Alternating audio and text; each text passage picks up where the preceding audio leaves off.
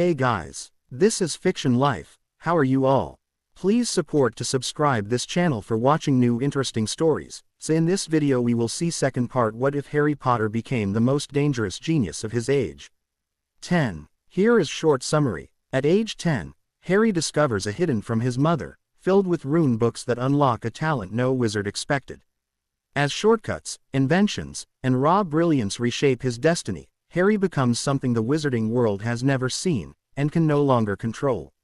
But before we start, if you want more stuff like this, then be sure to subscribe and like this video. And if possible, share this video with your friends. Now let's start the story. I thought you said Aunt Marge wasn't coming for another week, Harry groaned as he set the dinner table. Aunt Petunia had just informed him that Uncle Vernon's sister was coming over early. The horrible woman was now going to arrive just time to have one last hurrah with Harry before he could escape the clutches of this family forever. Aunt Marge and her dogs were quite possibly the worst among his relatives. Uncle Vernon mostly just yelled and occasionally hit him. Dudley just beat him and scared away any potential friends. Aunt Petunia waged emotional and psychological warfare but was somewhat reserved. Aunt Marge pulled no punches. She did everything she could possibly get away with to Harry, and he had realized several years ago that at times she did actively try to either have her dogs kill him or get him to kill himself. Needless to say, Harry had no intention of going to this dinner unprepared. Screw the underage magic laws. He had his freebie back if he needed to use it. He stuck a concussor, a lockpick, a boomstone and a ninja into his belt slots. Shiva had owled to say the legal guardian paperwork would be done tomorrow. Aunt Marge was not going to screw this up for him. Harry wasn't planning on firing the first shot, but he would make sure that he'd be the one firing the last. Her plans shifted. Boy, Petunia sniffed. So add that last place setting like I told you. You know I'm leaving tomorrow. I don't see why you want me to come to this dinner knowing none of you will ever see me again, Harry said with a scowl. Can't you just let me have one final night of peace here? We both know Aunt Marge is going to be horrible. Petunia sneered in response. Harry supposed he should be thankful she hadn't flung the spaghetti pot at his head like she had done a few years ago. He shouldn't have badmouthed Marge. But he was almost out. It was so hard to keep watching what he said to his relatives. I'm so glad you finally placed that boy into the system correctly, Vernon, Aunt Marge said, sloshing some of her wine as she patted her brother's arm across the table. Harry glared at his plate, counting down until he would be allowed to leave. Street, Brutus, is an excellent first step. I only wish you could put him where he truly belongs. As do I, Marge, dear, Vernon agreed, nodding. Prison may be extreme in some cases, but with this child's antics it is the only appropriate response. He has been nothing but trouble for you and Petunia. Too right, Petunia said. Harry's scowl deepened. This woman was related to his mother. It was almost enough to convince him to never have children. That's not quite how I handle things with my dogs though, of course. What do you mean, Aunt Marge? Dudley asked, shoveling more food into his bottomless pit. Harry smirked at the idle thought that perhaps Ron and his cousin would get along smashingly. Or they'd kill each other over the last plate of food. It was a toss-up. Well, the brat is obviously incurable. Aunt Marge lifted a pudgy finger at Dudley. One of the puppies in Ripper's latest litter was the same. Completely rabid. Unable to be trained or controlled. Is she seriously comparing me to a rabid dog? Harry thought idly. It would almost have been funny if she hadn't been so serious about it. Now I didn't just put that dog down. I put down the as well. It's certainly not Ripper's fault that his spawn had issues. But the instability had to come from somewhere. Harry's brow furrowed and he clenched his hands. She couldn't possibly be about to. If there is a problem with there is a problem with the progeny. You put them both down for the good of everyone. You can't let freaks and crazies and rabids like them continue their lines. Any who would shelter them should be put down as well. Because only those who have no morals would possibly defend such an obviously broken and awful existence.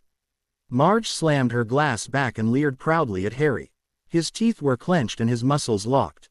It was all he could do to hold the table and push the magic that was threatening to flood out back down.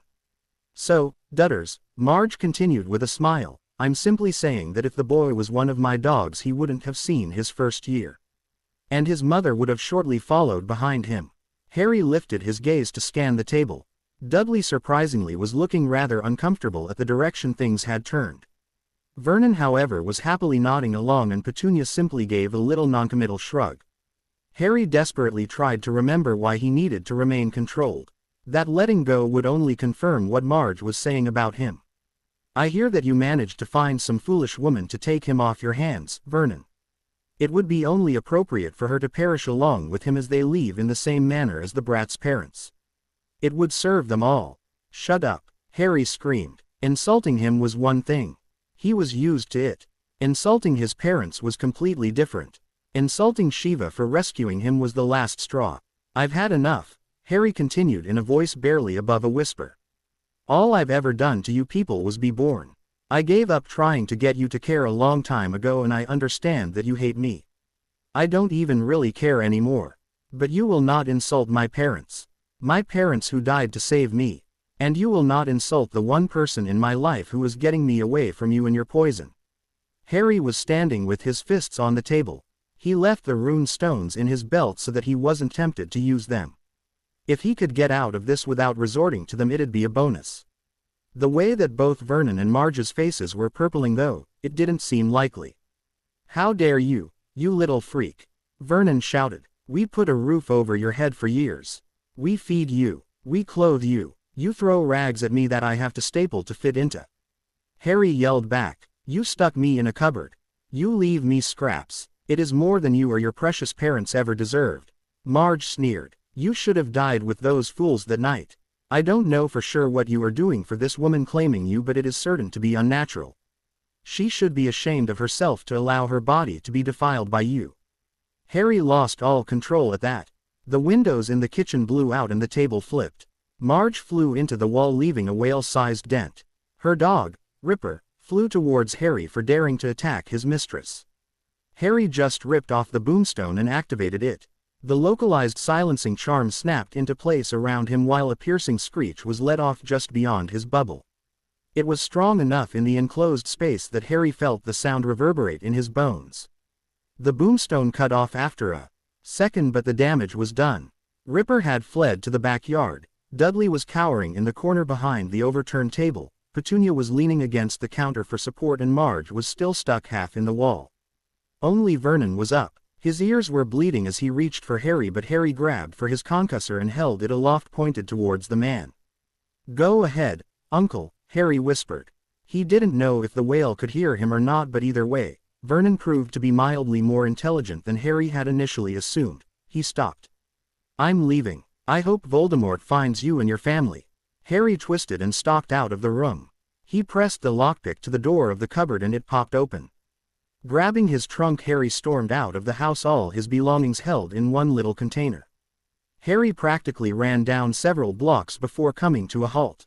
He turned back in the direction of number 4 Privet Drive and scowled. A low whine from behind him had Harry twisting back around in an instant with concussor held up. Whatever was making the noise was hidden in the bushes. Harry carefully put down his trunk and popped it open, pulling out his wand before shutting it again.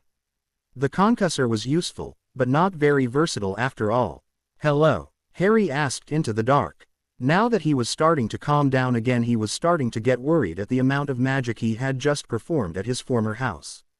If he could get away with not using his wand, that would be preferable at this point. A thin, mangy-looking, giant, black dog crawled out of the bushes.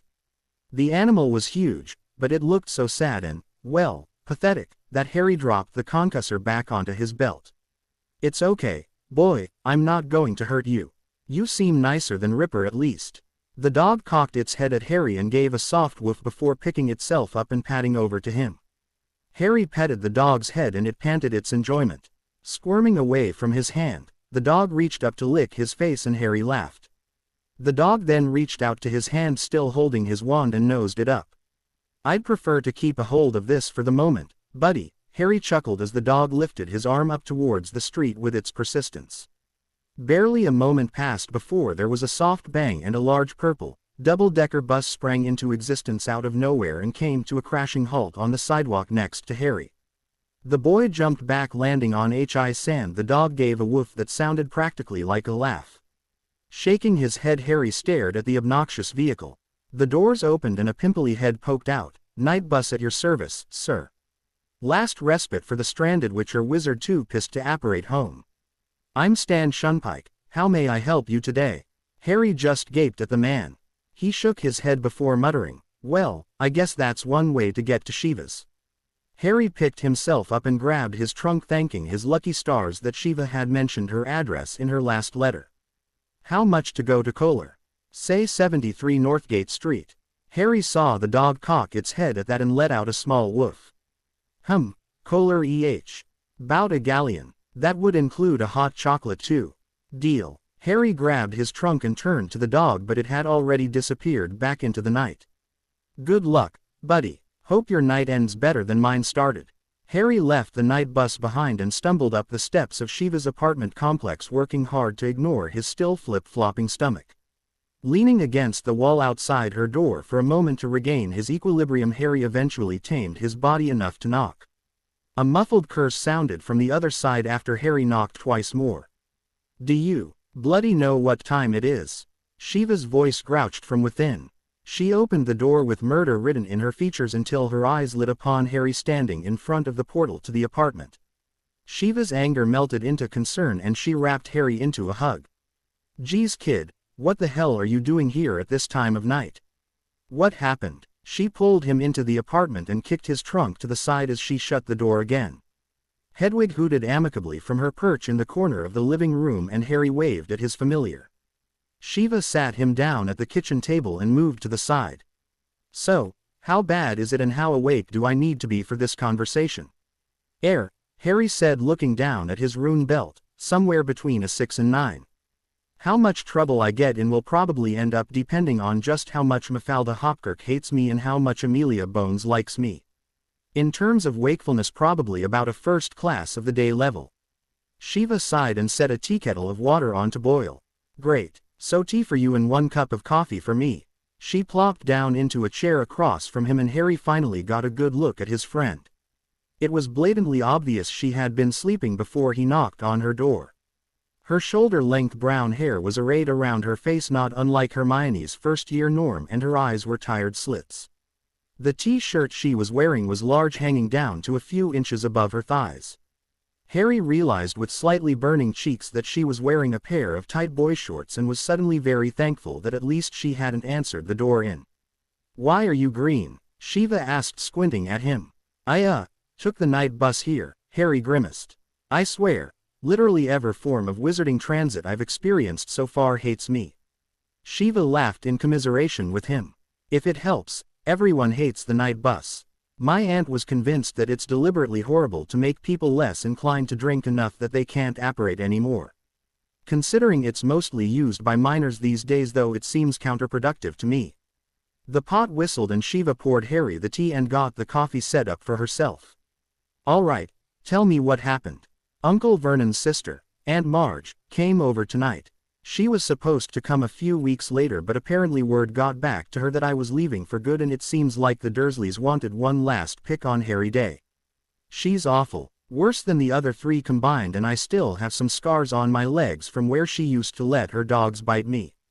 Shiva's expression darkened quite a bit as she perked up, the coffee in her hands mostly forgotten. I knew it would be bad, so before dinner I grabbed some of my rune stones just in case I ended up needing them. She started going on about how I was incurably insane and evil and other such stuff, but I'm used to that, so I mostly ignored it. Then she started talked about Mum and Dad and you and how it was good they had died and how she hoped that you and I would also die as soon as we got in the car to leave. I got a bit angry at that point. Go on. Shiva's face was carefully neutral, though Harry noticed the way her hands were clenched around the coffee mug. I started yelling back at them all for the first time in years.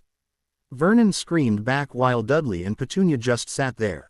I yelled again. Marge, she said it would have been better if I'd died as a baby, but that wasn't what set me off.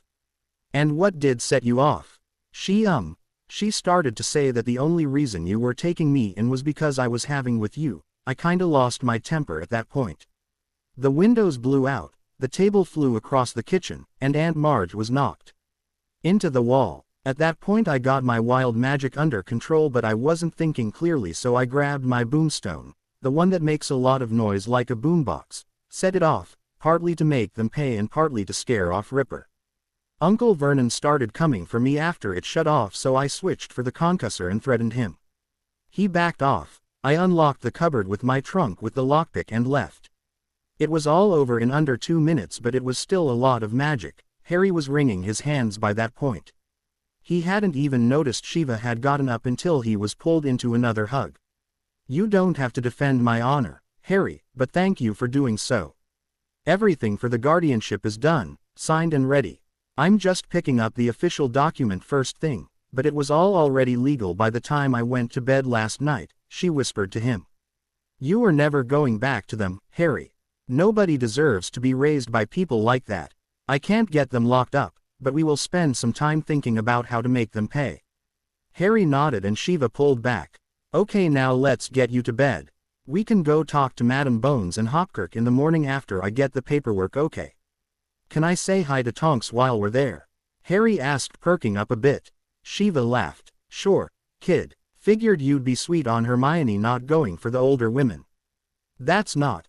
I mean, she's just nice and funny is all.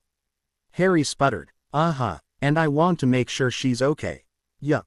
Besides, neither she nor Hermione are interested in me, Harry finished, crossing his arms. Shiva slapped a hand to her face and shook her head. Kid, it is far too early in the morning for me to try and knock some sense into you. Both about women and your general romantic suitability.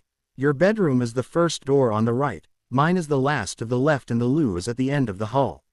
Towels are in the closet in case I'm gone already by the time you wake up, and there's cereal in the cabinets. Shiva scratched her head. I think that's about it. Push the brick on the top left of the fireplace to open the flow for anything beyond calls, though I'd prefer to be here if you're going to let someone in.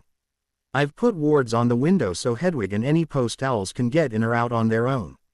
Also, wait to read the Prophet in the morning till I get a chance to talk to you about it tonight, okay? That bad? Harry asked, looking worried. Shiva grimaced. Well, it's not like Two-Face showed up again, but yeah, it's kinda bad. It's also rather complicated, so I'd prefer to talk about while fully awake. Is that cool? Not Voldemort. Shiva shook her head. Harry sighed, but nodded in agreement. As long as you don't just ignore it later, I can live with waiting. Sweet. Shiva moved to give him a quick hug and ruffled his hair before heading down the hall. Night, kid. Sleep well. Try not to stress too much. Night, Hedwig. Good night, Shiva. Harry looked around the apartment with a smile. For the first time in his life he actually felt like he was home. Harry had just finished his shower and thrown some clothes on when Shiva walked back in the front door. A manila envelope was held in one hand while her other was balancing a large apple pie. Brought food, she called out. Harry jumped up to grab the pie, his mouth already watering. You are amazing. Why thank you, Shiva mock creamed. Tarts are harder to find and I can't bake to save my life. So you get pie instead. I got the paperwork and spoke to Amelia Bones. We have an appointment for 10, which gives us some time to get you clothes that fit. Do you want to go in Muggle or Wizard stuff? The only Wizard robes I have are Hogwarts.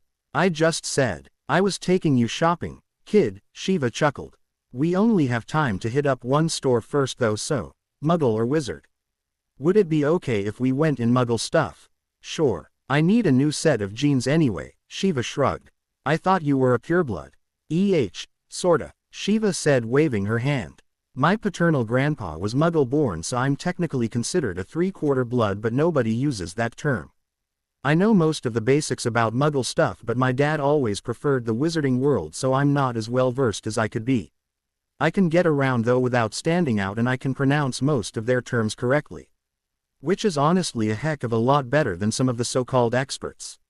Like Arthur Weasley, for example, Harry said with a small cringe. For someone obsessed with Muggles, you'd think he could say electricity right. Shiva laughed. Yeah, Arthur's special that way. Great guy though, and he taught his kids well. Harry raised an eyebrow as he munched on his pie. Well, okay, he taught his kids besides Ron well. Harry nodded and went back to breakfast. Don't get used to this, by the way, Harry. You're not getting pie for breakfast all the time. Stop pouting. Pie is dessert, not breakfast. Just because I can't cook doesn't mean I can't feed you right. And I should probably get you some nutrient potions as well so we can get rid of some of the problems your relatives left. Actually, now that I think about it, have you had your inoculations? Like for TB and measles? Harry asked. He paused and tapped the table in thought. I don't think I've had those actually. No, those are important, but I meant inoculations for things like for dragonpox and spattergroit, Shiva said. At Harry's blank look she sighed. Why am I not surprised? Okay, after Bones, we'll hit Gringotts, then get you your shots and potions. I'm going to have to talk to Min about forgetting to get you those. McGonagall. Harry furrowed his brow. Why would Professor McGonagall have handled that? Well, all Muggle-born or raised are supposed to be brought to St. Mungo's for a full screening and inoculation set during their Diagon Alley trip. Oh, McGonagall didn't take me to Diagon.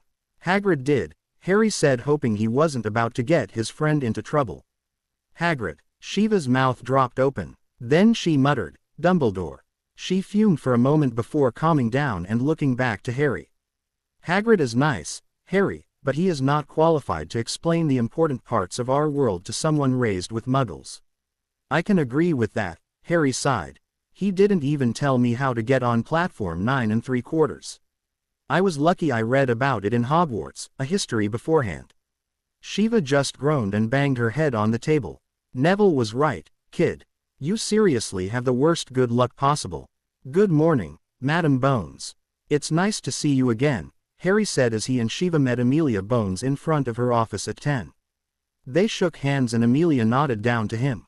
Good morning, Mr. Potter. Ms. Babbling tells me you had a bit of an incident last night. Yes, ma'am. And why does that necessitate coming to the department head to explain it? Amelia asked, glancing between Shiva and Harry. Well, Director, Shiva said with a shrug, Hopkirk didn't seem very reasonable the last time there was an incident and Harry wasn't even at fault back then. This time he is, and there is a fair bit of magic involved from what he told me. We figured we'd head the problem off at the pass and just ask you to sit in instead of coming with another complaint later. Amelia sighed and rubbed her forehead, letting the monocle fall off her face. Mafalda does tend to hold a grudge. It's really probably for the best. Not like I have much else I can do at the moment with all of our resources tied up in black.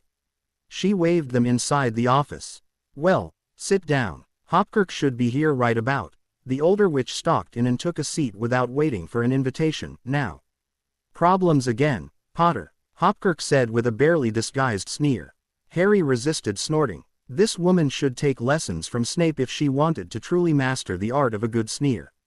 Well, ma'am, considering this was my first underage magic event after starting Hogwarts, I don't believe it would be correct to say, again. Play nice, Harry, Shiva muttered. Please tell us what happened, Mr. Potter, Amelia said, taking out a quill and parchment. Yes, Madam Bones, Harry said. He took a calming breath and sat up straighter. My relatives were having Aunt Marge over for dinner. She hates me even more than the rest of my relatives. Harry stopped for a moment at Hopkirk's snort. Is there an issue, Ms. Hopkirk? Amelia asked, glaring at the woman. I simply find it hard to believe that the boy who lives' family dislikes him. They are not my family, Harry snarled. They are my relatives. Bathsheba Babbling is far more family than they ever were. Shiva sniffled a bit at that, but Harry barged on. And just because reality isn't what you find believable doesn't make it untrue, ma'am. Please continue with your explanation, Mr.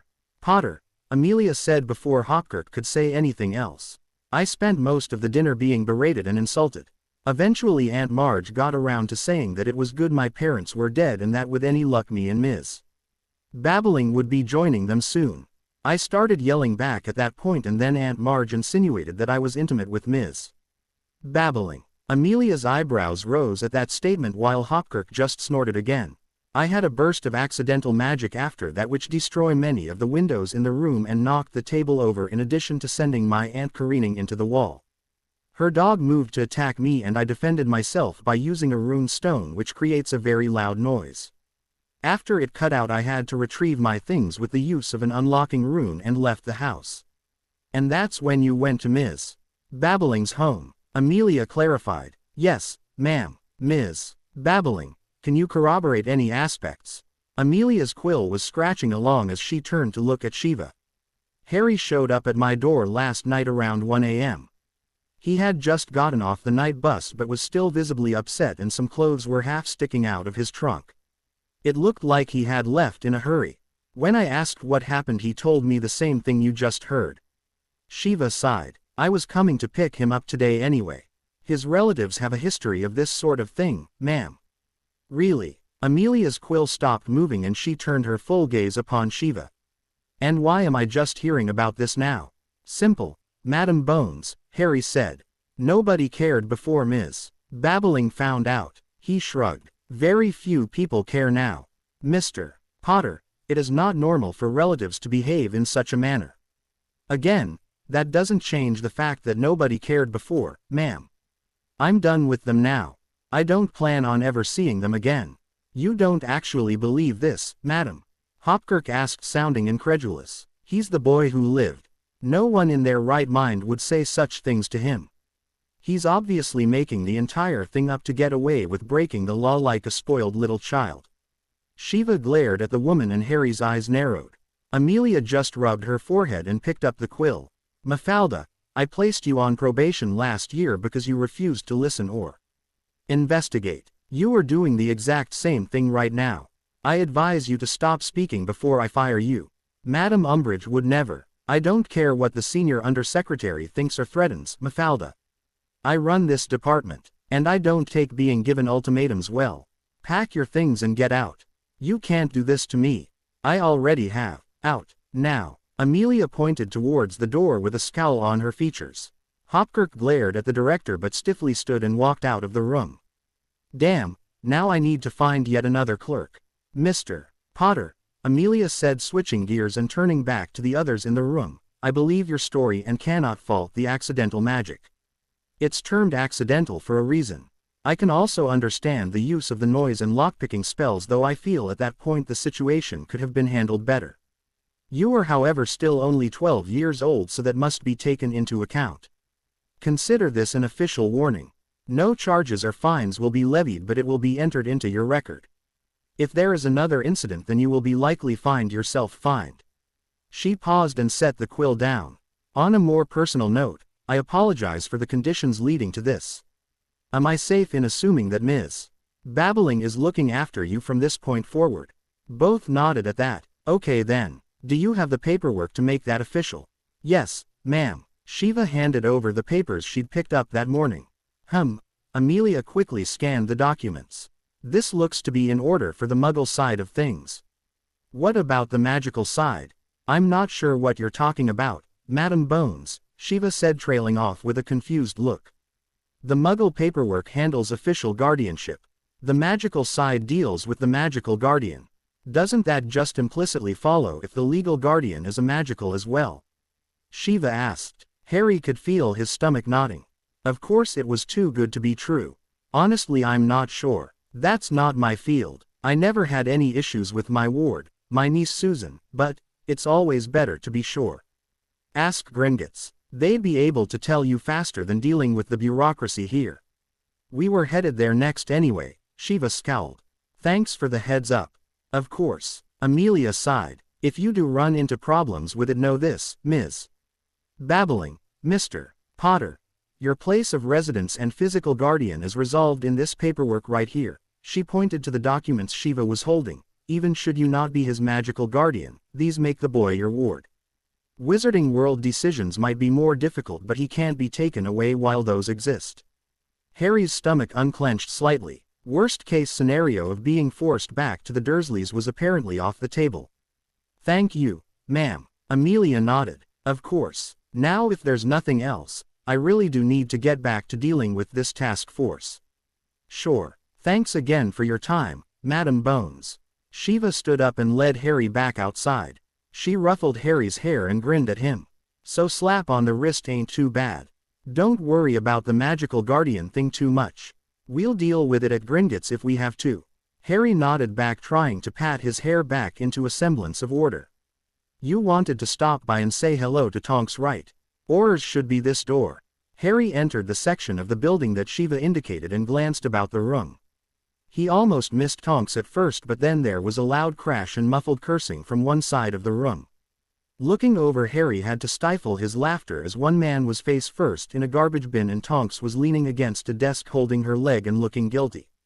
"Sorry, Dawlish," she said, speaking up to be heard around the laughter in the room. "I swear that desk was few feet to the right before.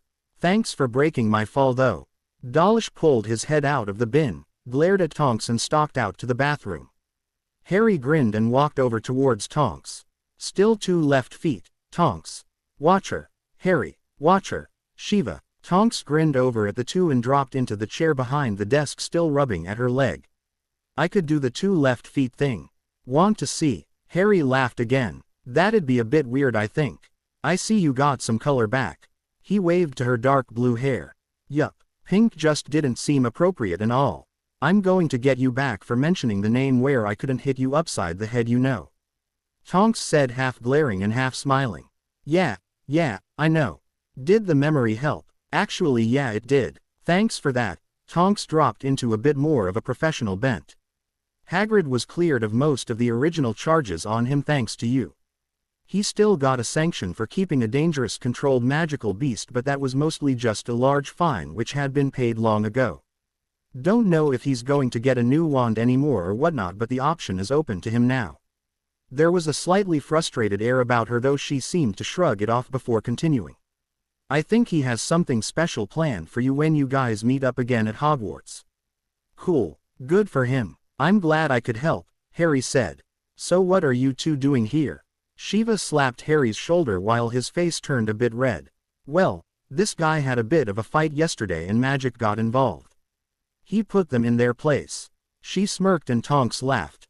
"Well, I certainly hope he did. Did Hopkirk give you any problems?" "Actually I got her fired," Harry mumbled. Tonks' eyes widened, her mouth dropped open and her hair flashed through a rainbow of colors before settling back to blue. "Remind me never to piss you off, Harry." "It wasn't really his fault," Shiva said with a shrug. She ran her mouth and ticked off Madam Bones. "Ah, yeah, that makes sense. Bonesy has a bit of short temper at the moment. Fudge is coming down on her hard over the Sirius Black case, and it's not like we have anywhere close to the amount of people we need with the recent budget cuts." "Fudge again." Harry's visage darkened. "Who voted for that guy?" "Malfoy," Shiva and Tonks both said at the same time. "I really hate that man," Harry grumbled. "Agreed," Tonks said. "Look, it's been fun guys, but I really do need to work this case a bit. He is my cousin after all. It's pretty much my responsibility to find him." "Sure, we'll let you go. I just wanted to say hi." Harry waved at her as he and Shiva turned to make their way back outside. "Later, Harry." "Bye, Shiva." Harry and Shiva were almost to the front of the queue at Gringotts when she turned to him. "Remember, goblins take smiles with teeth showing as a sign of aggression. Be polite and direct because they don't like to waste time." "I know, Shiva. I talked to Flitwick about proper conduct regarding goblins before I left for the summer.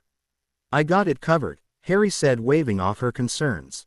"The goblins weren't that bad. They at least were blatant in their dislike of most people." He could respect that. Stepping up to the free teller, Harry nodded and said, "May your gold ever flow, sir." Harry didn't notice it, but every goblin within earshot paused for a moment at the traditional greeting being spoken by a wizard child. The teller blinked down at the boy and his original, automatic sneer twisted into a confused frown. "May your hoard be increased, patron. What is your business with Gringotts?"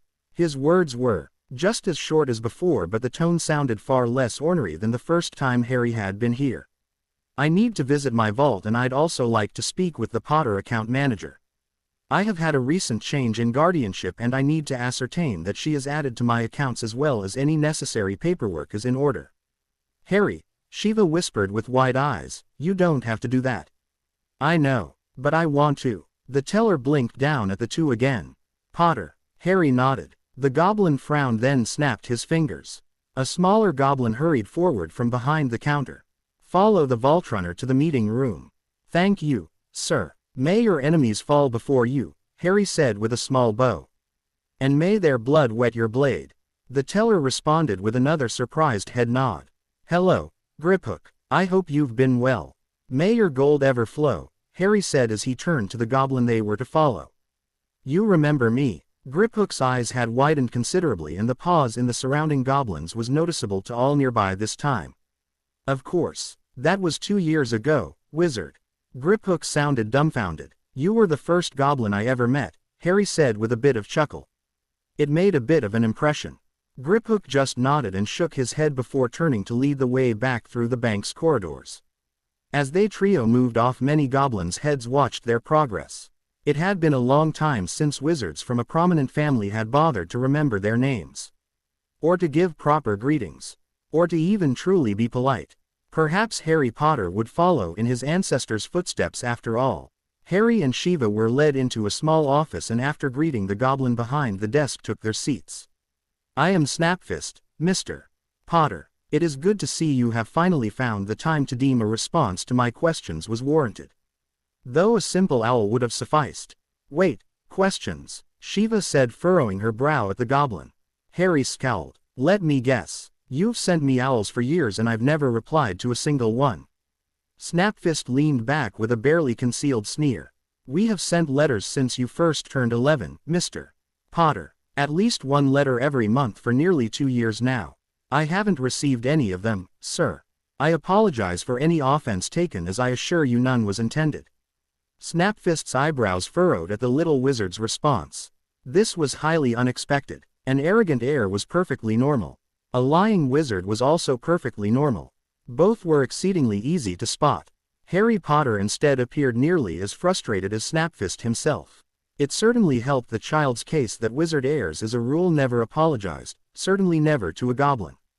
You don't sound surprised by this, Harry, Shiva said.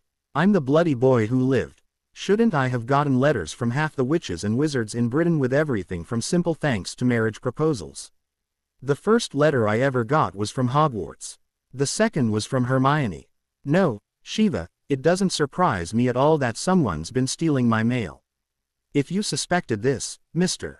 Potter, why did you not say anything earlier? Snapfist asked, eyes narrowing. Because, Snapfist, if I started getting letters while still at the Dursleys I'd be in for an even rougher summer than usual. I was waiting until I was free of my relatives. Now I am. Shiva was glowering at the situation as Harry explained. Snapfist gave a low growl. Tampering with one's mail is a criminal offense, Mr. Potter. Tampering with official Gringotts communications is an offense against the Goblin Nation. Shiva stiffened but Harry just snorted. We will find the guilty party and ensure adequate punishment is meted out. Who may we address your letters to in the meantime?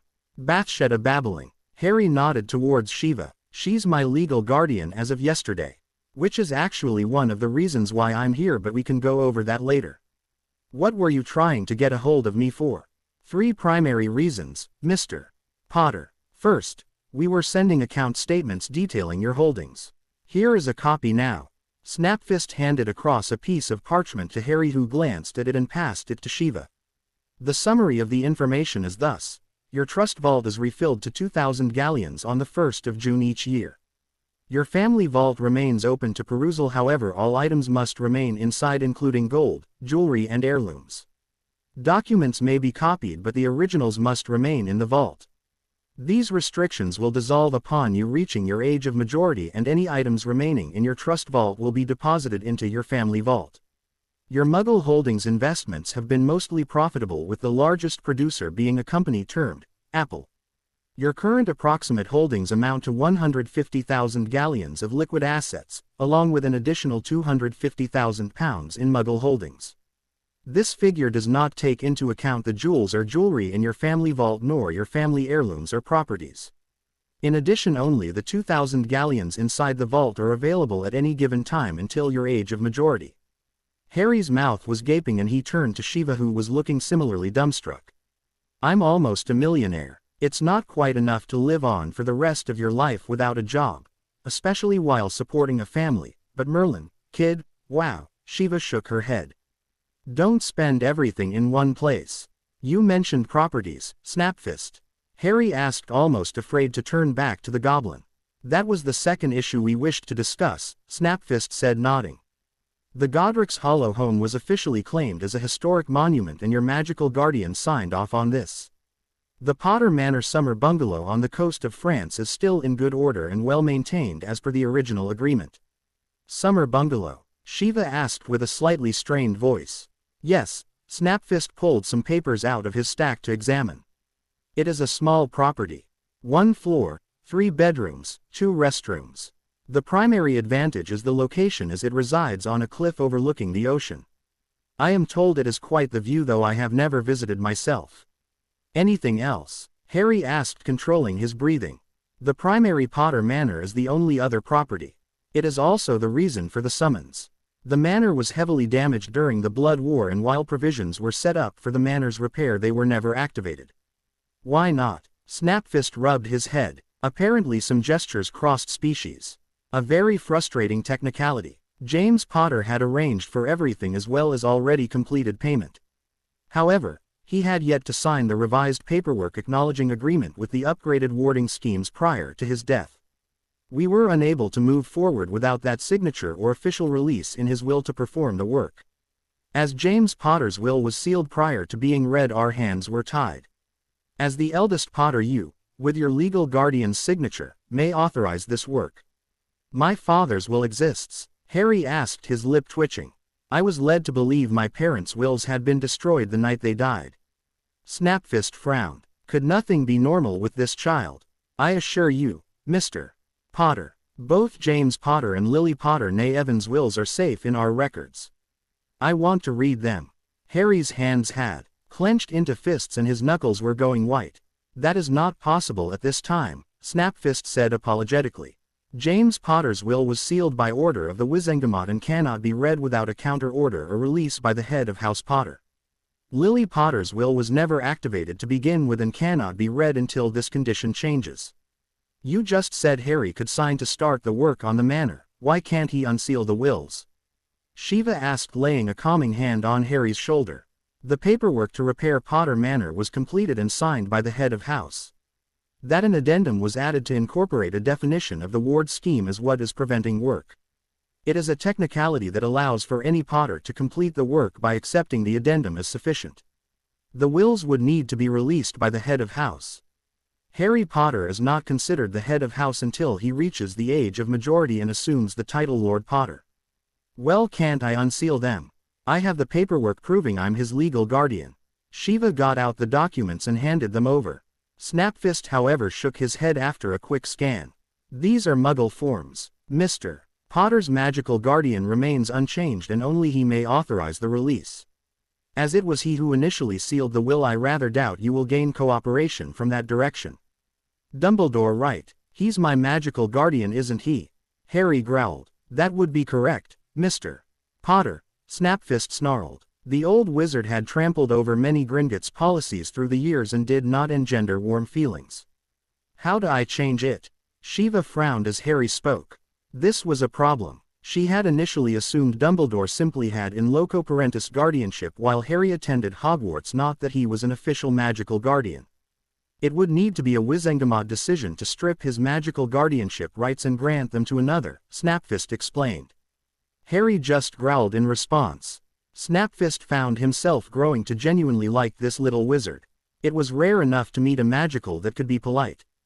It was even rarer to find one capable of a respectable growl. Snapfist, Shiva asked slowly, just what kind of power does Dumbledore have as Harry's magical guardian? Primarily, financial control over any transactions more than 50 galleons, though he cannot perform any transactions regarding the family vault or your investments, Snapfist said, tapping his fingers on the desk. A magical guardian also has the right to accept or deny any magical contracts, including marriage contracts. That's still a thing, Harry said, scowling even deeper. What the hell is wrong with this world? Snapfist had to hold in laughter at that question. Many goblins had asked the same thing regarding wizards. They're really rare, Harry, Shiva said, but then frowned. Snapfist, has Dumbledore signed any magical contracts or marriage contracts in Harry's name? Snapfist shifted a few more papers before shaking his head. No, there is a draft marriage document for one Ginevra Weasley with Molly Pruitt's signature already stamped, however Albus Dumbledore has yet to sign. Thank God, Shiva leaned back with a sigh. Harry's face was starting to turn colors that only Vernon had ever reached. What was the date on that one? November 5, 1981.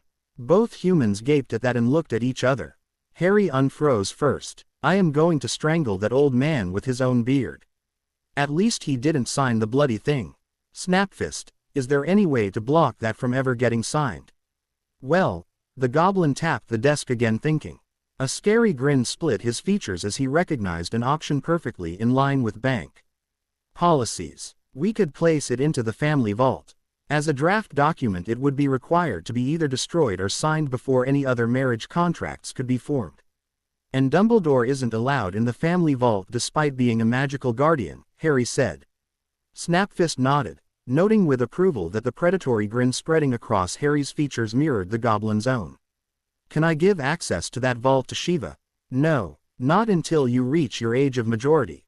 Currently you are the only one allowed access to the Potter family vault. Oh, well, it was worth a shot. Wait, Harry frowned. By locking away this contract I'm screwing Ginny, aren't I?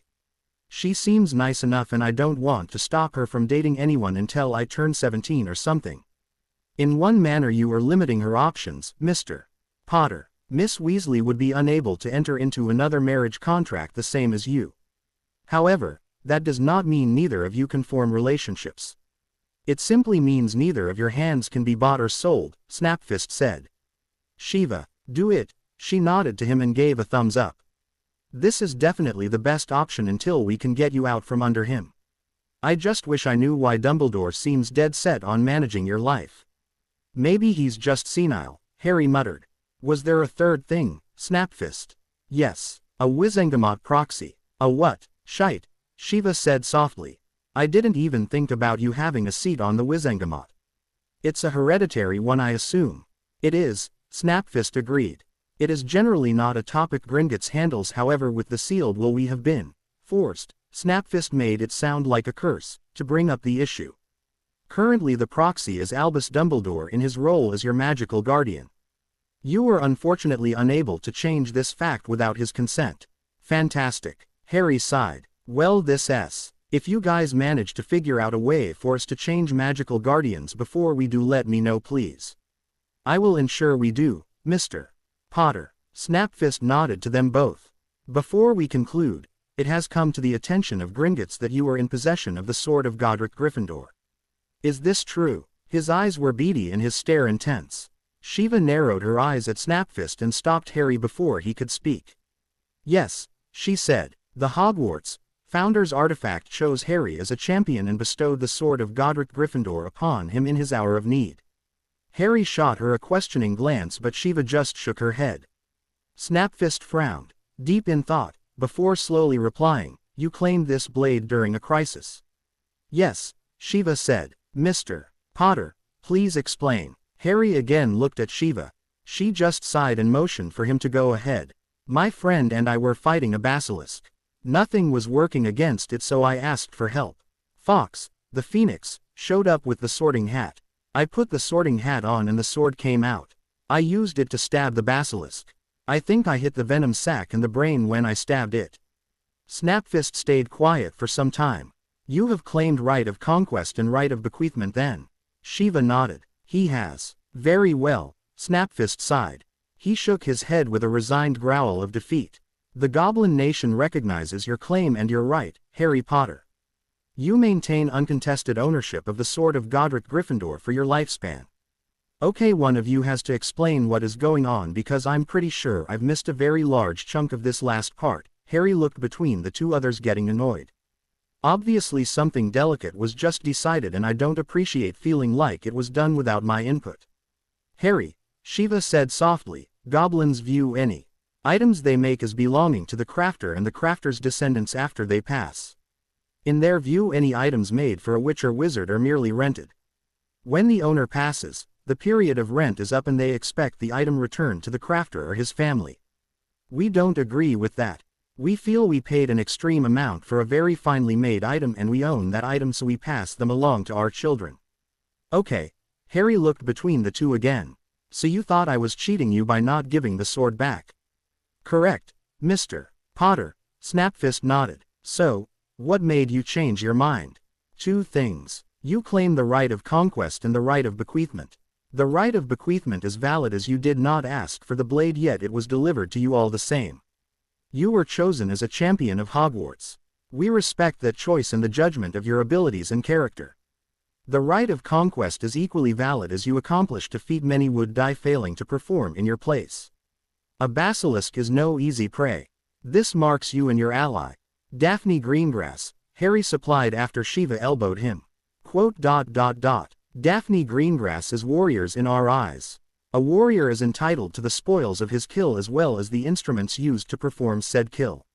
We recognize and respect your claims, Harry Potter. Snapfist leaned forward. But be wary, Warrior Potter. Goblin steel will imbibe that which will make it stronger. You say you punctured the venom of the basilisk. There are very few substances stronger or deadlier than that venom. The blade is likely infused with its properties. Take care not to cut yourself, the goblin finished with a sly grin. Harry's eyes widened at the implication that he had wrapped up a blade that could kill with a nick in an old sweater and then tossed it into his trunk. A scabbard was immediately required. Above any other errand today. Shiva gulped besides him. Oh good, I'm not the only one mildly freaked out by this. That concludes the business I had. Snapfist nodded at the two and then held out a piece of parchment to Shiva. Ms. Babbling, if you will please place a drop of blood on this parchment, Gringotts will recognize Warrior Potter as your ward as well as give you access to his trust vault. Do you have anything else you require? Harry turned to Shiva who shook her head. Nope. Thanks for your time and help, Snapfist. May your enemies fall before you. May their blood wet your blade. Harry and Shiva left the office leaving an exhausted goblin behind. After composing himself, Snapfist left to meet with Director Ragnarok. His liege had to be informed of the events surrounding the Potter heir. Snapfist, Ragnarok rumbled as he walked into the chamber. So are the whispers true. Does the Potter child have honor? My lord, Harry Potter is, to all appearances, as honorable as his mother before him. Snapfist's declaration was met with raised eyebrows. He knew the appropriate greetings and dismissals and did not blame Gringotts for failings beyond our control. He treated the Goblin Nation as knowledgeable and fair. He has performed a feat justifying the label of warrior but does not lord this fact as wizards are wont to do. Ragnarok considered before asking another question, and how does the boy explain his lack of communication? He claims his mail has been tampered with and that he has received no letters, my lord. Snapfist saw the expression on his liege's face darkening, so he hurriedly continued. I believe him, my lord. He seems to be operating under the assumption that Albus Dumbledore is the one who prevented his mail. It is possible this was not a malicious act, however, if true. Yes, he would still have intercepted Gringotts' business, Ragnarok growled. Investigate. Is Albus Dumbledore still the Potter magical guardian? He is, my lord. We have been asked to inform Warrior Potter of any means of changing this situation if we determine one. Ragnarok laughed. Oh, so the child chafes at the bit. Did his companion seem capable? She is his new guardian in the Muggle world, my lord. While not at the same standard as Warrior Potter, she was more courteous than most. Ragnarok nodded. That had been expected from the reports received. And the sword? He has claimed right of conquest and right of bequeathment, my lord. Snapfist bowed and nodded his head. His claims are valid. The blade was gifted to him by Hogwarts herself and he used it in the slaying of a basilisk. I recognized Harry Potter and his ally during the battle, Daphne Greengrass, as warriors for this feat. I'm a worthy predator. Ragnarok thought for a few seconds before smiling. In that case we would not be able to maintain a grip on the blade anyway, even should we attempt to reclaim it. He could simply summon it back whenever he wished. Ragnarok burst out laughing. I am growing to like this child. I feel the nation would be well served by maintaining an amicable working relationship with Warrior Potter, Snapfist ventured. Yes, Ragnarok nodded, I believe so as well. Snapfist, put out feelers for the magical guardian issue. Let us make this a race, shall we? Goblin versus wizard. Who will find the loophole first, I wonder? Harry and Shiva made a stop at St. Mungo's after leaving Gringotts. He received vaccinations for everything Muggle and magical as well as a prescription for nutrient potions to reverse some of the malnutrition left over from his years at the Dursleys. Shiva had received several dirty looks as the results of Harry's deep scan were revealed, though the two quickly corrected the healers that Shiva was actually the one responsible for removing him from that environment. After that the healers were far nicer and agreed to their request to keep the visit quiet for the time being. It wouldn't do for the majority of the wizarding community to start hating muggles just because Harry's relatives were the worst of the lot. After the medical appointment was a shopping trip through Diagon Alley and the nearby Muggle shopping center. It had been an experience for both of them. Harry had never been to one before as the Dursleys always left him at the house when they went shopping. Shiva on the other hand had a relatively willing young man to play dress up with. After a few hours Harry had stopped being amused and requested to return home. "Let's go for a walk, kid," Shiva said, tossing the bags they had accumulated on the couch and waving towards the door. "We've been out all day," Harry grumbled. "Can't we just sit down for a few minutes?" Shiva sighed and shook her head. "Come on, Harry, we need to talk about that thing in the Prophet I didn't want you to read. And we can't do that on the couch. Why? Because it's a beautiful evening for once and there is a nice park a block away. Stop complaining, we can sit down a bench in 5 minutes." "You will be the death of me, woman," Harry said, standing back up and following her out. True to her word, Shiva had them on a bench in the park near the house before 5 minutes had passed and with snacks to boot. She handed Harry an ice cream cone as she took a seat next to him. Harry raised his eyebrows but attacked the dessert. "This is definitely going to be bad if you are bribing me with ice cream before even starting." "You know about Azkaban, right?" Shiva said, wincing at his comment. "Yeah, the prison. Horrible guards that literally out all good feelings." "Yeah, that's the one. It's also supposed to be impossible to escape from." Shiva paused as a large black dog poked its head out from the nearby bushes. "Hey, boy," Harry said, holding out the remainder of his ice cream to the dog. The dog seemed to consider it for a moment before slowly patting out and licking the cone. "You're a long way from home, buddy. You know this monster?" Shiva asked, squinting at the dog. It was huge but very underweight. The poor thing's fur was somewhat matted as well. At least it seemed friendly enough. "He was there when I took the night bus to your place. I figured he'd just ran away, but I guess he jumped on the back or something." "That seems odd, Harry. He's a dog, Shiva, not an evil mastermind. If he was an animagus trying to kill me, he could have done it when I first ran into him the other night." The dog's tongue lolled out and he sat down promptly next to Harry.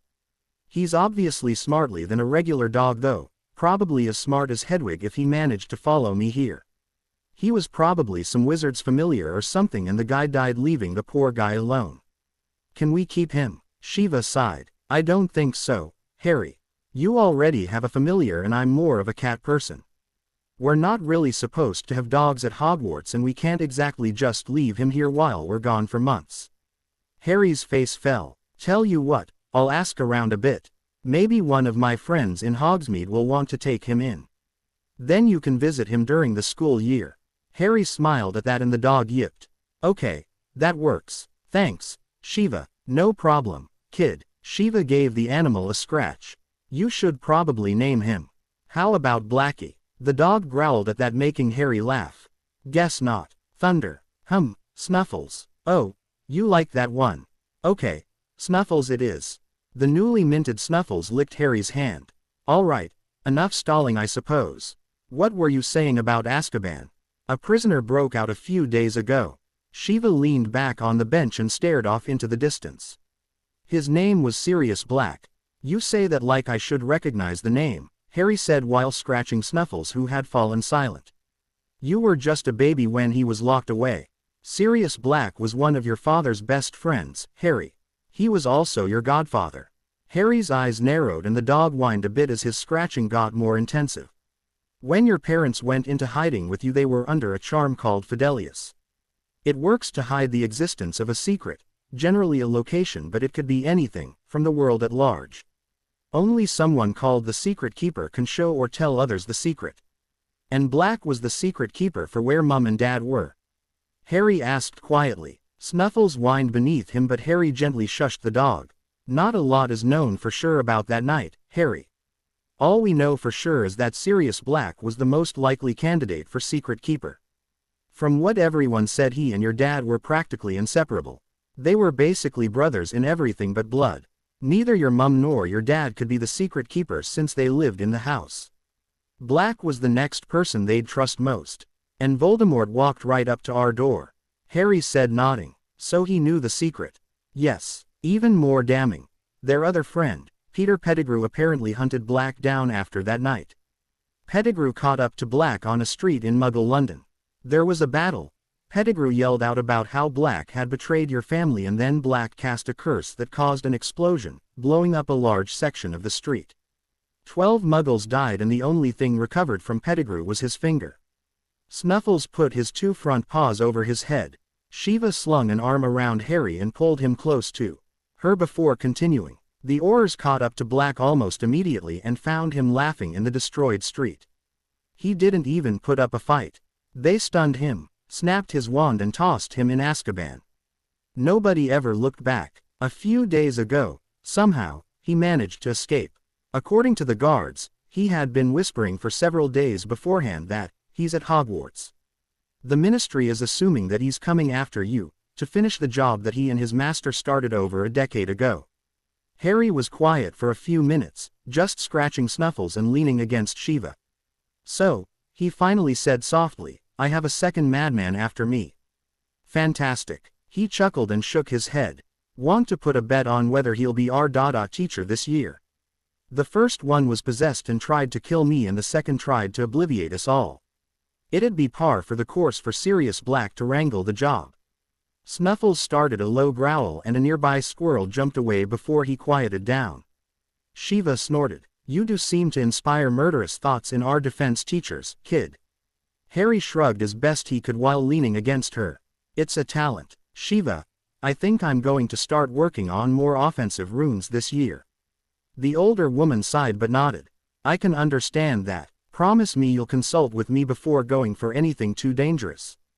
Promise. Harry nodded. I think the most volatile design would be more feedback stones. They'd be like the one I used against the basilisk. Directed failures. Magical grenades. I've been a bit scared to work on them before after the whole troll incident thing, but I think I have enough of a foundation now that I can do them safely. And I can always go to my legal guardian for advice both in and out of class now. He finished grinning up at her. Damn right you can, kid, Shiva said, laughing. Any other ideas I should be watching out for? Well, I'm going to have calm stones finished before we get back to school. Harry frowned and said, Muggles have mobiles now. They can contact almost anyone in moments, and it's not a one-way channel. It's stupid that we don't have something like that in the magical world. Snuffles cocked his head at Harry, and Shiva found herself nodding along. I worked out how to make a cluster that could function the same while at the Dursleys. It's restricted to audio and has to be tied to specific people at the moment, but each stone can be tied to multiple others. I can work on making a completely open, untethered cluster later. Can you pierce one of my ears? What? Shiva asked, blinking at the non sequitur. Like for an earring. I'm going to miniaturize the calm stone. You know, make earrings out of them. The magic flowing through them should be small so the stone can be tiny without worrying about failure or breakage. I was going to make one for me, Hermione, Neville, Daphne, Tracy and you. I'm thinking I might make one for Tonks too, so that we could call the Aurors fast when we need them. Maybe one for Susan and Hannah too, but I want to talk to them first, so those will probably come later. Shiva shook her head, laughing. You really don't do things halfway, Harry.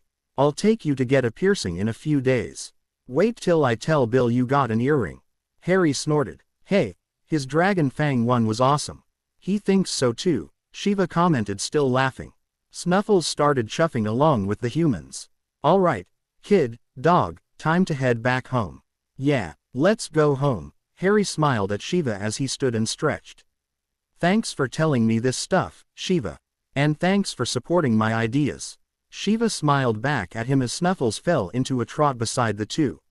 Anytime, Harry, anytime. So why did I have to get this huge contraption again? Shiva asked as she finished plugging in the final wires to the television unit. The telly earned a glare from her when she flipped the switch, and the screen remained resolutely black. Because you promised we could watch Star Wars and your apartment doesn't have enough magic to short the thing out. Harry snorted and plugged the power cord into the wall. Forgot the power, Shiva. Snuffles huffed from the floor behind them. I thought you were working on that Tech Bane cluster to make these things run without being plugged in. Harry rolled his eyes. Tech assist. Shiva, the tech bane is going to burn out any close by electronics, not let them work. And neither are remotely ready yet. Whatever. Shiva waved him off and hit the button again. This time she grinned triumphantly as the telly flickered to life. Excellent. Hermione and Neville should be here any minute. Did Daphne and Tracy ever get back to you? Harry nodded. Yeah, both should be coming via Flow right after Neville.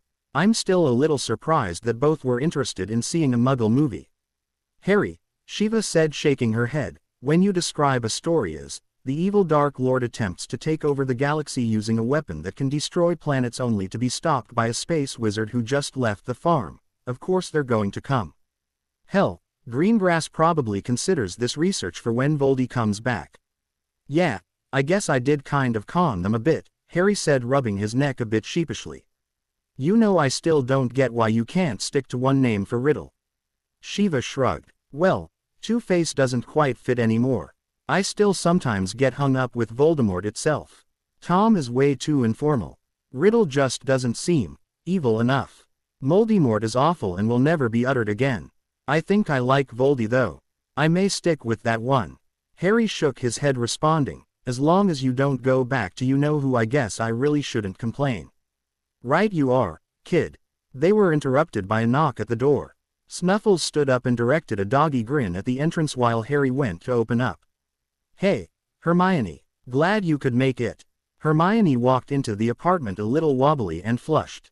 Next time I come over, would it possible for Shiva to apparate me?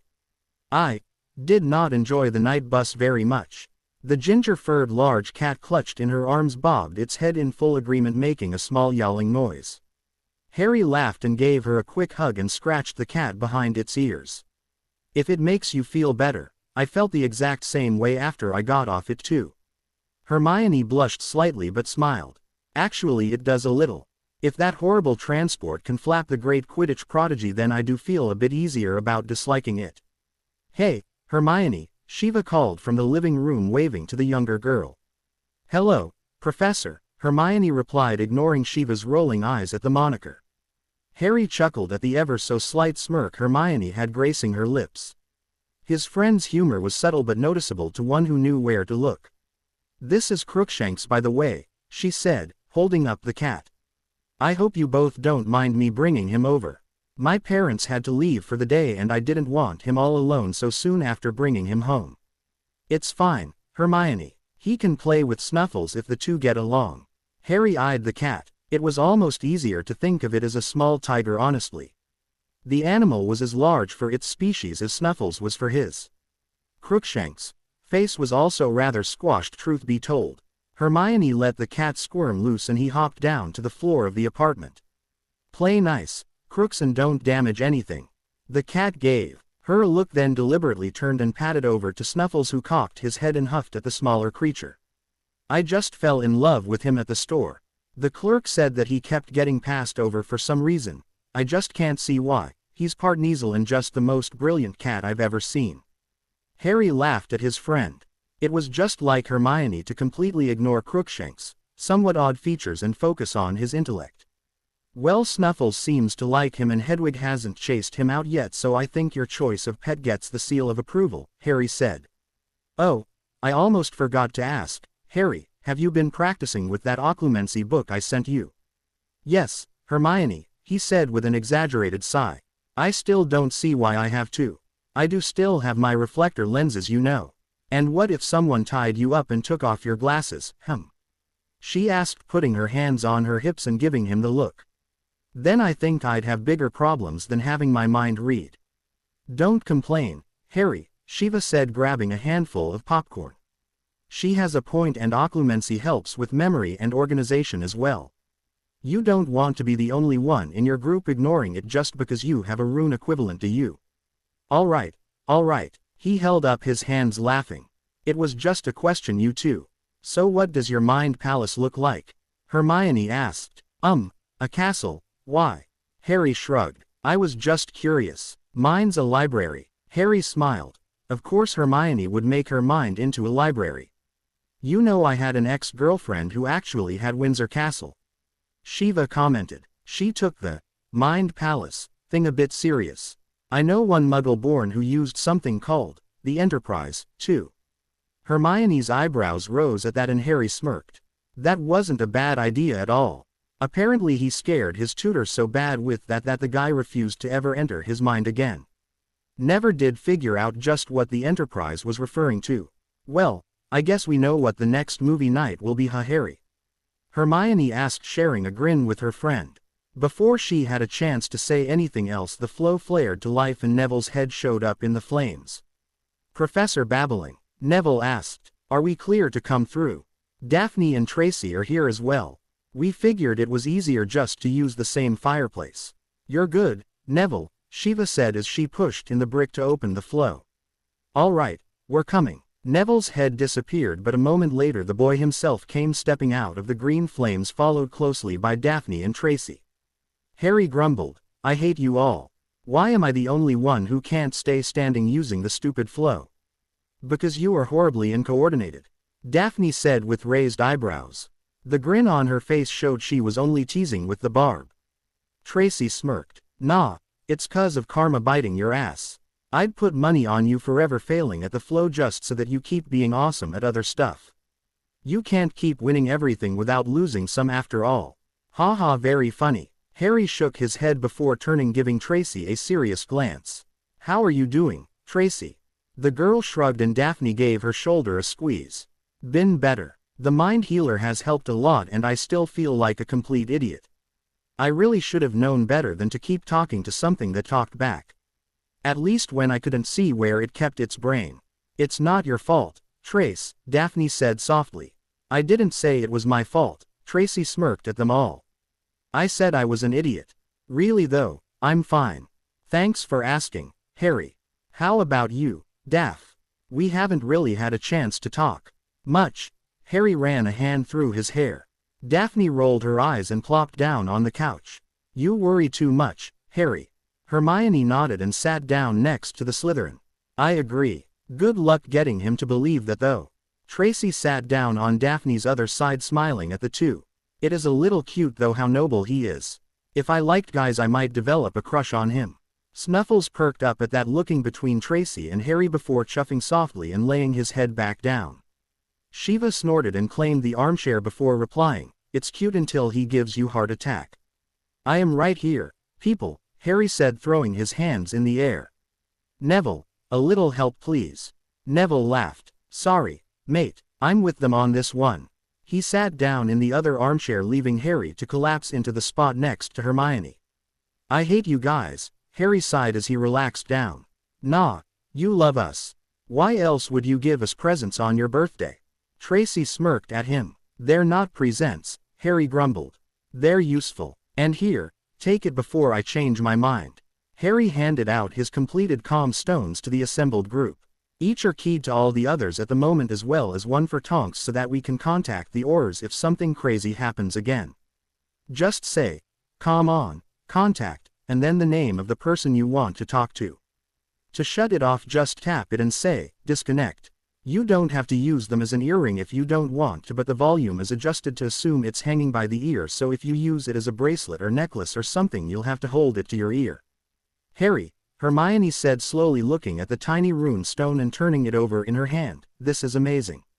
You should really try to market these." "He's going to," Shiva said, nodding at the girl.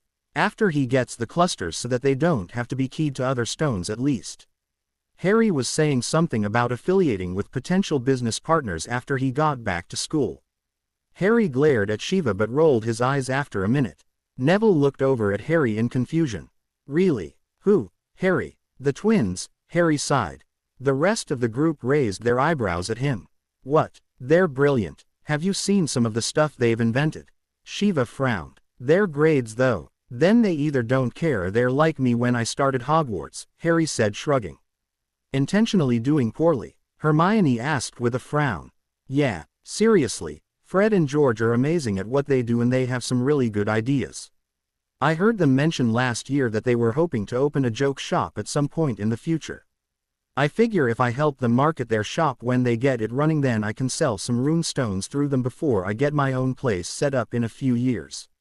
Snuffles had come over and licked Harry's hand by the end of his little speech, and Harry scratched the dog behind the ears.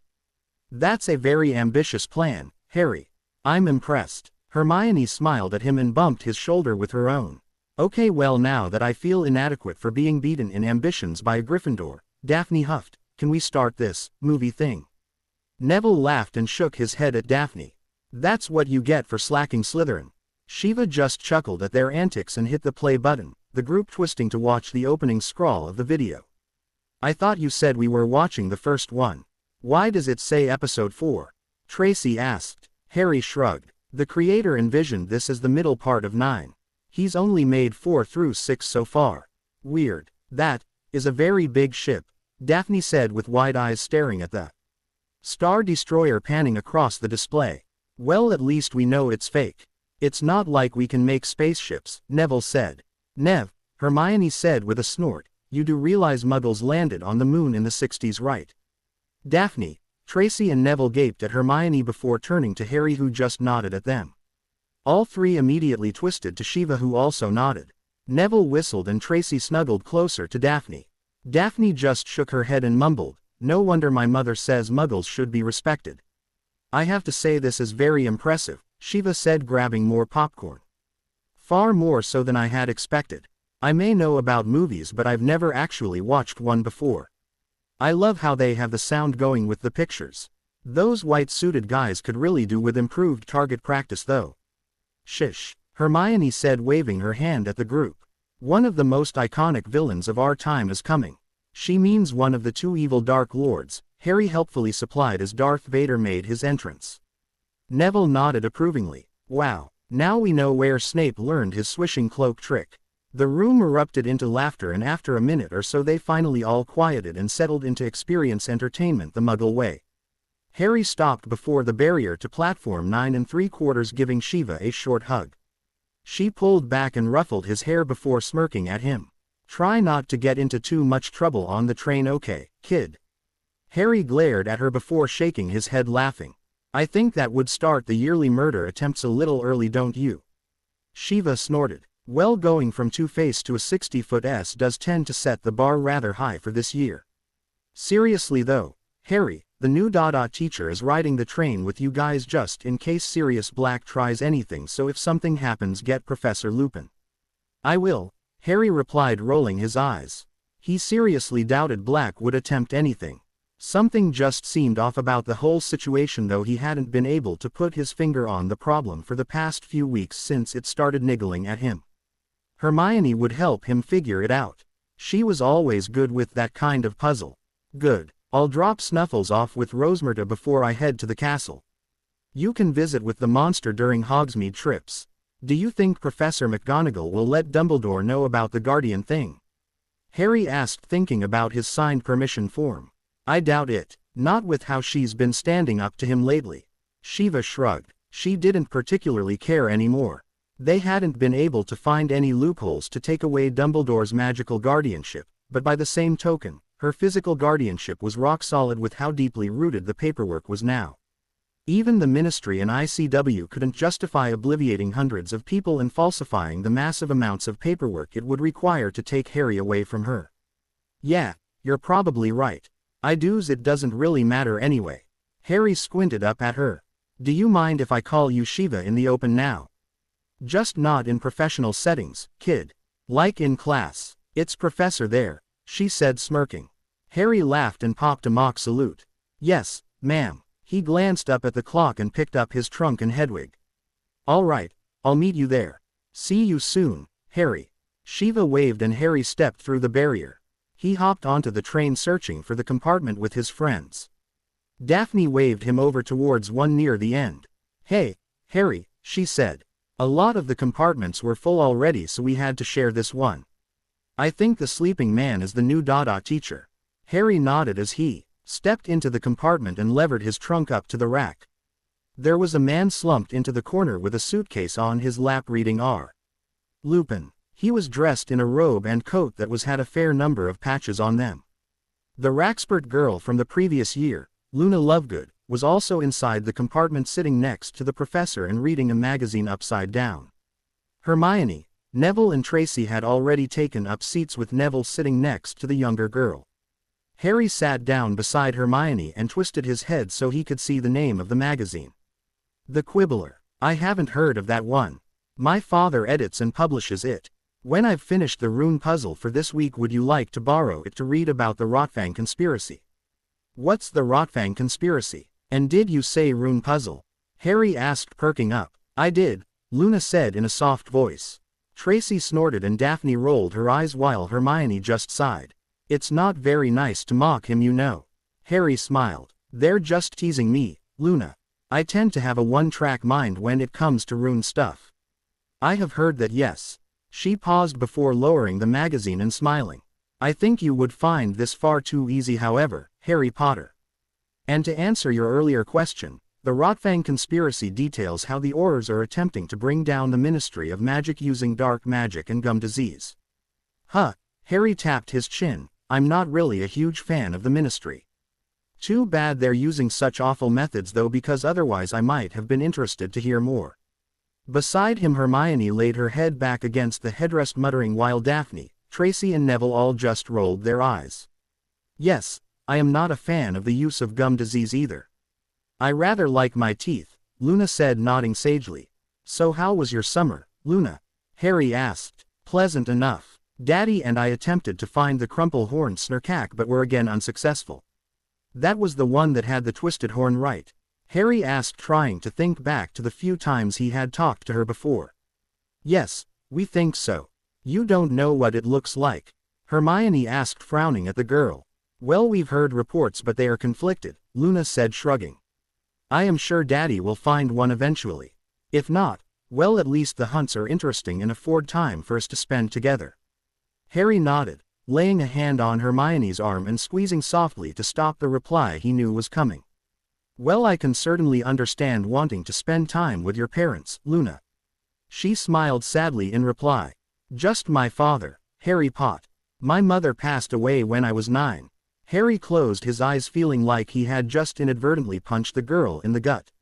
Oh, I didn't know that. I'm sorry, Luna. How could you know? She shrugged and picked her magazine back up. I am almost done with the puzzle. Let me know if you would like to read the article, Harry.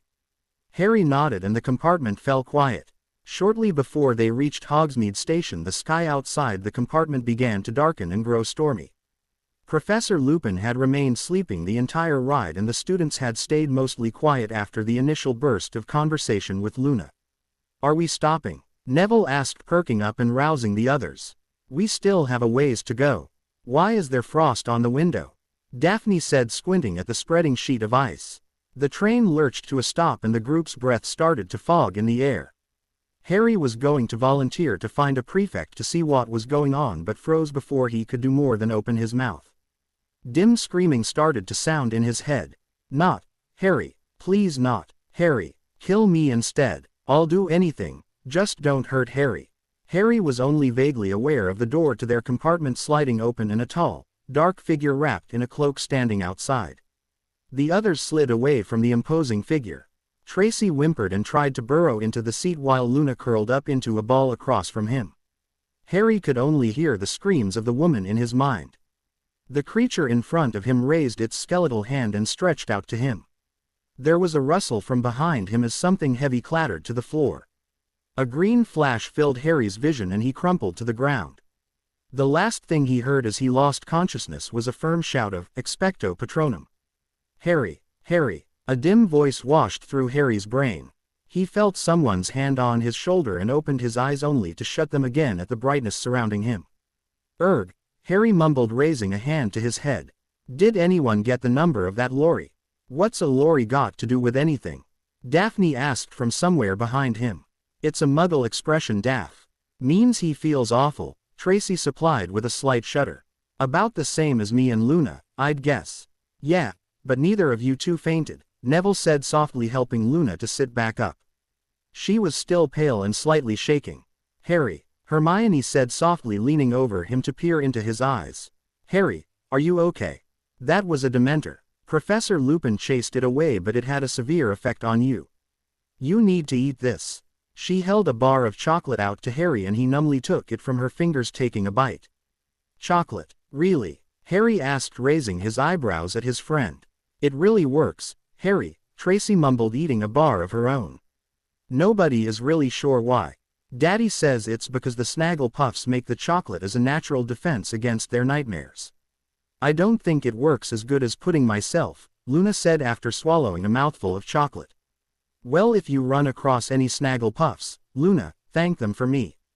Harry slowly levered himself back into the seat with Hermione's help. What the heck was a Dementor doing on the train? Probably looking for Black, Daphne said, wrapping an arm around Tracy and pulling the other girl closer to her side. We're lucky that the new professor could do the Patronus charm. Not too many people can do that one, and it's pretty much the only thing that works on Dementors. Oh shite, Harry Ed, slapping a hand to his head. Language, Harry, Hermione quickly replied before peeling his hand off his forehead. And what's the problem? I got into trouble on the train, Harry said dejectedly. The students just stared at him waiting, so he continued in a quiet voice, Shiva is going to kill me. His friends all looked at each other, not sure how to respond. Until Luna started giggling softly, which quickly turned into a full-blown laugh. The rest soon followed suit, and the compartment had completely devolved into raucous laughter by the time a dumbfounded Professor Lupin returned. That was a very mature response running away there, Harry, Hermione said, rolling her eyes. Harry, Neville and Hermione had dropped on the couch in the Gryffindor common room. Harry had practically ran up the stairs once the feast had ended, trying to avoid Shiva. I swear if looks could kill, that woman would have burnt me to a crisp, Harry said, shuddering. Neville was laughing hysterically, and even Hermione shook her head with a small grin on her face. It's not funny. This totally wasn't remotely my fault. If I'm going to get yelled at for being in danger again, then I am at least going to have done something to deserve it first. Harry crossed his arms and pouted. Hermione nudged his shoulder, full on smirking. Well, at least you know she cares. Hermione nodded her head towards a young redhead who had just walked into the common room. And there's Ginny. Did you want to talk to her tonight? Harry sighed. Yeah, you two can come if you want. Depending on how the twins take it, I may need backup anyway. Neville and Hermione nodded and stood to follow Harry as he walked over to Ginny, Fred and George. Hey, guys, can we talk for a few minutes? Ginny nodded fast enough to flip her hair and started to walk off before Harry called out, No, Ginny, you too. The girl stopped mid-step, blushed hard enough to turn her face red, but hurried back to the small group. Fred, George, do you guys know any strong privacy spells? The twins turned to each other, frowning before looking back at Harry. A few. How private do you want this to be? As private as possible, Harry said with a grimace. Fred nodded and pulled out his wand. George, I've got the Notice Me Not and Quieting ones. You get the Silencing, Aversion and Deafening charms. That's a Newt level spell. Hermione exclaimed, staring at Fred as he cast the Notice Me Not. I told you they were smart, Harry said, casting a smug grin at Hermione. Done. George turned to the small group and sat down on the chair nearby, waving his twin and sister into the others. What's going on, Harry? It's a little early in the year for the annual Harry's Fun Day. Harry stopped abruptly as he processed what George had said. His face burned as he replied, What do you mean, Harry's Fun Day? Well, it seems a little insensitive to call it Attempt to Kill Harry Day. Our defense professor Fly Off the Handle Day, Fred tossed in. Or Harry Fights to Not Die Day. George nodded at Fred. Or, okay, Harry muttered. I get the point, guys. And no, this is not about that. To be fair, you did almost get your soul eaten by an overeager Dementor a few hours ago, Neville said with a shrug. Ginny's face drained of all color and her hands gripped the stool under her hard enough to turn white. Thanks for that, Nev. Harry sighed. Can we please focus, everyone? This going to be awkward enough as it is. Fred and George turned to each other again before dropping the smirks and adopting serious expressions. Fred twisted back to Harry and nodded at him. Why don't you just tell us what's got you worried, Harry? Harry picked at his shirt and ran a hand through his hair. He sighed and then started talking. Okay, I went to Gringotts over the summer with my new guardian. They told me a few things I had been unaware of. One of the chief issues was a marriage contract. Neville's eyebrows rose while Fred and George scowled along with Hermione. Ginny just looked a bit confused. Hermione already knows this, Harry said, waving to his female friend. I figured I should give her a heads up because, well, I tend to overreact sometimes, Hermione said, still scowling. And he was right too. I ranted for nearly an hour about the unfairness and backwards traditions involved in some aspects of the magical community. Marriage contracts are barely ever used these days, Neville said, frowning. They're considered old-fashioned and most families don't want to risk alienating their kids. Fred took a deep breath and said, should we be getting Percy or Dad here? No, Harry said, shaking his head. I don't completely trust Percy and there wasn't really a good excuse to contact your father yet. I would have told Bill or Charlie to be honest, but they're hard to sit down with since both are out of the country. Wait, George said, holding up a hand. I get Bill, you two seemed friendly when he was around the other summer, but why Charlie and not Percy? Because Percy worships rules and authority, Harry said, shrugging. Charlie worships dragons. He broke up with my guardian over them and he helped us get Norbert out of the country. I trust Charlie because he is more interested in his dragons over anything else in the world. That's very odd reasoning, George said, frowning. Hermione huffed and rolled her eyes. You get used to it. Harry's mind works in strange ways sometimes. Anyway, Harry said, glaring at her, I'm sure you've guessed who the named parties are in this contract. Fred nodded. You and Ginny. What? Ginny nearly fell out of her chair as she screeched. She jumped up and turned to her brother with fire in her eyes and her wand out. What the bloody hell? Why would I have a marriage contract? I'm 12. She twisted to Harry with horror written all over her face. Not that I mind the idea of getting married to you, Harry. I mean, one day, sure. But not right now. This is not my idea. I swear I didn't know about this. Hermione's eyes narrowed next to Harry and she shifted forward in her seat, slightly covering Harry with her body. We know it wasn't your idea, Ginny. All the same, the point is currently moot. There will not be a wedding imminent. Ginny worked her mouth for a moment before slowly sitting back down and putting away her wand. What do you mean? Harry sighed. The contract only had one signature, not two. Dumbledore left his section unsigned, thank God. Your part, however, was filled in. It was signed by Molly Pruitt. Would I be correct as guessing that Pruitt is your mother's maiden name? Yeah. Fred shook his head. That's Mum, all right. Merlin's balls. When did she sign the thing? Please tell me this was somewhat recent at least. No. Harry shook his head. It was signed November 5, 1981. I was barely 3 months old. Ginny yelled out, horrified. The twins groaned and leaned back in their chairs, covering the faces. Yeah, and my parents were dead for 5 days, Ginny, so trust me, I understand. November 5th? Neville asked. He grimaced and sadly shook his head. My parents were attacked the day before. Hermione frowned. Really? November 4th? Neville nodded, frowning at Hermione. She shook her head. Never mind, we'll talk later. Continue, Harry. Okay. Harry stared at Hermione, who simply mouthed, later, at him. All right. Well, anyway, your mum signed the contract, but Dumbledore apparently had left his part blank. When we found out about it, we put it into my family vault. No one except me is allowed in there and I can't take anything out until I'm of age. Fred and George both whistled. Impressive bit of pranking there, Harrykins. Fred nodded appreciatively at him. You've effectively prevented both that contract and any others from being enacted, either for yourself or Ginny.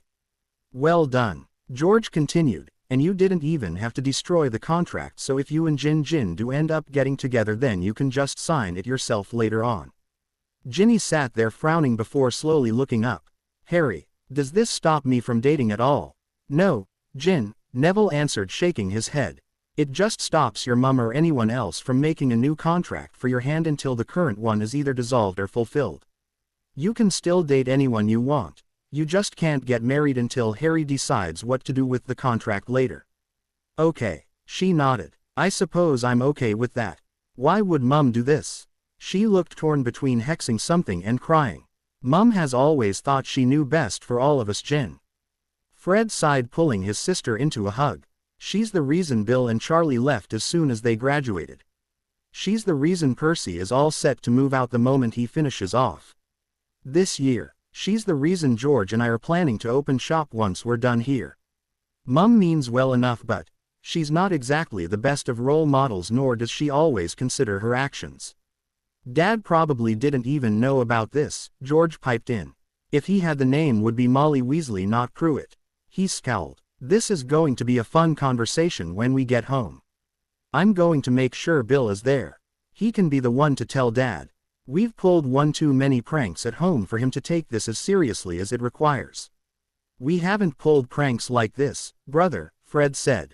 He'd believe us. Yes, brother, but do you really want to be the one bringing this to him when we have beloved older brothers to do it for us? George raised his eyebrow at his twin. Fred laughed. Too true, George, too true. Ginny, let's go draft a letter to Bill, shall we? Should we tell Ron? She asked before they stood. The twins just raised their eyebrows at her. Yeah, you're right, that's probably a bad idea. She looked over at Harry and smiled at him. I'm really sorry about this, Harry. It's probably not a secret that I like you, but I don't want you to be forced into anything. Can we talk about this in a few years and decide what to do about the stupid thing then? Sure, Ginny. Thanks for not freaking out too bad. I just figured you should know, Harry said. And we appreciate the heads up, Harry. Fred nodded to him. We'll take care of the family side over the holidays. You may get an invitation to speak to our dad afterwards. Have a nice night, you three. The Weasleys walked out of the privacy barriers, but Hermione motioned for Harry and Neville to stay put for the moment. Hermione, what's up? Neville asked. Why was the date my parents were attacked important? Neville, your family and Harry's were close, correct? He nodded in response to Hermione's question. Do you know who your godparents were? Neville shrugged. My godfather was an uncle. He was killed soon after I was born. My godmother was Harry's mum. Why? Do you know if your mother was Harry's godmother? Hermione continued. I think she was, though I'd have to ask Gran to be sure. Where are you going with this, Hermione? Harry asked. I'm not certain, she admitted. It's just quite a bit seemed to happen within a few days of October 31st, 1981. Your parents were killed. Then you were left with the Dursleys the next night. 2 days later, Sirius Black, your godfather, was arrested and sent to Azkaban. The next night Neville's parents, your godmother, were attacked. A day later you were entered into a marriage contract, albeit an incomplete one. Harry gaped at her and Neville's face was so red he looked ready to explode. Look, Hermione, Harry said quietly, you both know I am no fan of Dumbledore and I hate how he seems to have been manipulating my life, but you don't think he actually framed Sirius Black and then arranged for Neville's parents to be hurt, do you? I don't like the old man, but that seems like it's going a little too far. I'm just saying that this is an awful lot of coincidences, Harry. There's a famous quote, once is happenstance, twice is coincidence, 3 times is enemy action. Hermione sighed. I think we need to look into the Sirius Black case ourselves. That might be a good linchpin. Neville took a few deep breaths and slowly got his color and temper back under control. If the headmaster had something to do with Mum and Dad, let's not accuse anyone of anything until we know more, Neville. Hermione said, placing a calming hand on his arm. Harry nodded agreement. Yeah, remember we were wrong last year about Lockhart being the one to open the chamber. The Git still tried to kill us, Neville pointed out. True, but not because we were right about our guess. I'll admit this all looks bad, but let's poke around a bit. I've been building a list of grievances against Dumbledore, and while there's a lot, nearly all of it is technically legal even if it is an abuse of authority. The man may be manipulative, but this sounds almost evil and I don't think he's evil. Just an arsehole, Hermione muttered. Harry and Neville both gaped at her, mouths hanging practically to the floor. Hermione looked up and glared at them both. What, you cursed? Harry uttered, pointing at her. Well, what kind of person draws up a marriage contract for a baby and a toddler? Hermione crossed her arms and scowled. Not to mention leaving you with those people and threatening to fire Shiva when she had the audacity to argue with him. Dumbledore is an arsehole through and through. And while I have no intention of proclaiming that from the ramparts, I am allowed to curse a bit here and there, thank you very much. The boys held up their hands. We're sorry, Hermione, both stated in unison. The girl glowered for a moment before accepting their apologies with a nod. You know, Harry said, it's funny. I was actually going to ask you to help me look into Sirius Black anyway.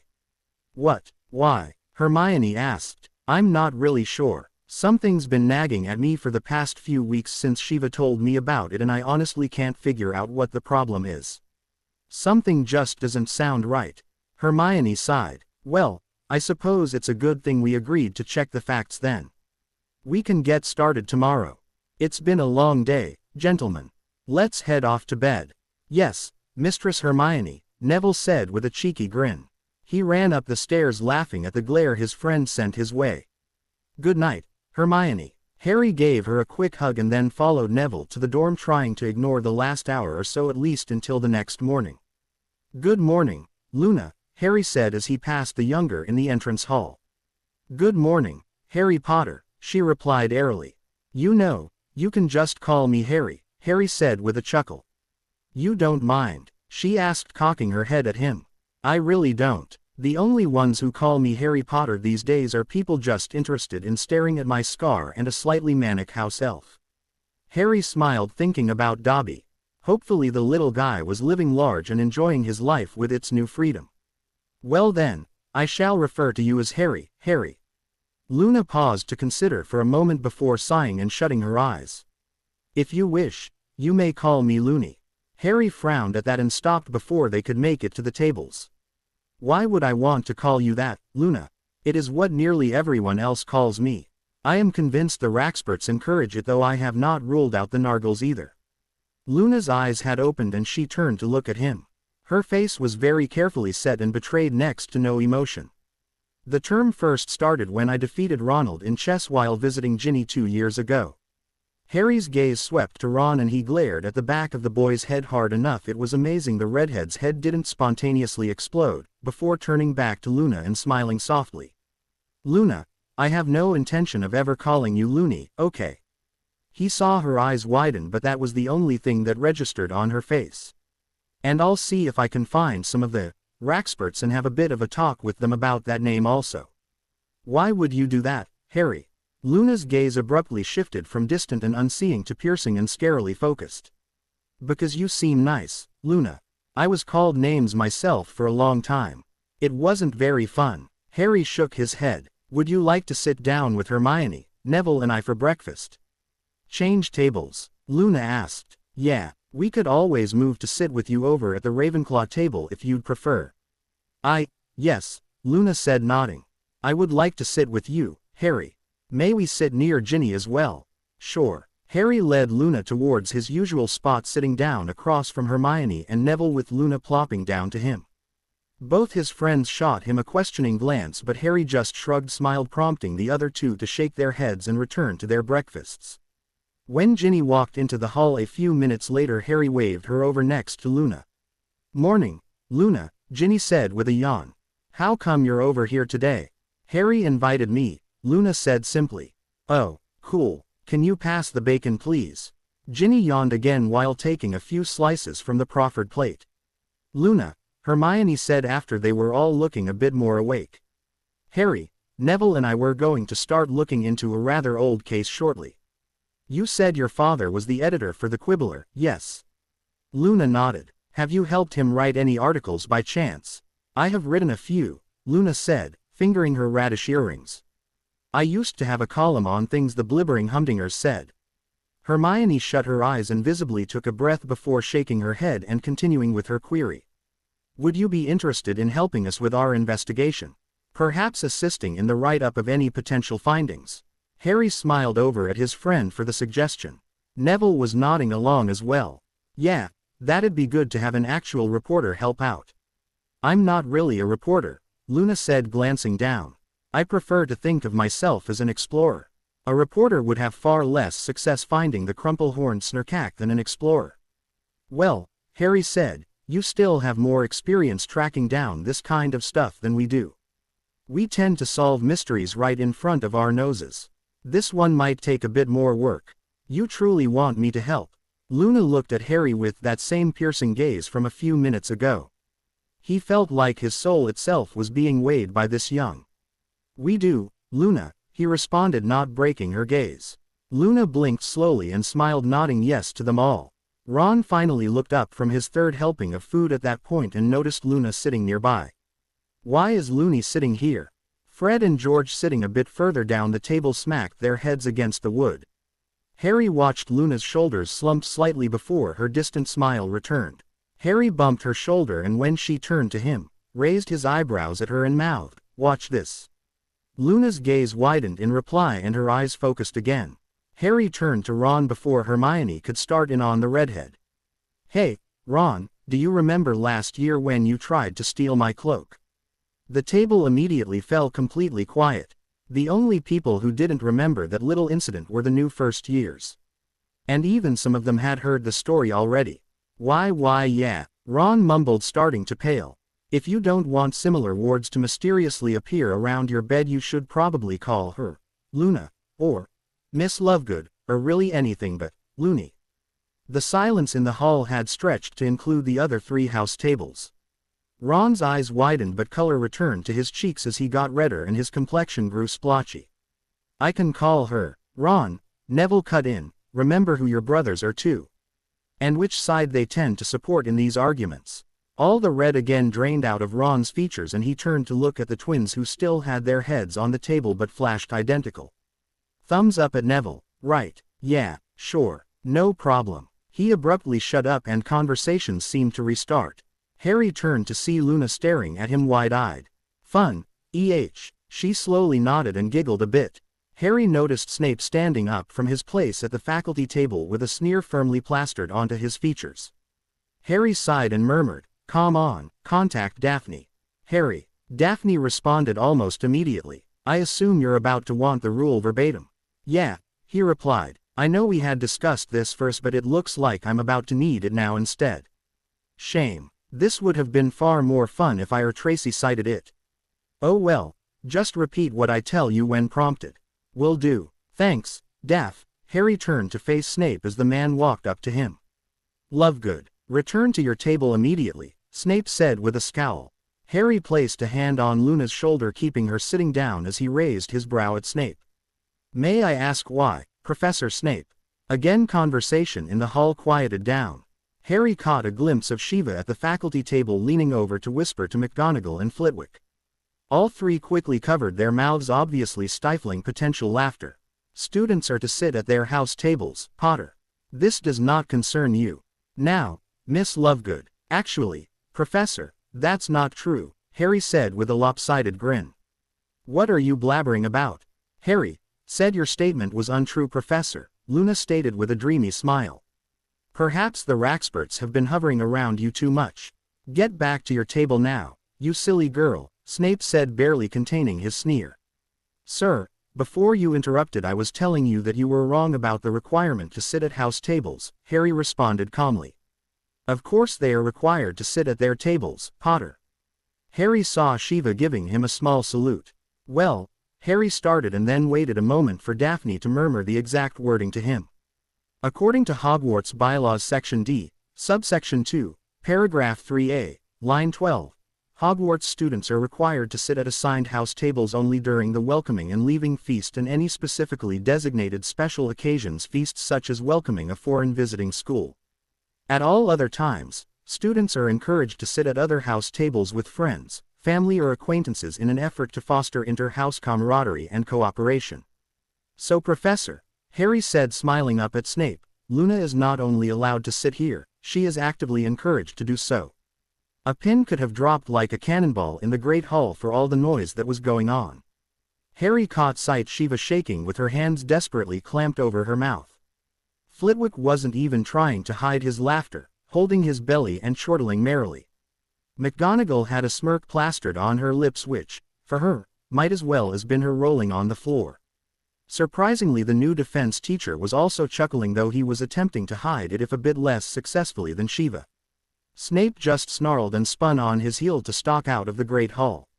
"Excellent work, Harry," Daphne said into her calm stone. "We'll make a Slytherin out of you yet." Disconnect. Dumbledore watched his third-year students filing out of the Great Hall with mixed feelings. On the one hand, he could appreciate a well-executed prank even if the victim was Severus. That the prank had been performed simply by knowing the potions master's likely reactions and having a rulebook handy was impressive. On the other hand, Harry had undermined the staff authority quite decisively. and in a distinctly Slytherin fashion. He could see Greengrass' hand in this. A fact that was distinctly worrisome. Even more so, Minerva and Phileas tacitly approved. That Bathsheba did not lift a hand in prevention came as no surprise, and Remus had been a marauder, so his amusement was expected as well. Dumbledore had hoped that another summer with the Dursleys would have reminded Harry just how precious Hogwarts was as well as how trustworthy its teachers could be. But Minerva and Phileas, Dumbledore was losing control of his faction. Voldemort was moving again. He could not afford to lose control. Not when so much was at stake. Hermione, Harry said, looking at her schedule for a third time and finally giving up rubbing his forehead as he handed it back to the girl. How can you possibly take every single course at once? You realize 3 of those classes meet at the same time. Hermione blushed and snatched her paper. I'm surprised you noticed that, honestly. I know it will be difficult, but I have no doubt I can handle it. Neville just shook his head at the girl. Seriously though, why do you want to take Muggle studies? Your parents are Muggles. Well, it will be interesting to see them from a witch's perspective, don't you think? Harry sighed. I think you should just get a notebook to compile a list of issues if you're going to take that class, Hermione. We're still using quills and parchment, plus 90% of the magical population can't even pronounce electricity, let alone know what it does. Don't complain to us when you find out the things they teach are 100 years out of date. Hermione glared at her friends. We shall see. The trio walked into the Ancient Runes class waving at Shiva, who winked back at them.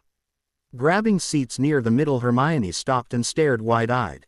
Lavender, you're taking Ancient Runes? Lavender shrugged, tossing her hair a little. I've seen some of the things Harry comes up with in the common room. It seemed interesting. And besides, she smirked, just because I love to gossip doesn't mean I can't study as well as the rest of you. She's got you there. Neville laughed. Hello, Susan. I hope you had a good summer. Hi, Neville, Harry, Hermione, the redhead said, flashing them all a smile. My summer was great, thanks. Harry, I hear some congratulations are in order. She winked at him and slyly nodded toward Shiva. Harry nodded back at her. Thanks, Susan. Tell your aunt we appreciated the advice, by the way. Will do. So is anyone else surprised that Millicent Bulstrode is in this course? Harry's exploits have made a rather big impression on her. She's trying to follow in his footsteps a bit, Daphne said as she and Tracy grabbed seats nearby. Millie may be intimidating, but she's a lot smarter than she looks, and she's pretty nice if you can get her talking. Well, a raven-haired, Oriental girl said, sitting in front of Harry, said, I for one was planning on taking this class before you starting making waves, Harry. We haven't really been properly introduced yet. I'm Sue Lee. Nice to meet you, Sue, Harry said, shaking her hand. All right, people, Shiva said, rubbing her hands together and getting the class attention. Welcome to Ancient Runes. Let's get started, shall we? I can't believe Hagrid is teaching hippogriffs for the first class. Hermione muttered besides Harry and Neville. Harry had just gotten off of the hippogriff named Buckbeak after a short flight around the campus. The animal was beautiful, sure, but give me a broom any day. That was not my idea of a fun flight, says the man who flies directly towards the ground at a 100 kilometers per hour, Hermione scoffed. Yeah, but I'm in control when I do that, Harry grumbled. How the hell am I supposed to know what my flight partner is going to do if it has a brain of its own? Heads up, people, Neville murmured. Malfoy's up. Harry's eyes narrowed, watching his self-declared rival stalk towards Buckbeak. He palmed his fishing line rune just in case. It had been an idle experiment in pranking over the summer that ended up turning out pretty good. The cluster functioned somewhat like a modified version of the summoning charm they'd learn next year, but this one was directed and could just yank on a distant object and pull it a short distance in whatever direction the runestone was jerked. He knew Fred and George would have a field day with it when he showed them. I still think if the blockhead is foolish enough to annoy the hippogriff, you should just let him get hurt, Tracy said from beside the trio. Getting a bit bloody would serve the Ponce right. And if he runs to Daddy afterwards, Trace. Daphne commented, watching Malfoy sneer at the animal. Yeah, I know, it wouldn't be fair to the critter. I still want to see him bloody after he tried grabbing your ass earlier, Tracy replied. Well, the Whomping Willow is close. Maybe we'll get lucky and the fishing line will be a bit stronger than I expect, Harry snorted. Malfoy glared at the hippogriff, who screeched back at him and pawed the ground, obviously rejecting the boy. Malfoy didn't care. "Stupid birdbrain. You're just a pathetic little animal. You'll submit to me." He smirked and strode forward. Buckbeak reared back onto his hind legs, talons extended to slash Malfoy. The boy's eyes widened and he held up his arm to fend the hippogriff off. Harry groaned and stretched out his hand with the fishing line. He latched onto Malfoy and jerked the boy away from Buckbeak before the half-bird could get in trouble for injuring a student. Malfoy sailed ass over teakettle about 5 meters towards the Whomping Willow, though he tumbled to a halt well short of its reach. "Pity," Tracy muttered, "though I admit seeing his robes flapping over his head like that was satisfying. I would have figured him for a boxer's kind of guy, but I guess not." "Yes, we certainly have something to taunt him with now," Daphne agreed with an evil little grin. "You see, this is why hippogriffs should not be shown to third-year students." Hermione shook her head and sighed at the moronic quality displayed by her yearmate. She was careful to hide the upturn of her lips from her friends. It simply wouldn't do for them to find her laughing at the misfortune of another during a class. Even if that other was Draco Malfoy. "Headmaster Dumbledore," Lucius Malfoy said as he glided into the Great Hall at the end of the week during breakfast. Draco hurried up to his side. Harry shook his head and raised an eyebrow at Hermione. She sighed and waved him on. Harry stood and made his way towards the staff table along with Hermione, Neville, Daphne and Tracy. Surprisingly, Millicent, Blaise and Lavender all stood as well and followed them. Harry glanced at the others, but they just nodded to him and waved him forward. "Demand the location of the animal in question," Lucius was saying. "Such a dangerous creature cannot be allowed near students and it will be put down immediately. I assure you I will also be seeking the immediate dismissal of Rubeus Hagrid from his post. The man has no business teaching an important class." "Mr. Malfoy, so good to see you again," Harry said with a smile any Slytherin would be proud of. "I see you managed to dress yourself without the assistance of a house elf." Malfoy sneered at Harry but did not otherwise acknowledge his presence. Snape on the other hand did. "This does not concern you, Potter. Return to your seats, all of you. Actually, Professor, if Mr. Malfoy is discussing Buckbeak and the incident in Care of Magical Creatures class the other day, then I assure you, this does fully concern me." Snape sneered and replied, "Well, the others certainly should return to their seats then." "We're present as witnesses, Professor," Millie said, earning a supportive nod from Blaise and Lavender as well the rest of his core group. "Mr. Malfoy," Harry said before anyone else interrupted, "are you attempting to punish Buckbeak for knocking back Draco?" "Of course, child," Malfoy said, an oily grin spreading across his face. "The minister has agreed that such an event cannot be allowed to occur in the future." "Oh well, there's no problem then. Buckbeak didn't do anything to Draco beyond rear back in warning. I was the one who jerked him away." Harry shrugged while inside he was cheering in triumph. This was going to be fun. Draco's face had gone from superiority to confusion to rage, but he managed to hold himself back while his father was there. Lucius on the other hand looked dumbstruck. "What? It seems just like the last time you were here." Harry nodded at Tracy, who gave the man a predatory grin. "You are operating on horribly mistaken information. I noticed that Buckbeak had reared back and looked likely to fall forward in Draco's direction, so I used this," he pulled out a fishing line rune stone, "to jerk him out of the way of any danger." "You did what, Potter?" Draco exclaimed. His father quickly shushed him, though his own face was twisted into a snarl as well. "Be that as it may, boy, the animal is still dangerous, and technically a flobberworm is dangerous too, Mr. Malfoy. You could choke on one at least if you tried to eat it." Tracy snorted at that and Lavender looked slightly ill. Harry just smiled and continued, "All students were warned extensively not to approach a hippogriff without receiving a bow. All these people behind me will testify that Draco ignored this warning and proceeded towards Buckbeak, not only without receiving a bow, but also while insulting the animal." Daphne raised her eyebrows and said, "The equivalent behavior in potions class would be throwing in several ingredients at once and then tossing spells at the hissing concoction. Neither Buckbeak nor Hagrid did anything wrong. Draco did. Harry Potter saved him from his own stupidity. You should be thanking him." Lucius' expression settled into one of acquiescence, though the corner of his mouth kept twitching as it tried to scowl. "It appears I did not have the full story. Very well then. Good day, headmaster. He started to turn back towards the doors, but Harry got in one last call. Should I toss out another glove, Mr. Malfoy? His only response was the slapping of shoes on the stone. Potter, Snape snarled, detention tonight for assaulting a fellow student. Harry looked to Dumbledore with raised eyebrows, but the old man didn't make any expression. Actually, Professor Snape, seeing as Harry was protecting young Draco, I think he deserves to be rewarded, not punished. 10 points to Gryffindor. Hagrid said with a large smile. I agree, Hagrid, McGonagall said. You will not be serving detention, Mr. Potter. Hey, don't forget the others, Shiva threw in, grinning. All of you guys who came forward as witnesses take 5 points each. Good show of support and doing the right thing. As Harry turned to head back to his seat with the others, he could practically hear the grinding of Snape's teeth behind him. All right, class, in honor of the holiday today we will be going over how to deal with a boggart. After all, it is rather appropriate to be frightened on Halloween, is it not?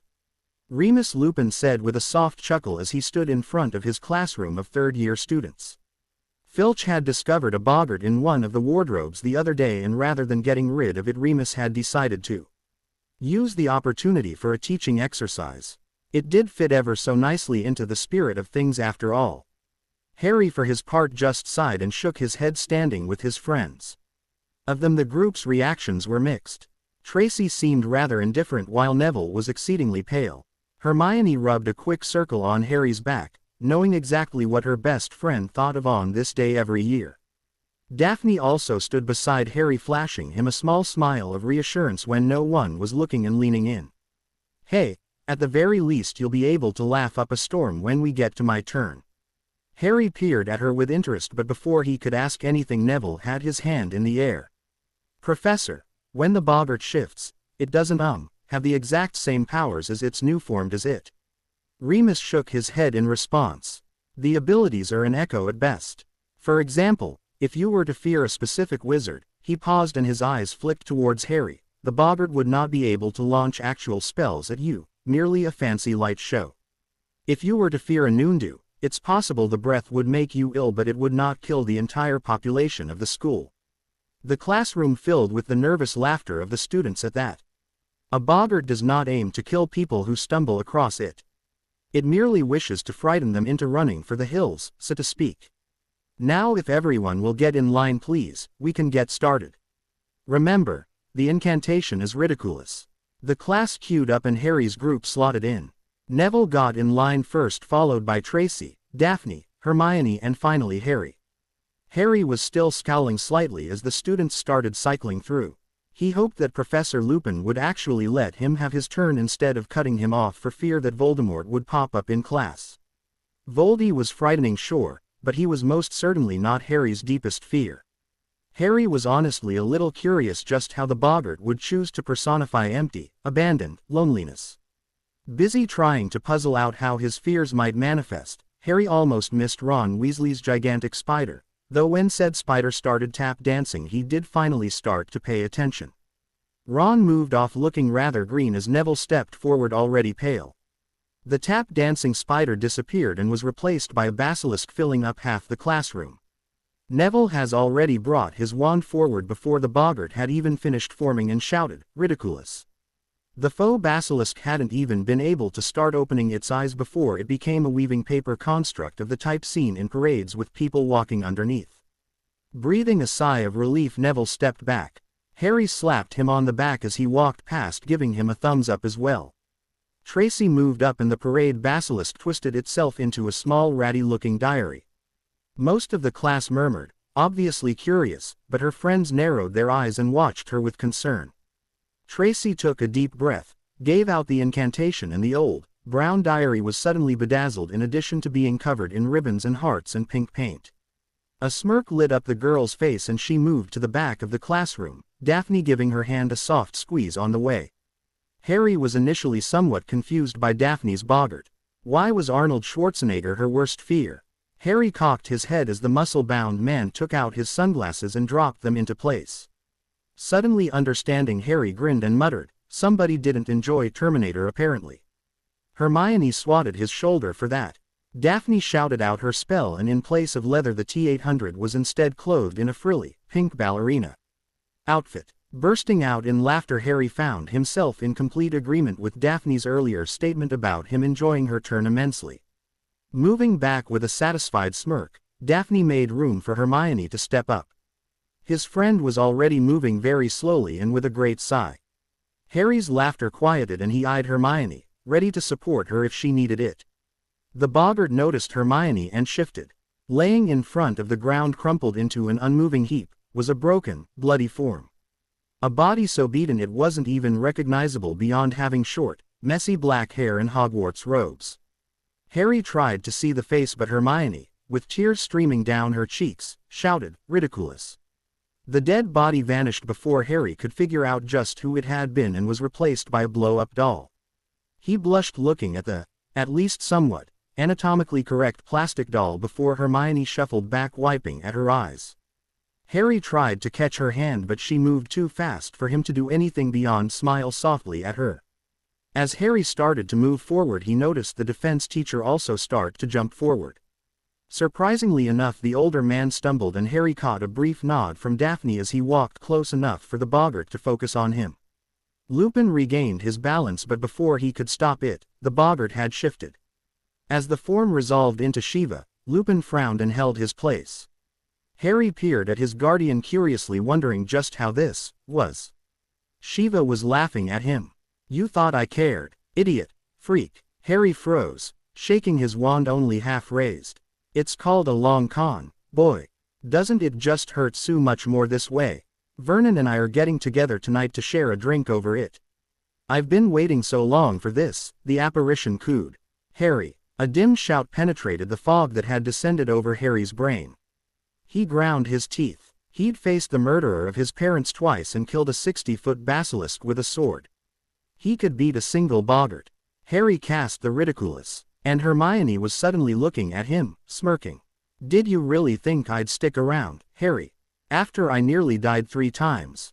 Did you think that I—" Harry dropped to the floor like a puppet with cut strings.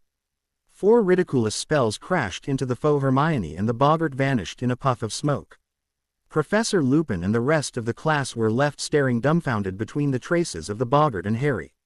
The boy in question was sitting on the floor with his knees to his and arms wrapped around them, his head buried firmly between them. Anyone asked later would swear they never even saw Hermione move, but suddenly she was wrapping Harry in her arms instead of standing on the back wall. "It's okay, Harry. She would never say that, and I would never leave you either. It's okay. It's okay. We're not leaving you." Daphne, Tracy and Neville came behind the two and put their hands on Harry's back as well, murmuring their own reassurances. "Class dismissed," Remus said, finally jerking into motion. "Nothing to see here, people. Boggarts are dangerous for a reason after all. Out with you." He managed to wrangle the majority of the class outside, leaving just the small group of 5 still clustered in the middle of the floor. "Harry," Remus said softly as pulled out a calming potion from his robe pocket. "Harry." Remus froze as 4 sets of eyes turned on him with venom and promised pain held in each gaze. His inner wolf gave a soft whimper, meeting the eyes of the bushy-haired girl still curled around Harry. "What is that potion, Professor?" Daphne asked, taking charge. "A calming draft. I had several prepared just in case anyone had a strong reaction to the boggart," he said. Trailing off. "I hadn't quite expected something this strong though. Yes, well, Harry Potter is never quite able to have a normal experience in practically anything now, is he?" The question was far more of a statement of fact and dismissal than anything else. Daphne plucked the potion from his hands and handed it off to Hermione. The brunette subtly coaxed Harry to lift his head and poured the potion into his throat. A few moments later, Harry gave a shuddering gasp and his eyes cleared somewhat. He shook his head, then gazed back at the ground. "Bugger. Sorry guys." "Language, Harry," Hermione chastised without any actual rebuke in her voice. She was rewarded with an ever so slight upturn at the corners of her friend's lips. "You have nothing to apologize for." As Professor Lupin told the rest of the class, boggarts are somewhat dangerous for a reason. They are evolved to do exactly what they did to you. "I faced Voldemort," Harry said. Beyond Hermione he dimly registered Professor Lupin flinch at the word. "I ran right at a basilisk. I shouldn't collapse at a boggart. He sighed. Harry, you weren't afraid of the boggart, Remus said softly. You were afraid of something far worse and it used that against you, as is its nature. It is very good at what it does. Riddle is someone you fight against, Neville commented. A basilisk is something you can kill. You can't really fight against an idea. I would have crumbled to that too if it had become my parents. Some things you can't make funny, Tracy said with a shrug. Come on, Harry. Hermione stood and levered him to his feet. Let's get you some food. The feast will be starting soon. You'll feel better afterwards. Harry nodded and let her maneuver him towards the door. Remus stopped Neville as he started to follow the others. If Harry needs anything further, have him stopped by Madame Pomfrey. Neville nodded and headed off after his friends. Shiva was concerned. It was Halloween feast, so by the simple law of probability she'd be a little on edge throughout the day. Harry wasn't the only one who had noticed that things tended to fall apart on that day. Plus the fact that Harry was usually a little grim, for good reason yes, but still, on this day and she'd of course be watching out for him. To make her even more worried, Harry was off at the moment. He may be laughing and smiling, but the smile didn't reach his eyes. And he was sticking very close to his friends and them to him. Not even a minute had gone by when one of them wasn't in physical contact with him, which by itself was more than strange enough. Usually only she or Hermione could get away with that level of contact. He was even letting Luna bump up against him without flinching. Shiva finally managed to catch his eye and raised her eyebrows a bit, shooting him a questioning glance. Harry smiled, gave a small shrug and turned back to chatting with his group. He did seem to perk up slightly though, and it was at least enough for her to stop feeling like she needed to rush over there and interrogate him. Remus Lupin leaned over from the seat beside her and spoke softly. Good evening, Bathsheba. Evening, Remus, she replied. You seem a little on edge. Expecting trouble? He asked with a bit of a half chuckle. It's Halloween. 2 of the 3 years I've been teaching there's been a disaster today. I'm just staying on my toes in case it's 3 out of 4, she said, sighing. Ah, yes, I can understand that sentiment then. He paused, seeming to consider before coming to a decision. If I may, you are more to young Harry Potter than a simple mentor, are you not? Shiva very deliberately took a bite of her food before fixing him with piercing glare. Whatever I am to that boy is none of your concern. Professor Lupin, my apologies. I did not mean to accuse you of anything, Remus said, shaking his head. I just wished to inform you that there was an incident in my class earlier. Her mind ran a mile a minute. Harry hadn't been looking bad at breakfast or lunch, and defense was right before the feast. Shite. She took a deep breath and centered herself before replying out loud. What sort of incident? A boggart was discovered the other day. I had decided it would make an excellent lesson for the holiday, so many of my classes were working on dispelling the boggart, Remus explained as Shiva's stomach dropped. This was not going to be good at all. Harry's class was doing fine with relatively normal fears until his group. I had heard some rumors about the past 2 years, but I hadn't truly believed them until that point, I think. One of his friends' boggart was a basilisk. Thankfully the boy in question was able to hit it with a ridiculous quickly enough for it to change. Boggarts don't take on many of their form's abilities, but I do worry about what could have happened had it managed to gaze at someone. Another was a simple diary, though judging by the looks on those 5 it was anything but simple. Hermione Granger's fear was someone close to her dead. I don't know who. The body was nearly unrecognizable for the abuse her fears had had it suffer. Harry's. Remus paused. Had he been paying attention he would have noticed her hands clenched around the silverware and her teeth grinding together. Harry's boggart was you initially, Bathsheba, he said. That threw Shiva for a loop. Why would Harry be afraid of her? It said several rather awful things to him. Mostly centered on you only having pretended to care for him and being in league with his uncle to make his suffering worse. Shiva was suddenly very thankful that the silverware was metal and not something weaker. There was far less likelihood of metal breaking under her grip. He managed to cast the spell after Hermione shouted to him, but the boggart then switched into a version of her which also proceeded to verbally attack him. Harry collapsed right about the same time that each of his friends let loose an extremely powerful ridiculous. I admit, I have never seen a boggart simply disintegrated before. And where were you during this episode, Professor Lupin? She managed to growl. Remus. Eyes narrowed and his nostrils flared. For the first time he focused fully on Shiva and noticed just how enraged she had become. He shifted back slightly before responding. I was unprepared for such an episode, especially from one so young. I've heard of existential boggarts from adults far older, but never realized one could result from a child. I was fully expecting to see you know who. Voldemort, she cut in, lip twitching. Remus flinched but continued, yes. Him. When the boggart turned into you, I was stunned and did not move to act until after his friends reacted. No wonder why the kid is freaking out. Do you have any idea how bad that could have been? I was prepared for you know. I don't give a rat's ass about Voldy, you arsehole, she hissed. I care about Harry. You have no idea the shite that boy has been through, and to have him faced with a version of me telling him something like that. After the summer he just had. Do you even have a clue about the potential psychological damage you have done to my ward? Remus, mouth narrowed into a line.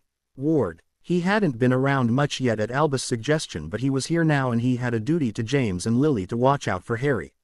What do you mean your ward? Shiva full-on snarled at him then. What the bloody hell does it sound like? You have no relation to him whatsoever. What possible reason do you have for attempting to claim custody of? I may not be related by blood, but that boy over there is as much my family as my mother and father are. I have been there far more than you Sonifa. Remus flinched back at the venom in her voice. You were his parents' friend and you never did anything to contact him. No phone call, no letter, no visit, nothing. You left him with his relatives, with those horrible excuses for human beings.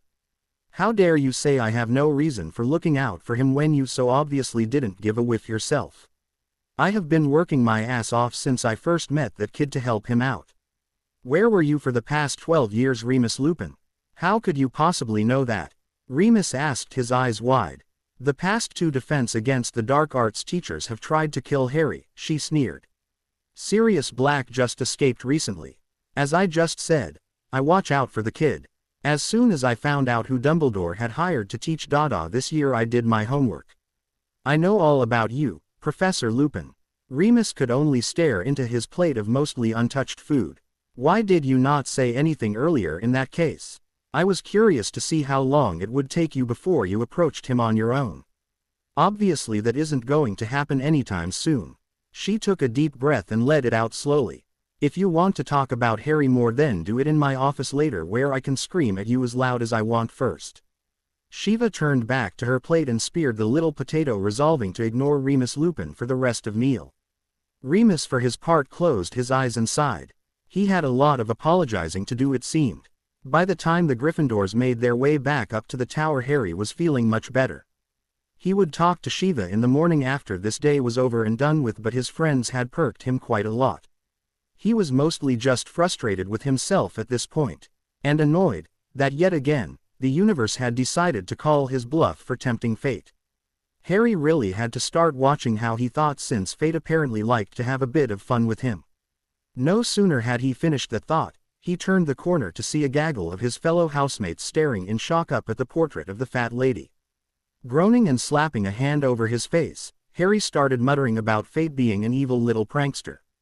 Who would do this? Lavender quietly asked. The fat lady's portrait had 3 large slashes down the center, and the frame behind her canvas had marks of spellfire.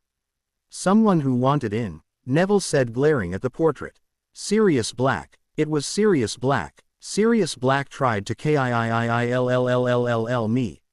The fat lady gave a keening wail from one of the portraits a ways down the corridor. With a hitched sob, the painted woman took off, leaping from portrait to portrait, retreating from the slashed canvas. Ginny said, looking around in confusion. How do we get into the common room now?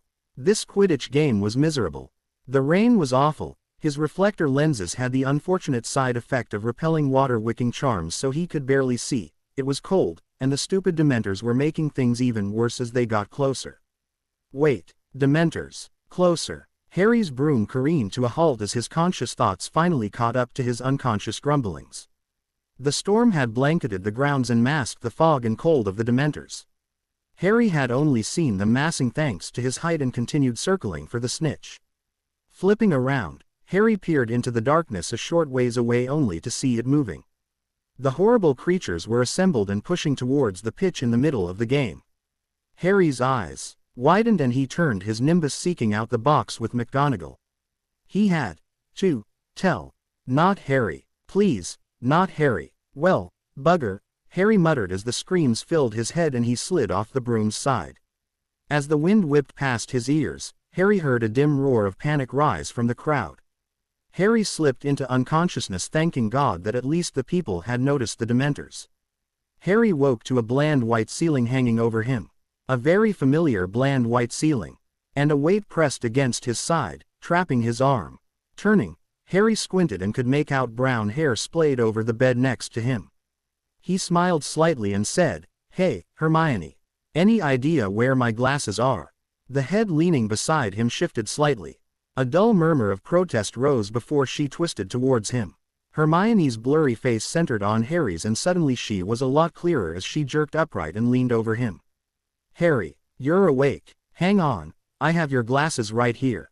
Reaching off to the side, Hermione grabbed his glasses from the table and slipped them onto his face. "Geez, Harry, can't you even play a game like normal people?" Daphne snarked from the other side of his bed. "I don't think normal really means the same thing in Harry's personal dictionary, Daph," Tracy commented with a smirk. "Perhaps normal is another synonym for danger or risking death for Harry?" Luna asked in an airy voice, a faint smile on her lips. "Hey, I've said it before and I'll say it again.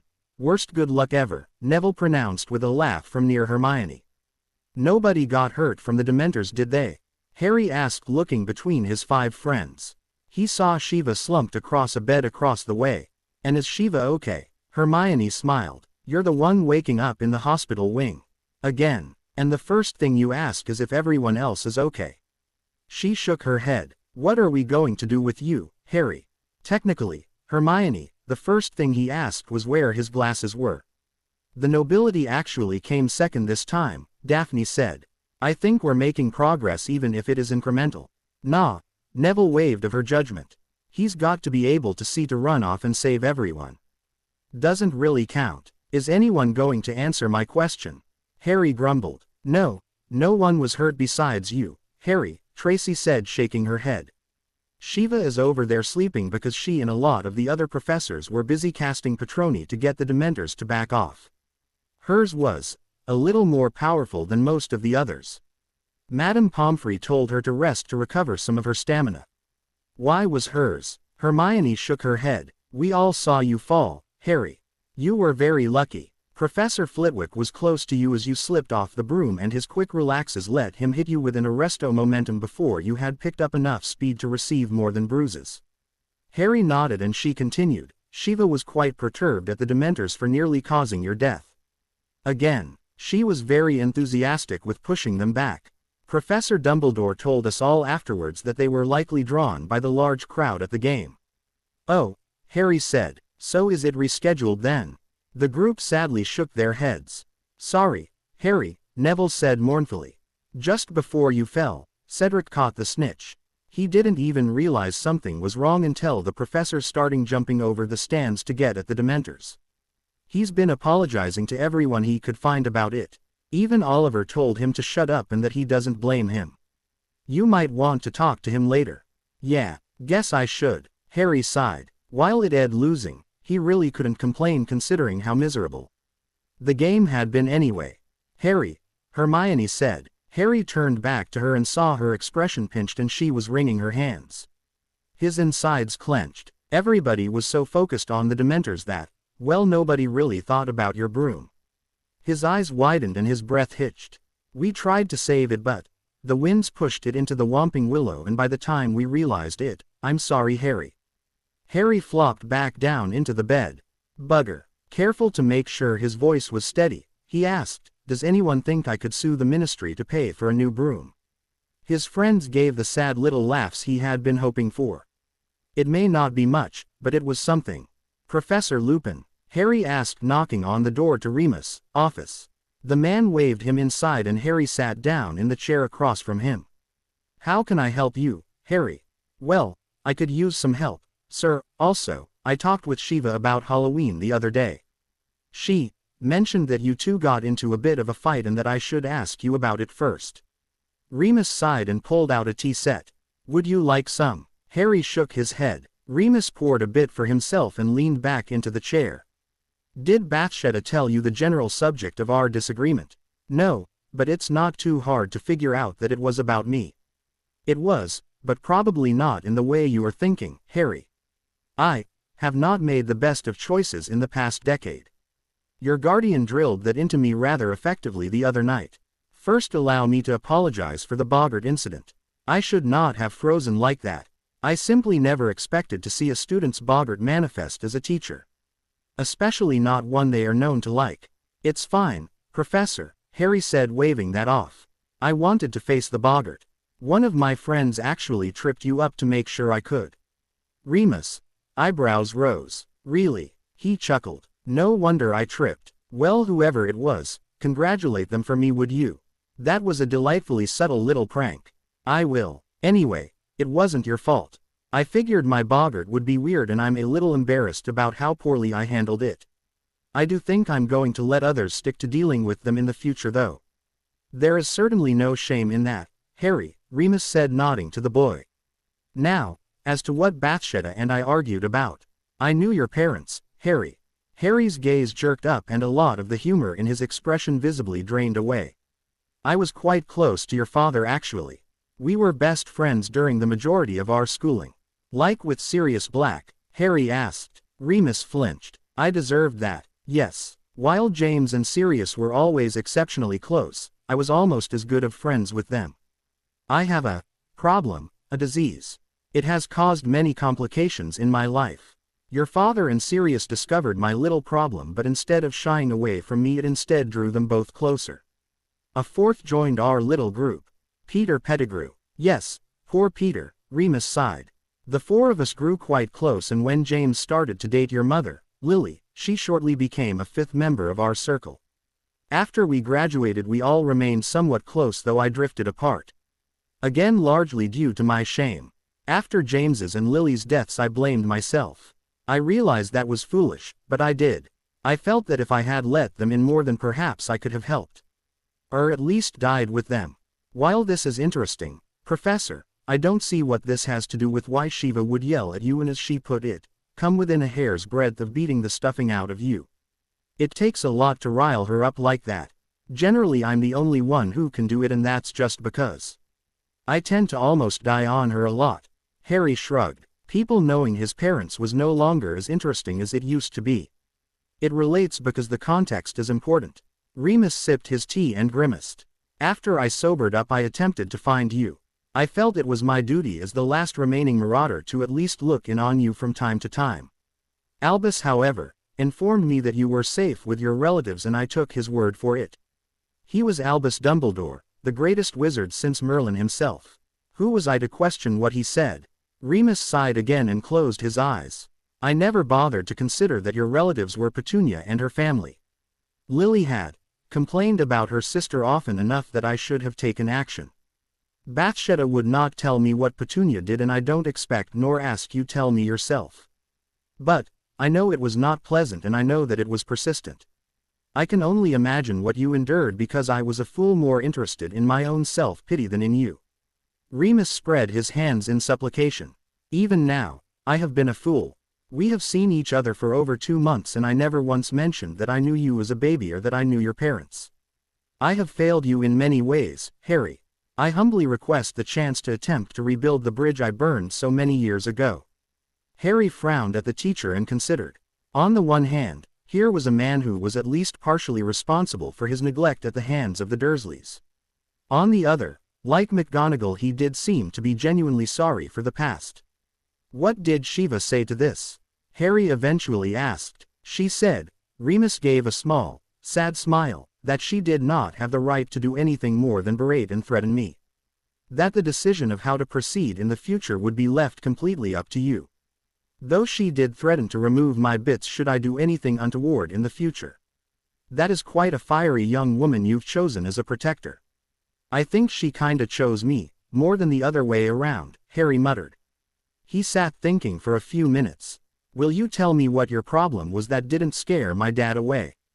It would be a good test to see just how far Professor Lupin was willing to go for his forgiveness. Will you agree in turn to keep this between us and Shiva? That's non-negotiable, Harry countered. Remus gave a slow nod. Very well. As a young child I was bitten by Fenrir Greyback during a full moon. I'm a werewolf. Remus closed his eyes and braced for the explosion. For the look of disgust in the eyes of his best friend's son. Seriously, that's it. Remus' eyes snapped open, and instead of disgust or pity in Harry's eyes he instead saw confusion. I thought you were going to say you'd killed someone or something. A werewolf, that's the secret. That's nothing. Harry, I don't think you quite understand the stigma associated with my condition. Harry snorted. So you're a super big wolf that likes to rip things apart 1 or 2 days a month. Hell, Shiva is worse than that for longer. Remus opened his mouth to protest again, completely confused at this reaction, but Harry waved him quiet. Whatever, I'm not going to argue about this. Look, you want another chance? Okay, fine, but we start over from square one. Professor McGonagall has proven that she's pretty cool and I avoided her like the plague for a while. I can at least give you the same chance. But I don't give out third chances. Fair enough. Remus nodded at the boy. I truly appreciate this, Harry. Okay, now that that's out of the way, I need help. With what? Harry sighed. I got to thinking about Dementors the other day. It's hard not to, what with them surrounding the school and all, he said and growled. Especially after falling off my broom thanks to them. Things like that in the train incident can't happen again. I can't afford to collapse like that in a bad situation. I need to be able to defend myself. Well, Remus said, rubbing his chin, I could attempt to teach you the Patronus charm. However, it is quite complicated. And I am certainly not willing to bring you out to the grounds to practice in on an actual Dementor. There is quite a large difference between performing it in the middle of a classroom and against the creatures themselves. Harry shrugged. Being taught the charm is all I'm looking for, sir. Once I know the basic underlying principles of it, I can try to make a rune cluster to replicate the effects. Whether I can perform the charm under pressure would be moot at that point. Remus' eyebrows rose into his hairline. A rune stone to reproduce a Patronus. I don't believe that is possible, Harry.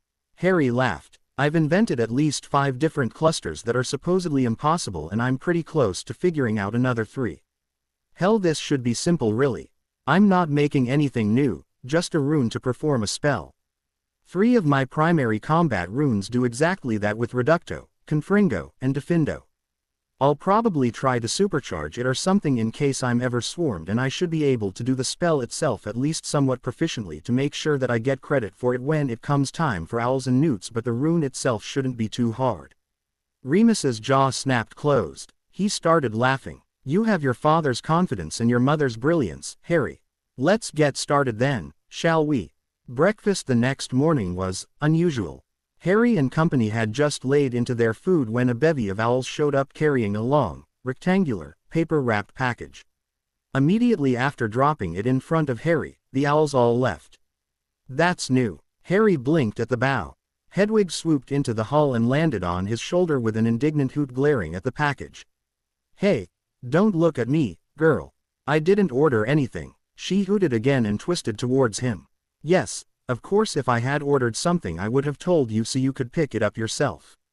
She hooted again and ruffled her feathers, apparently satisfied. Harry reached over to his plate and held a slice up bacon up for her. Peace offering. Hedwig happily gobbled the snack and flew back out of the hall. What? He asked, looking at his friends who all had varying degrees on incredulity on their faces. All except for Luna, at least, who merely looked amused. I think they are surprised that you were told off by your owl, Harry. Not the giant package somebody sent to me then? Harry asked with a smirk at the. That probably has something to do with it as well, though I think Hedwig was the larger part. She tapped her finger on her chin and asked nonchalantly, you don't suppose she might actually be a Mayan wind chatterer, do you? I admit, Luna, while I'm not familiar with the Mayan wind chatterer, I really don't think Hedwig is anything more than a really smart owl, he said, laughing. Shame. I've always been curious whether the Mayan wind chatterer truly existed or not. Luna shrugged and went back to her food. Hermione ground her teeth and was about to say something before Ron cut in. Well, are you going to open the thing or what? Harry rolled his eyes and shrugged. Why not? Might as well see what it is. He opened the card that had come with it. Sorry about your last match. Consider this a repayment for missing so many birthdays and Christmases. Huh. Tearing the wrappings off, Harry was presented with a brand new, mint-in-box Firebolt. The fastest, most maneuverable, best broom currently on the market. A broom worth 1,000 galleons. URG. Harry couldn't do anything more than croak upon seeing it. Wow. The sentiment was expressed by many of the surrounding people. Ron looked like he was going to faint and Oliver Wood looked torn between joining the redhead and drooling. Harry reached out a hand to caress the broom but found his arm locked in place by Hermione's iron grip. Harry, you can't touch that. You can't use that. Not yet. But it's a firebolt, Hermione. Harry whined. Yes, and you have at least one person out for your blood. Plus whatever the heck is going on with the Sirius Black situation. There is no indication of who sent you that broom beyond a vague reference to the problems from the match, meaning they had to have heard yours was destroyed and have enough money to get you a new broom in very short order. That implies power, which implies dangerous. You are going to have that broom thoroughly checked for traps or sabotage before laying a hand on it. Harry's expression fell and he looked with longing at the broom. He turned back to Hermione's stormy expression. He glanced at Shiva, who just looked pained. Harry turned back to the beautiful broom sitting before him and drew his hand back, sighing. I hate when you make sense like that. This was too much for Ron apparently. You can't be serious. That's a firebolt. What if they dismantle it? What if they break it? What if they can't put it back together? Do you know how expensive those are? Who cares who sent it? It's a firebolt. We prefer Harry alive, Ronald, Luna commented, not even bothering to look up from her pudding. This is very good. You should have some pudding. Nobody asked you what you think, Lou. Ron was hit by a silencing spell before he could finish the sentence. Ginny lowered her wand, stood up and cuffed her brother on the back of the head. Do you ever learn? Sorry about that, Harry, Luna. I'll take the git upstairs so you don't have to hurt him. McGonagall and Flitwick, who had wandered up behind during Ron's episode, nodded approvingly. Miss Weasley, McGonagall said, very good foresight. 5 points to Gryffindor. I assure you, Mr. Potter, Flitwick said, we will be exceedingly careful not to damage or degrade your gift in any fashion. I would expect you to have it back in a week, assuming no complications. 2 tops. Harry just nodded glumly. The professors levitated the box with the broom out of the room with Harry staring after it. Shiva clapped him on the shoulder. Cheer up, kid. Best case scenario, you get it back in a week and can lord your epic broom over your rivals. Worst case scenario, it's trapped, meaning you can properly thank Hermione for saving your life. I can point you to a few unused broom closets on the 4th floor, or if you need more light for the expressions of gratitude, there are some excellent empty classrooms up on the 6th. Shiva smirked down at her ward as she walked back to the staff table. Harry and Hermione, on the other hand, were both blazing red. Luna happily hummed away, glad that Professor Babbling had managed to firmly get Harry's mind off the broom. The firebolt examination was completed in 5 days. Flitwick had apparently fallen in love with the broom, and between him and McGonagall's efforts, they worked round the clock to lovingly check over every inch of the beautiful thing. No unsavory charms, runes, traps, enchants or potions were found. It was entirely mundane, if 1,000 galleon present from a mysterious benefactor could be considered mundane. Harry and his friends had gathered to discuss this and the Sirius Black problem. There had been frustratingly little actual progress on that front. So far, the only thing that they had confirmed was that literally everyone was amazed that Sirius Black had betrayed the Potters. Hagrid, McGonagall, Flitwick, Tonks, Andromeda Tonks, Amelia Bones, Augusta Longbottom, Xenophilius Lovegood, the late Pandora Lovegood, according to Xenophilius, Celeste Greengrass, Daphne's mother, Madame Rosemerta, the owner of Zonko's joke shop. Even Filch had admitted to being surprised when the news had first broken. And were sure he couldn't have been under an imperious curse. Harry asked after they had checked everything again. Daphne shook her head. The Blacks specialized in mind magics. There is no way any child of House Black would fall to Imperius. And even if he had, Tracy said, banging her head on the table, laughing afterward, wouldn't have happened. We're going around in circles. Neville shook his head and leaned back, staring at the ceiling of the library. Let's focus on something else, Hermione said. Instead of looking at why, let's look at how and backtrack. Does anyone know of any charms or curses that could cause an explosion like was described? I could make a feedback cluster that could do that. It'd be really dangerous though, Harry commented with a shrug. The group ignored him.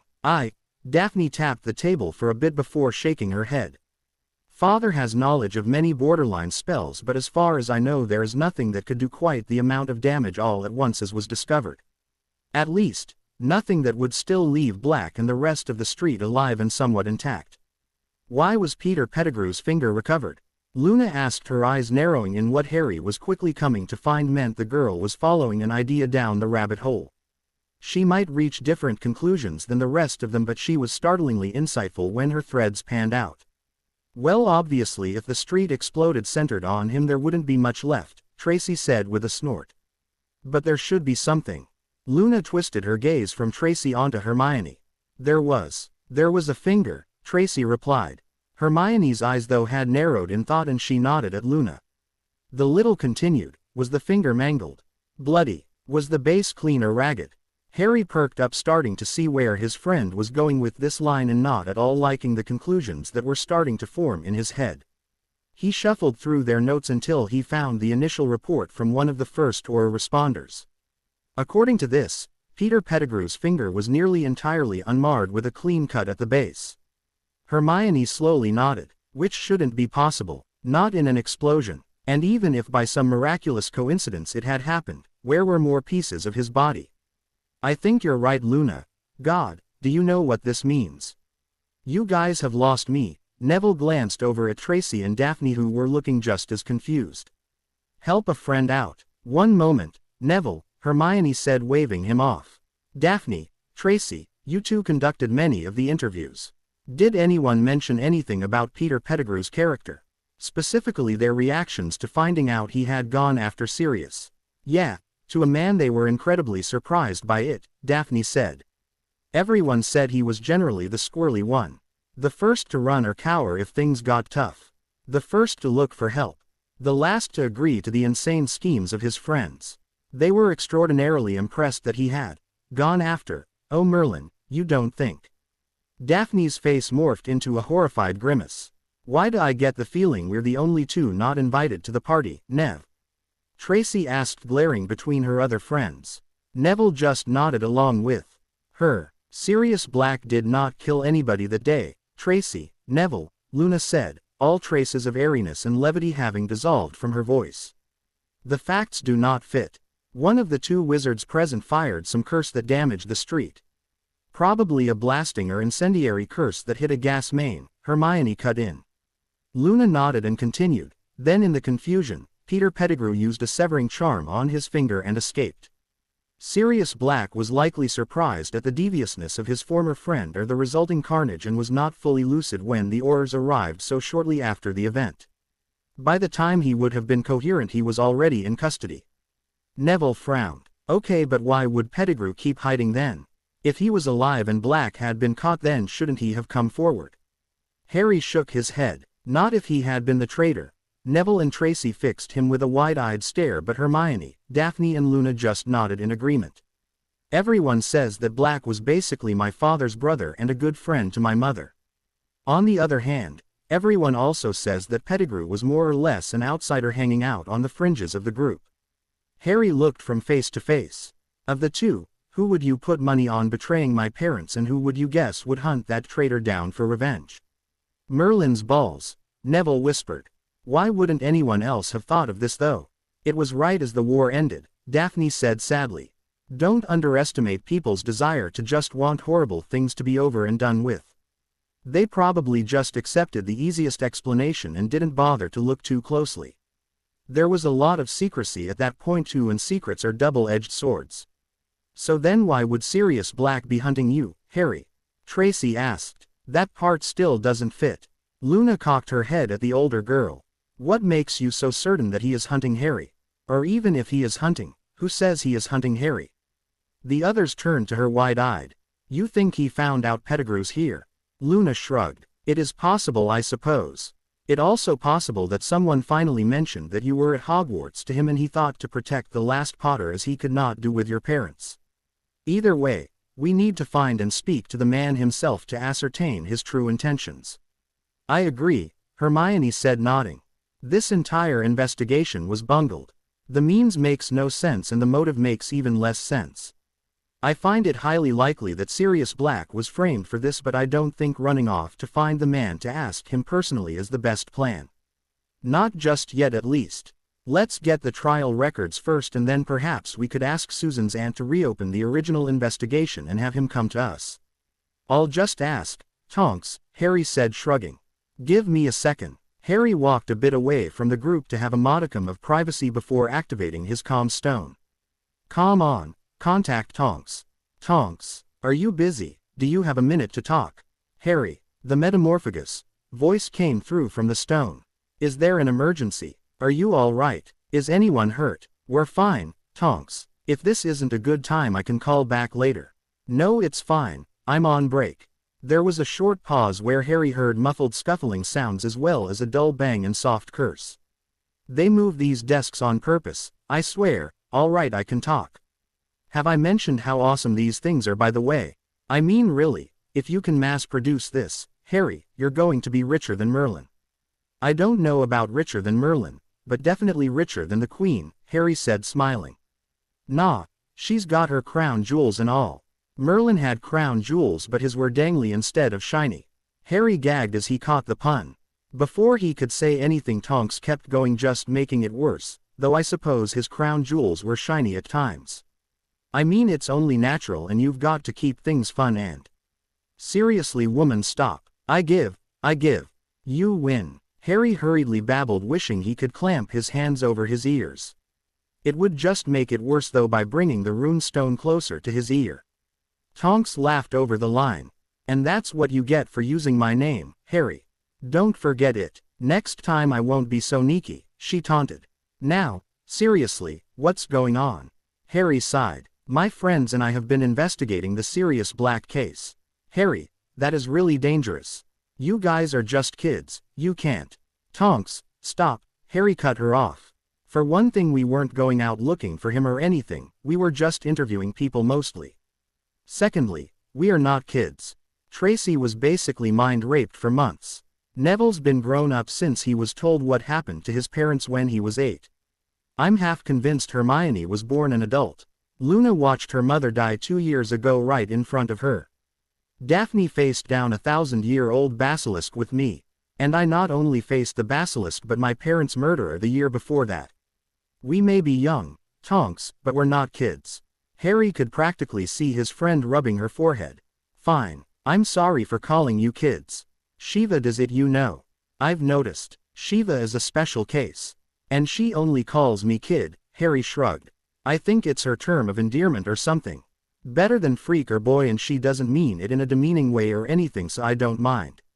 And we're getting sidetracked. Tonks laughed. Yes, we are. I'm guessing you think you guys found something.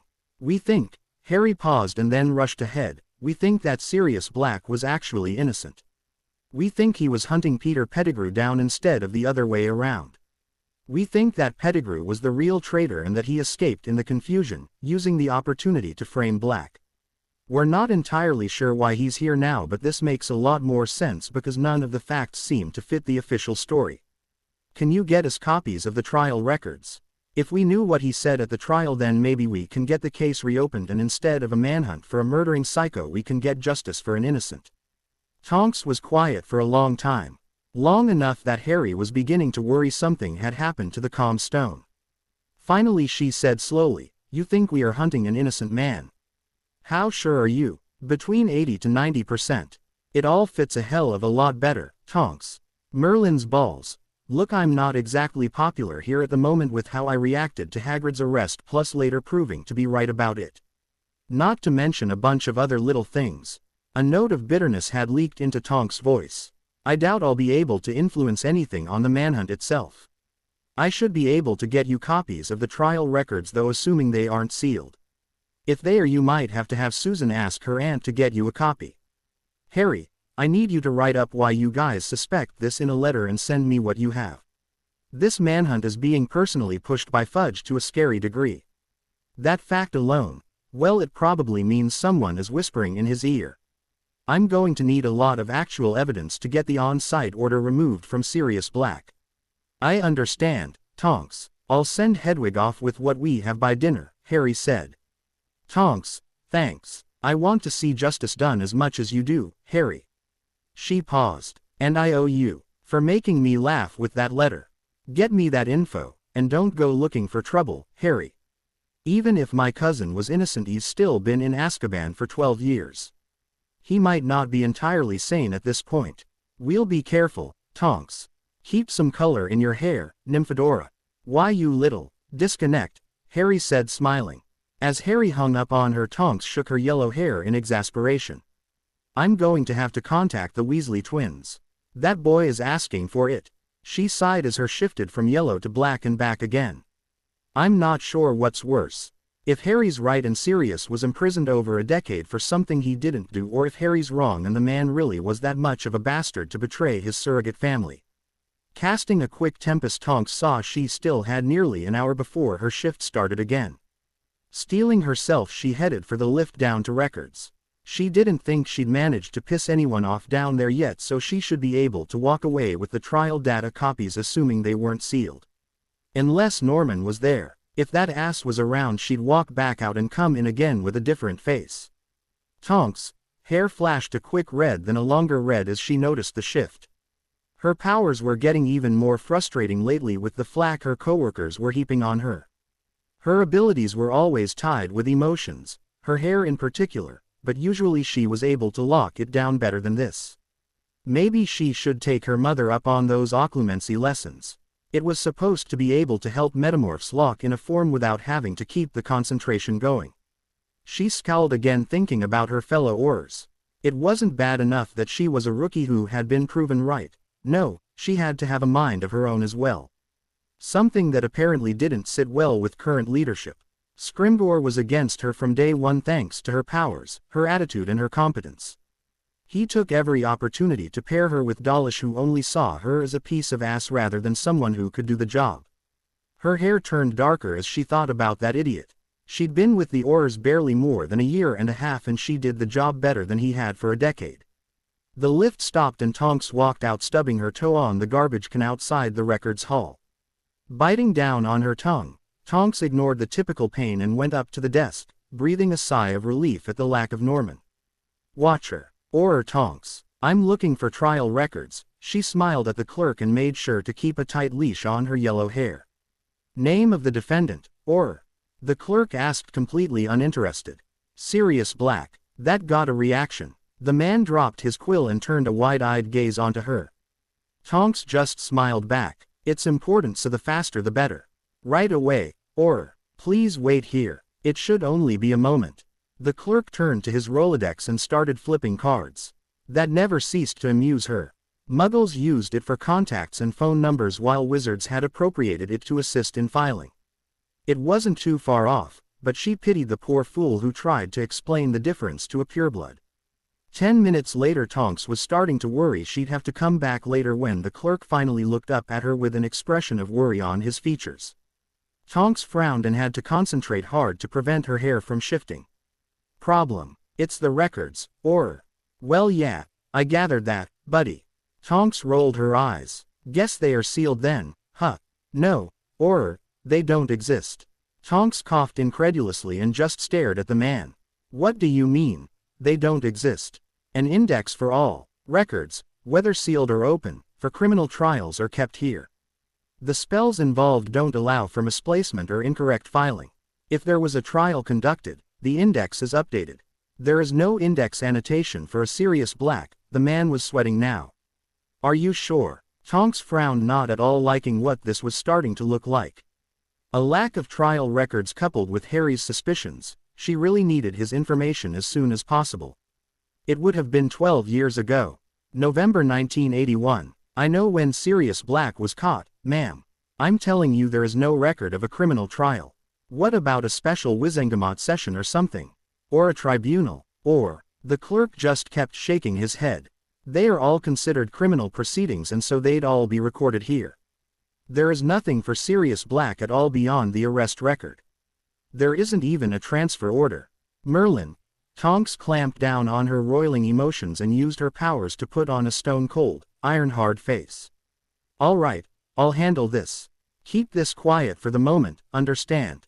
The clerk nodded. Good. You're not in trouble by the way.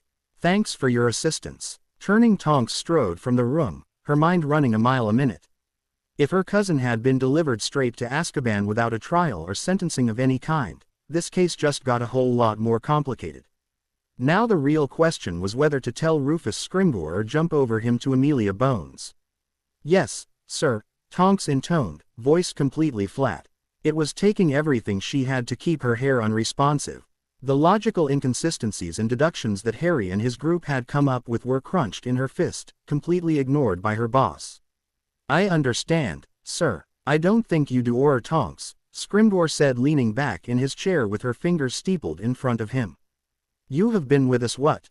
A year and a half, sir, Tonks ground out. Yes, a year and a half.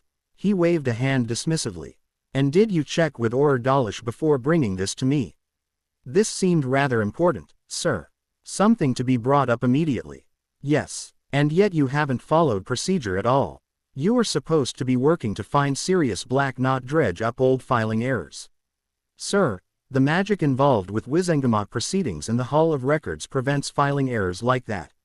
If they don't have, Auror Tonks, Scrimgeour said, cutting her off, I assure you, a filing error is the only explanation. The Ministry of Magic is not in the habit of sending prominent members of the pureblood elite to Azkaban without a trial.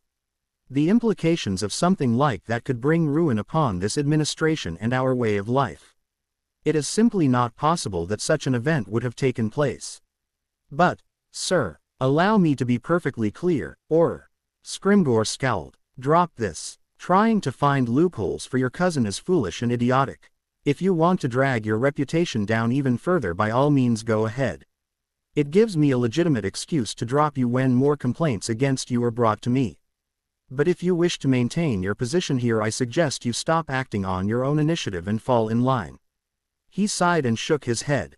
Why do you have so many issues with this, Auror? Following orders is not that difficult. Look at Auror Shacklebolt. He voices his dissent once and then immediately does as told when shot down.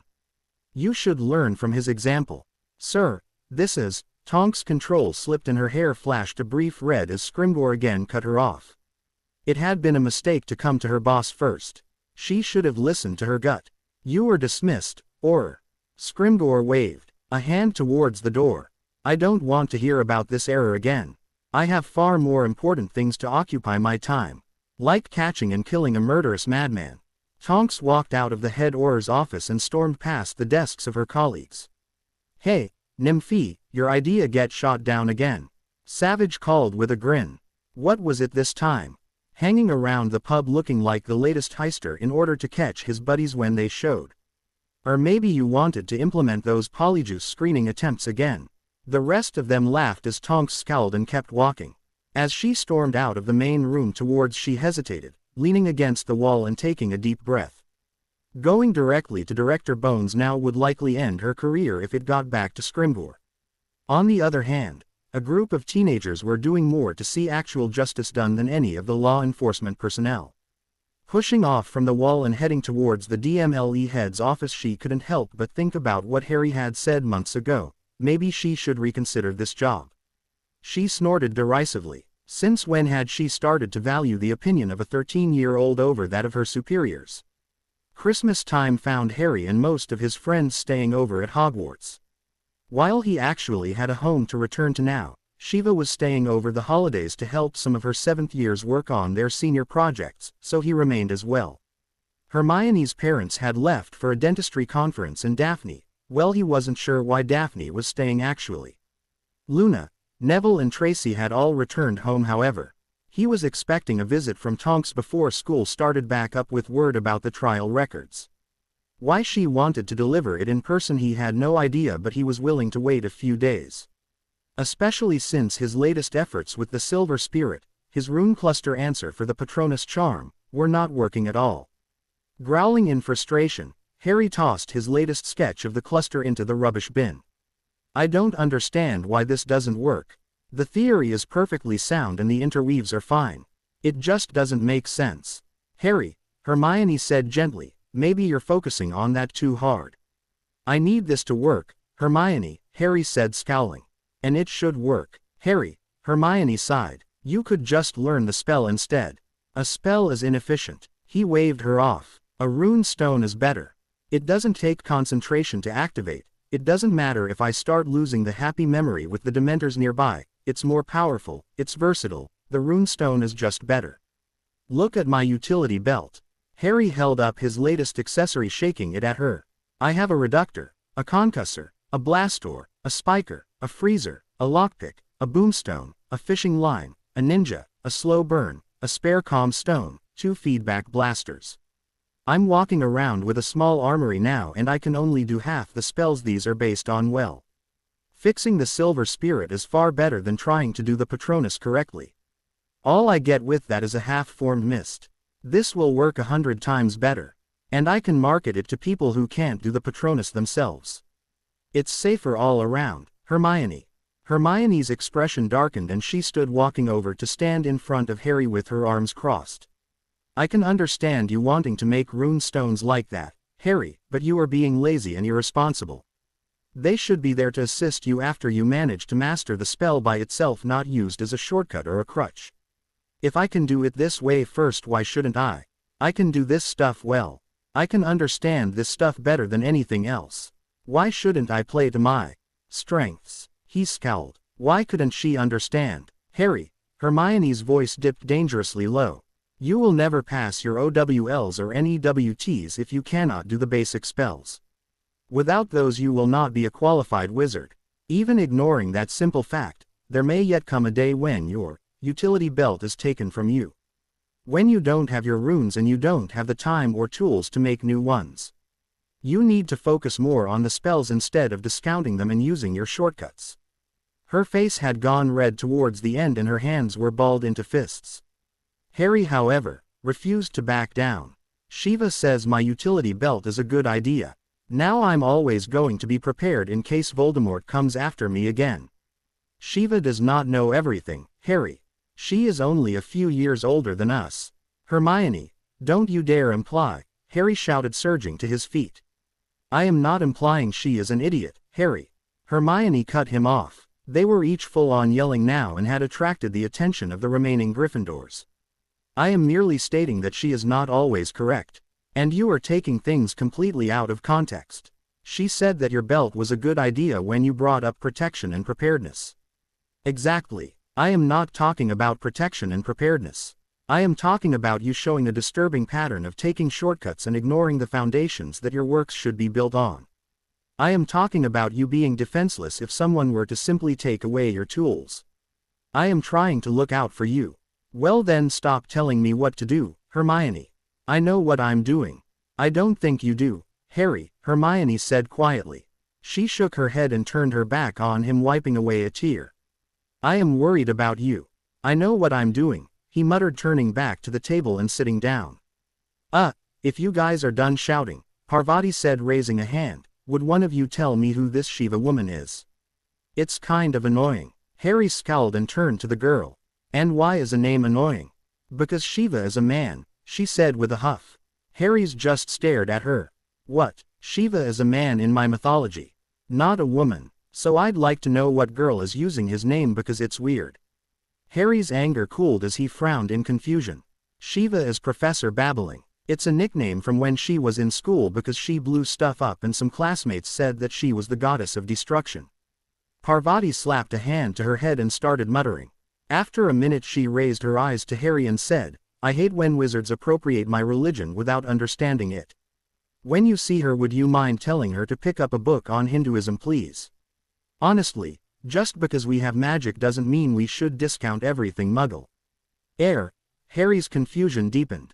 So, Shiva isn't the goddess of destruction. Hermione twisted to look at her roommate as well. Her earlier frustration had mostly melted off her face and been replaced entirely by curiosity. I know that Shiva is in the Hindu pantheon. I remember reading that as a little girl. Shiva's in the pantheon, all right, Parvati nodded. He's one of the main three and is more or less regarded as the aspect responsible for destruction, but he's a man, not a woman. Are you sure? Hermione asked in genuine curiosity. Parvati sighed, shaking her head. Yeah, pretty sure, Hermione. My namesake is his wife after all. Harry's eyes widened. Wait, what? Well, technically I suppose she's his second wife, but Parvati was his first wife reincarnated too, so depending on your point of view she's his first, his second and his only wife. She waved her hand dismissively. Look, there are some stories in the myths about Shiva and Parvati being two halves of a whole, and Shiva appearing to people as half man half woman, but the woman half is usually understood to be Parvati. Oh, Harry nodded, filing this away. He was never going to let his guardian live this down. Hermione was frowning and sadly shook her head. I can't believe I got that wrong. I'm usually so good at remembering things like that. Well, it's not your religion. It's mine, Parvati sighed. I guess it's not Professor Babbling's either, since she invokes some goddess or other. But I'd still appreciate it if you give her a heads up. I don't have a problem with her nickname, even if it is weird to hear a girl called that, but I do take issue with people talking incorrectly about my gods and goddesses. Harry nodded. I'll let her know. Sorry if we offended you, Parvati. He shrugged and said, I honestly had no idea about any of that. Yeah, I know, Harry. Hermione. Parvati looked to the older girl and rolled her eyes. Just because you almost always get things right, it doesn't mean you know everything. Neither of you do. She looked pointedly between the two friends who had the decency to look at the floor. Harry, Hermione is right. You're being an idiot by ignoring the basics. Even I know that, and I hate extra work. Hermione, Harry is right. He does what he does well, so stop berating him for being prepared. Both of you stop acting like 5-year-olds and start listening to each other. Shaking her head, Parvati turned and headed back up the stairs to the dorms. The few people nearby slowly started to walk away now that the show was over. Harry sighed and turned back to his work. Just because Parvati was right didn't mean he'd immediately cave and apologize. He had some measure of self-respect now after all. Early during breakfast the next day, Harry was joined by Susan. She carefully glanced around and, seeing nobody nearby, nodded to herself. Harry, she said, Aunt Amy is coming tomorrow morning to talk with you. She sent me a letter and asked me to set up a meeting spot. I asked the elves and they gave me a room you could use. It's on the 7th floor across from the tapestry of the dancing trolls. Just walk past the tapestry 3 times thinking about a room where you can't be overheard and the door should open. Harry nodded to her. Okay, thanks for the heads up. Why can't we do this in an unused classroom though? Got me, Susan shrugged. She just asked for it to be safe from any potential eavesdropping. That was the room the elves directed me to. What elves? Harry asked. The house elves. You didn't know about them? She snorted in response to his shaking head. Wow, how did you think all the food popped up during the meals, or how all our clothes got cleaned? Never mind, they tend to stay in the kitchens or out of sight. Most Hufflepuffs and the Weasley twins can show you the kitchen if you want. It's sorta near our common room and I've seen the twins sneaking in every so often. The point is, my aunt said this was important. I'll be there, Harry said, smiling. Thanks for the heads up, Susan. Glad to help, Harry, she replied. Feel free to take anyone you want to invite with you. Hermione, Harry ventured softly. He still hadn't gotten the nerve to apologize to his friend for his outburst. He felt awful about it, but a simple, I'm sorry, didn't seem like it would be sufficient. He needed to do something bigger. Something to show he knew how much of a prat he had been and that he truly regretting it. For the moment though, the coming meeting was more important and he needed to ask his friend while he had the chance. Hermione. Yes, Harry, Hermione replied without raising her head from her book. She was curled up on the armchair in the common room and her voice was utterly neutral. Harry just cringed. Amelia Bones is coming to talk to me tomorrow around 8 o'clock. He paused, but the only response from his friend was raised eyebrows. I'd like you to come to the meeting if you don't mind. I really value your opinion, Hermione. Is that all? Yeah, Hermione sighed. Very well, Harry. Where is it? 7th floor corridor across from the tapestry of the dancing trolls. You might have to walk past the tapestry a few times thinking of a meeting room if you can't see the door. That sounds like an awfully complicated place to hold a conversation, Hermione commented, frowning. I didn't know Hogwarts had rooms that protected. Had no idea myself. I was just passed the information by Susan. I checked it out a little while ago and it seems to work fine, Harry said, shrugging. All right then, I'll meet you there, Harry. She turned her eyes back to the book in clear dismissal. Harry cringed again. He really needed to figure out his grand gesture soon. Harry had only been sitting at the table for a minute or two before Daphne walked in. She looked around with an approving nod and moved to sit next to him. This is good. Silencing charms on the walls, anti-eavesdropping wards, no windows and no portraits. We might have to use this room more often. My father had to spend quite a bit for a setup like this. I wonder why there's one in Hogwarts. Harry shrugged. I didn't even know there was a room in this corridor until yesterday. Shiva walked in then and quirked her mouth in confusion. You know, I could have sworn there was a storage room here with blank rune stones and carving implements. I guess that was another section. Is there a second tapestry of that idiot with the dancing trolls? You've been here longer than us, Shiva, Harry pointed out. Well yeah, but still. This is a most unusual way to open a door, Hermione huffed as she walked in behind Shiva. I understand the need to protect one's clandestine meeting room, but it still seems silly. I would agree, Miss Granger, Amelia Bones said with a small chuckle as she opened the door. You know, when Susan said to use this area I thought she was mistaken. When I was in school I was sure this was a hidden bedroom, not a meeting room. Oh, Tonks said with a grin, stepping in behind her superior. And just why were you looking for a hidden bedroom, Madam Bones? Amelia shrugged and looked at Tonks with an unreadable expression. Well, Tonks, if you must ask, I don't think you are old enough to know. Tonks' hair flashed to purple and she burst out laughing. See, this is why I love you, boss. Watch her, Harry, Hermione, Shiva, girl I haven't met. Hey, Tonks, Harry said, waving. This is Daphne Greengrass. This is she who must not be named Tonks. Tonks frowned. Yeah, let's go with a different moniker, shall we? How about thy forbidden one, Tonks? You need at least 4 words for a hyphenated name, Tonks. Everyone knows that, Harry laughed. So says the great boy who lived. Tonks snorted, waggling her eyebrows at him. Nope, so says the boy who lived. Can't forget the article. All right people, I actually do have things to discuss, you know. Amelia moved to sit at the table and Tonks sat next her, shaking her head and laughing with Harry. Her hair stayed purple. What can we help you with, Madam Bones? Shiva asked, trying to get the others back on track. Before we start, Amelia said, bringing out her wand, may I check everyone for listening charms? Receiving head nods all around, she quickly cast several charms and nodded happily at the results. Well, it looks like we're clean. Though, Harry, I detect some residue of a listening charm. On you. It seems like it was stripped as you walked in here though, so there's that. Everyone's face on Harry's side of the table darkened. Hermione scowled. Daphne frowned. Harry growled and Shiva looked ready to hit something. I don't suppose you could tell whose signature it was? Shiva asked through clenched teeth.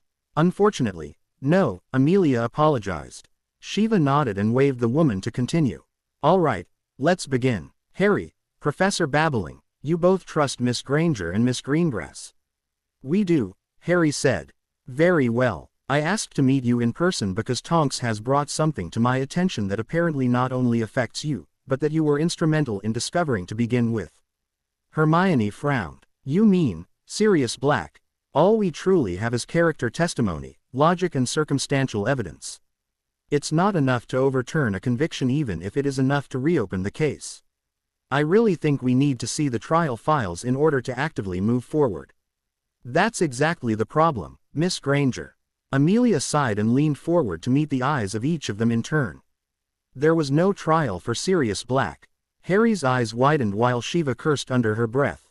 Hermione just hung her head and muttered, this really shouldn't surprise me, I suppose. Daphne had the most marked reaction of any of them. She jumped to her feet and slammed her hands on the desk, glaring at Amelia. Do you mean to tell me, Director Bones, that the heir Black was sent to Azkaban without even the semblance of a trial? That is exactly what I mean to tell you, Miss Greengrass. That's I can't even. How did such a thing happen?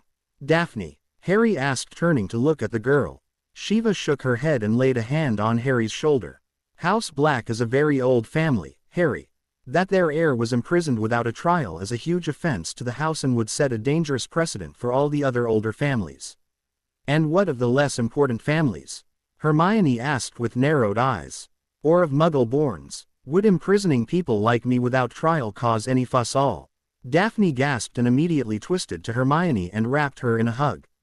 Harry's eyebrows rose at the display from the normally reserved Slytherin but remained quiet. Hermione, I am so sorry. That's not what I meant. This type of thing only happened centuries ago. It's not supposed to happen anymore. If they could do that to the heir Black, imagine what they could do to the rest of us. If it's any consolation, guys, Tonks said, her hair having shifted to a more muted blue, we think it only happened because everybody was so certain that my cousin was guilty. Coupled with the attitude of the war just ending and wanting to have the remaining horror show over and done with, well, nobody really wanted to look too closely at things. Well, it obviously wasn't very cut and dry, was it? Harry said with a scowl. We tore apart the entire thing by just asking a few questions. Questions that no one cared to ask before, Mr. Potter. Amelia removed her monocle and sighed. Investigations in the magical world do not always proceed the same way as in the Muggle world. I have been trying to change that since I've taken up the mantle, but there are only so many changes our society will accept at once. Harry's scowl deepened. Then I'll drag this world into the 20th century kicking and screaming if I have to. Out loud he said, so you believe that Sirius Black is innocent as well then, Madam Bones? She nodded. I do. Though apart from Tonks and myself we are rather lacking in support for that opinion. But, Shiva held up a hand and Harry stopped. She continued instead. Is that why we are having a secret meeting? Do you feel like any efforts we make to prove his innocence could be sabotaged? Amelia sighed and rubbed her eyes. Honestly, I'm not sure. I don't think sabotage is truly likely, but obstruction. That I would place good money on. Tonks snorted and her hair flickered to red. It's already being obstructed. Before I went to Madam Bones I tried to talk to my first boss, Head or Scrimgeour. I was laughed out of the office and politely told to drop it or I could be fired for any minor complaint. Harry's eyes widened. What the bloody hell are you still doing working with people like that, Tonks? Harry, Shiva coughed and looked at him sheepishly. Don't forget that Dumbledore threatened me with the same thing regarding you. He did. Amelia frowned at Shiva. Regarding Mr. Potter's guardians, I assume. Shiva nodded. What is that man playing at? Do you think Dumbledore is behind Black not receiving a trial? Daphne asked, finally somewhat calm again. Not that I know of, no. Why? What makes you suspect him? I'll give you the full accounting afterwards, Harry said. Why don't you think it was Dumbledore spearheading this? My predecessor, that's why, Amelia said. She shook her head. Bartemius Crouch was a good man in principle, but he had a vendetta against the Death Eaters and he was obsessed with getting justice against them. A lot of his later actions in the war were extremely questionable, and sadly it doesn't surprise me overmuch that he sent Black to Azkaban without a trial. He likely thought the man's family would simply buy his freedom if one were to be allowed. I am ashamed to admit he had motive to believe that, seeing as it happened to others. Harry nodded, thinking of Lucius Malfoy. So what do we do? Hermione asked. I am primarily attempting to get the on-site order revoked. If that happens I am confident I can arrange a hearing for Black and the truth will out. And if you can't get that revoked? Daphne asked. She looked between Amelia and Tonks. What happens if Black is found by someone else and that is still in effect?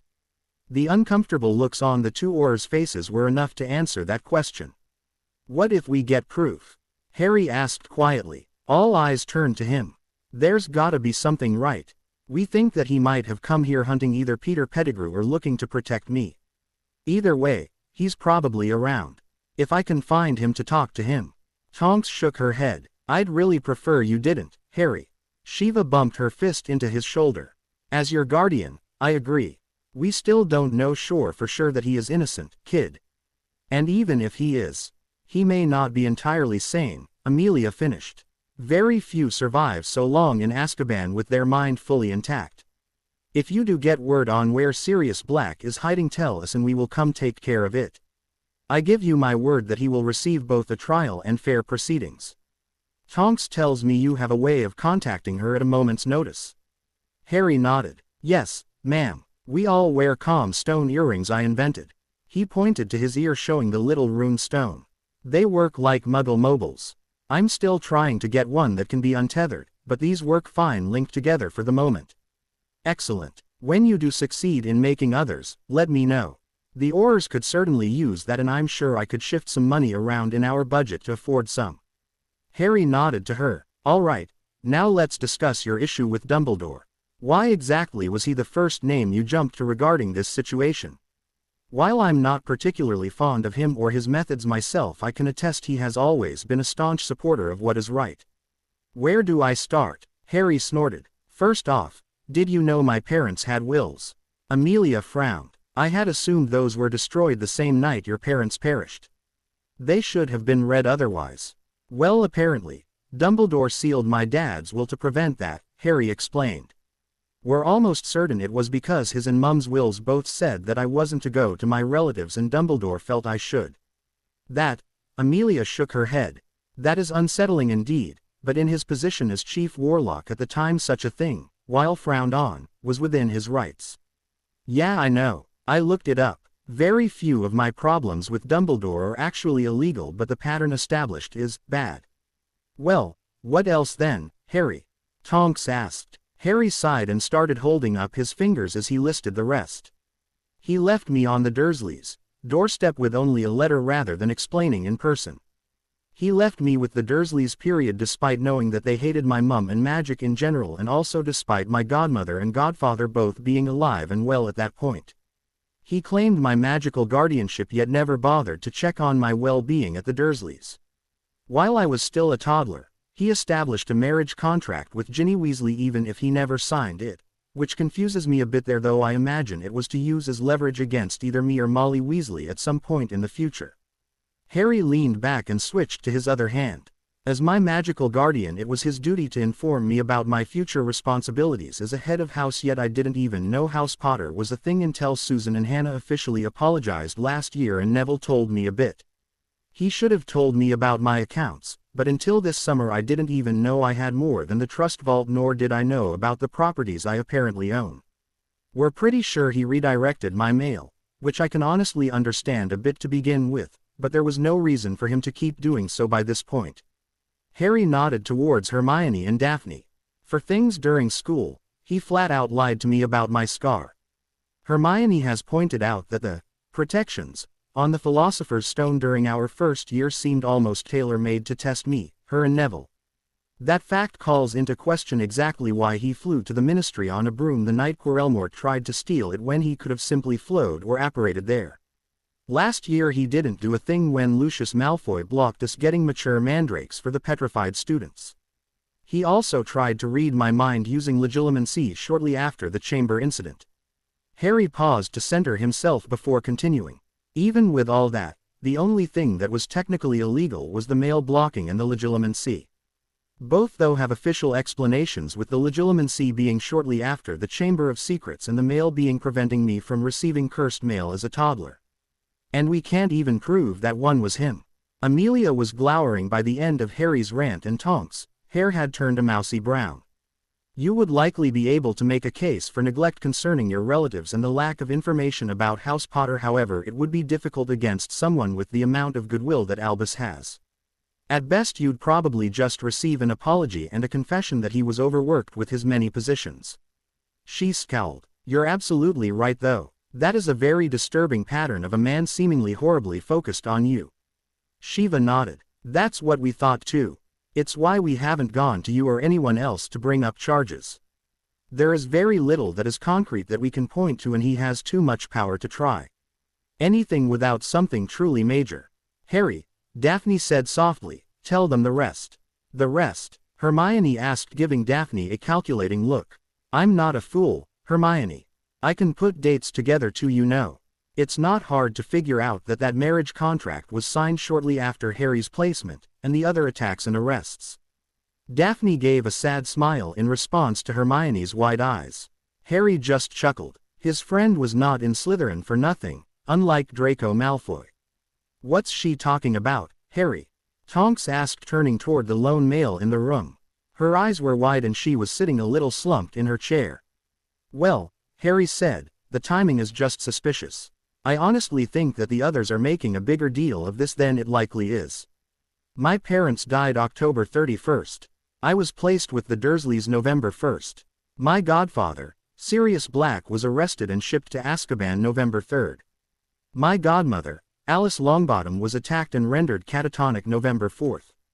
The marriage contract for me was drawn up and signed by Molly Weasley November 5th. I agree it all looks a bit suspicious, but as much as I dislike Albus Dumbledore and hate how he seems determined to control my life, I don't think he's evil.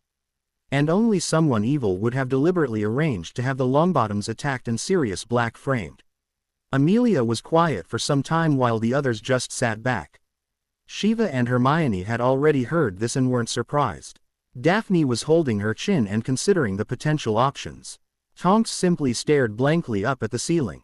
Mr. Potter, Amelia finally said, do you truly think Dumbledore had nothing to do with those events? I think he saw opportunities and used them, Harry shrugged. Like I said, I don't like him, but I don't think he deliberately hurt the others just to control me.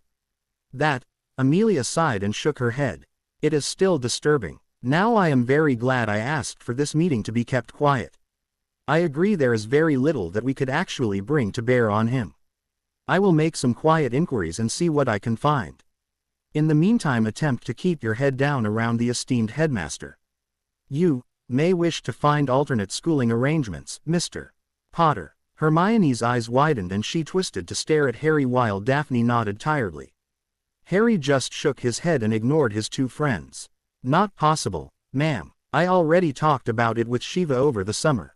Dumbledore is still my magical guardian, so he would have to approve any change in schools. Amelia gave a soft nod. Damn. Very well. Should something occur that requires immediate attention, please don't hesitate to contact Tonks. If you get a chance, it might be a good idea to craft one of those stones for me as well. I would also take it as a personal favor if you made one for Susan. I can do that. Harry smiled at her. Thanks for listening, by the way. There are very few adults who do. Amelia nodded. Of course, Mr. Potter. I always endeavor to listen to legitimate concerns. I believe we should adjourn for now. I'll keep you informed of anything we discover on both fronts. Please do the same. She stood up to head to the door. Tonks, I'll meet you back at the office. Tonks jerked out of her reverie.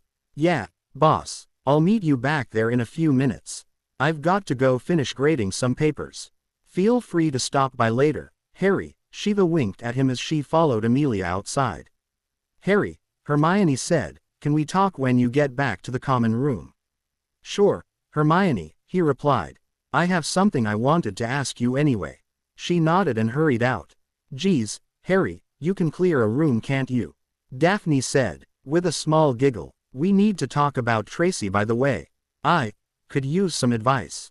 From me. Well, I can't exactly talk to her without getting a second opinion now, can I? She said, raising her eyebrows. Whatever, Harry said, waving her off. Just give me a minute to talk with Tonks, yeah. By all means. She gave a playful grin. Should I give you to the room? Tonks' face turned red, as did Harry's. In case you forgot, little Miss Greengrass, Harry Potter here is only 13, so whatever you are implying, I suggest you take a U-turn. Yeah, sure, miss, I have a contact earring, Daphne said, laughing. Don't mind me, I'll just be over in the corner then reading. Sorry about that, Harry sighed, turning to Tonks. It's fine, Harry. Tonks snorted and her hair flashed a quick blue before settling on purple. She does kind of have a point. I am the only person outside your immediate group of friends who has a calm stone. Yeah, but you're my friend too, Tonks, Harry said. He frowned at her in concern. Are you okay? You didn't really look too good throughout that meeting. Especially near the end. It just having your dreams and idol crushed, squirt. Squirt, Harry said, raising his eyebrow at her. Well, Harry, doesn't exactly lend itself to an easy nickname now, does it? And you've made it clear that Shiva already stole the kid moniker, so I'm left with Squirt. You're shorter than me. It works short term. We'll see. Stop dodging the question. Actually, I didn't, Tonks shrugged. Dumbledore was kinda the guy the First always looked up to as a kid. The last few minutes rather effectively destroyed that. And your dreams. I take it the other Aurors aren't treating you well. I rock the boat. It's kinda my thing. She smirked at him. It nothing intentional anymore really beyond the hair and occasional pranks. I put in a few ideas for improved security and got shot down because of lack of seniority or funds. The thing with my cousin is just exacerbating things. It just not being taken seriously by anyone except Bonesy. I'm sorry, Tonks. I feel like this is partly my fault for pushing you to begin with. He grimaced. Harry, she said with a snort, you're one of the few things that still make me laugh these days. My problems with my coworkers are because they are assholes who see me mostly useful for my powers rather than my brains. It's not much different from school honestly, so I should be more used to it. I still say you should do what makes you happy. Well, the faster you get your eventual rune shop set up, the faster that might happen, squirt. Tonks laughed with him and gave him a quick hug. All right, I gotta head out. Remember, call me if you find my cousin and I'll grab Bonesy and be right over. Take care, Tonks. Harry waved as she headed outside. He turned back to Daphne and sat down on the armchair across from her, ignoring her grin. Were these chairs here when we walked in? No clue. I only noticed them when I was looking for an out-of-the-way corner so you two could chat. Granger, better be careful. You look like you're moving on to the older women. You're the second person to say that to me, Harry grumbled. And you do realize Hermione is almost a year older than me, right? Hell, almost all of you except Luna are older than me. I rest my case. Daphne laughed. Yeah, laugh it up, Greengrass. Are we going to talk about me and my potentially non-existent girlfriend, or are we going to talk about you and your potential girlfriend? Daphne grimaced. That really doesn't bother you. Shiva has had ex-girlfriends and ex-boyfriends, he commented with a raised eyebrow. Tracy has mentioned several times that she is interested in girls only. I was right next to you when Diarymord mentioned she loved you. I have yet to shun any of you, Daph. I know, she said, sighing, but from my end this is all very weird. And it is exceptionally odd talking about it with a boy, let alone a Gryffindor. I could go get Hermione, you know, he said with a reassuring grin. Or we could wait till Luna comes back, which would solve both problems. Daphne snorted. No thank you. Luna is sweet enough, but there is absolutely no chance of me having this conversation with her unless she drops the act entirely. You know it's not that easy, Daph. But we're getting sidetracked. Have you mentioned to Tracy what Diarymord said? That you know? No, I haven't. Daphne shook her head. Tracy's smart though. She knows something's changed. I've been trying to keep an open mind about it, and honestly the idea has some appeal. She has been my best friend for nearly as long as I can remember. It could be nice. So what's the problem then? Harry asked. It's twofold really. The first and most obvious is that she is my best friend. What if it doesn't work? What if it ends badly and I lose her in the process? I would rather not start a relationship at all than lose her as a friend. You could both agree to move back if things start to fall apart. That your friendship would always be the most important relationship you have. It's pretty much what I'm going to say in a few minutes. Daphne stared at him before shaking her head. Gryffindors charge ahead indeed, she muttered. Well, good luck, Harry. I don't know if that approach would work for me, but you are right. I suppose that it would be something to bring up to her and work out amongst ourselves. I'm not sure that's what I said, but sure, let's go with that. Girls made so little sense to Harry. He could have sworn she just made up a solution he had in no way been close to saying. What's the second main problem? Harry, Daphne sighed, you weren't raised as a pureblood. More specifically as a pureblood heiress. The expectations for Luna, Neville, Susan and myself are far different from people like Tracy and Hermione. Oh, where do I fit into that expectations thing? Well, unlike us, you have never shown the slightest interest in the same.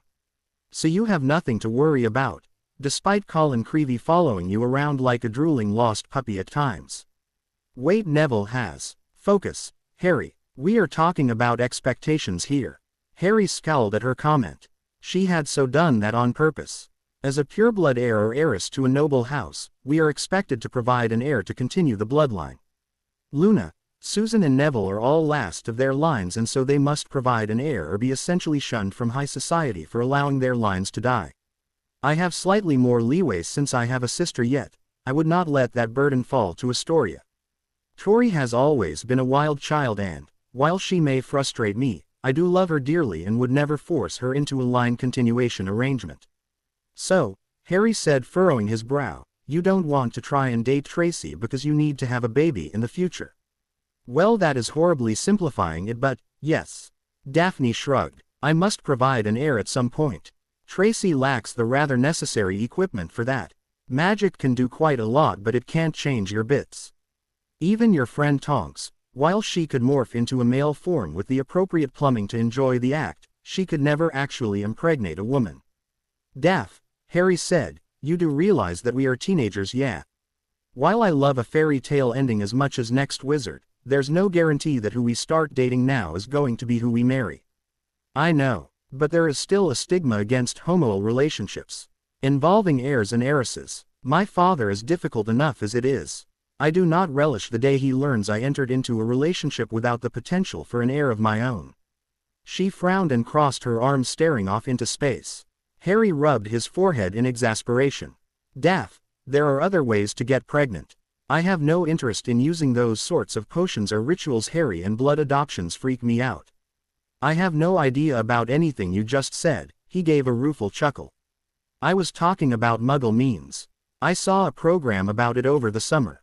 They have treatments meant for couples who have trouble having kids, but I imagine it'd be just as easy to use with two girls as long as you find a willing male donor. His face went a little red, remembering that television show, though he managed to keep the blush mostly in check. You know that's not a bad idea. And there is always the old-fashioned way if the donor understood that it was just a one-time thing. Daphne eyed him, and Harry suddenly felt uncomfortable, like he was a piece of meat. Daph, why are you looking at me like that? His blush began to spread. No reason, Harry, she said, grinning and patting his arm. I was just considering your idea. Thank you for that, by the way. It has some merit. It would also keep my father off my back long enough to see if the relationship could even work to begin with. Sure. Glad to help. He breathed a sigh of relief as Daphne turned back to the fire. When had a fire been lit anyway? You did, Harry. Daphne leaned over and gave him a short hug, pulling back almost before he even realized she had done it. Thank you. Harry walked through the portrait hole into the Gryffindor common room, immediately spotting Hermione off in the corner, curled up on her favorite armchair with book in hand. Taking a deep breath, he muttered to himself, enough stalling. Gryffindors charge ahead. Hey, Hermione, he said as he walked up and dropped into the chair across from her. Hello, Harry. Hermione closed her book and put it off to the side, turning to look at him. Harry noticed her eyes had a slight sheen to them and were a little red around the edges. Were you really going to just leave once you had your new guardian? What does that? Harry cut off suddenly, going wide-eyed as he realized what Hermione had thought. Oh God, no, Hermione, I was never going to just run off to a new school without saying anything. It was just an idle conversation we had and almost immediately discarded. If it had ever does, pan out, you will be one of the first people to know, and I fully intend to invite you to come with. Oh, she wiped a quick hand over the back of her eyes. That's good. Harry, I know we've been fighting the past few days, but I don't want you to leave. You were my first real friend. You're my best friend. I don't think I'd enjoy Hogwarts without you here. Hermione, Harry reached out a hand and grasped hers. You're my best friend too. I can't imagine going through the crazy things in my life without you. He took a deep breath and kept going. Hermione, I'm really sorry about what I said and how I acted earlier. I felt horrible afterwards, and I know I screwed up. You were just looking out for me and I completely brushed you off. I've been trying to figure out a way to apologize with some sort of grand gesture, but I just keep coming up blank. Harry, you don't need to do that. I was wrong too, she said, giving him a small smile. You do excellent work with your rune clusters. I just feel like you are headed for trouble if you don't work on other things besides that. I know, and after I thought about it, I think you're right. I have been neglecting my spells. Because runes are so much easier for me. I barely even have to work at those, and it was nice finding something I was good at, he shrugged. I can't promise that I'm going to stop concentrating on building the clusters, but I can promise that I make sure I can do the spells they are based on before relying on my inventions. I think that's a perfectly reasonable compromise, Harry. He nodded. Thanks. Okay. Now for the hard stuff. Oh, she cocked her head looking intrigued. That wasn't hard. Not compared to this, he muttered. I gave Daphne some advice that I'm going to try to follow myself. At least I think I did. Maybe. It was a very confusing conversation for me. He shook his head to clear out the errant thoughts. Anyway, the point is, Hermione, you're my best friend. And I'd like to maybe try to be more than that. When you were hurt last year I lost it. The things beforehand pushed me, but when you got it hurt it was like the world ground to a halt. I've been thinking about that over the summer and I don't really know exactly what love is. The Dursleys definitely were not a role model there. But I've been learning since I came here. And while I'm not sure if I love you or not, I do know that I feel more for you than just as a friend. Harry paused and then rushed on so fast the words blended together. Andy was wondering if I would go to Hogsmeade with me and maybe me girlfriend. Hermione blinked and stared at him for a moment. Harry, before I reply to any of the rest, would you mind repeating that last sentence? Usually I'm the one talking too fast to understand. Harry gave a rueful chuckle and ran a hand through his hair. I was wondering if you'd go to Hogsmeade with me and maybe be my girlfriend. His face was burning and he was horribly glad he didn't have a mirror. He probably had the same amount of color as the Weasleys' hair. Harry, look at me, Hermione said. Slowly Harry lifted his eyes to her face. He was surprised to see that she was smiling widely. I have been interested in you since you jumped on the back of a troll to save me. Wait, what? You jumped on a troll to save my life, Harry. How was I not supposed to fall for you? Hermione laughed and pulled him into a hugging his cheek. I would love to go to Hogsmeade with you, Harry. And yes, I would love to be your girlfriend as well. She pulled back and gave him a stern look while holding him at arm's length. But just so we're clear, mister, I have zero intention of losing my best friend. If this gets weird or if you ever feel uncomfortable, you say something immediately and we step back and reassess. I care about you deeply, Harry, but I would much rather maintain a friendship than a relationship if it's going to tear us apart. She started to glare at him. Why are you laughing? I'm serious. Sorry, Hermione. Harry got out between his wheezing. It's just that I literally told Daphne to say almost that exact same thing to Tracy. Dinner that night was interesting.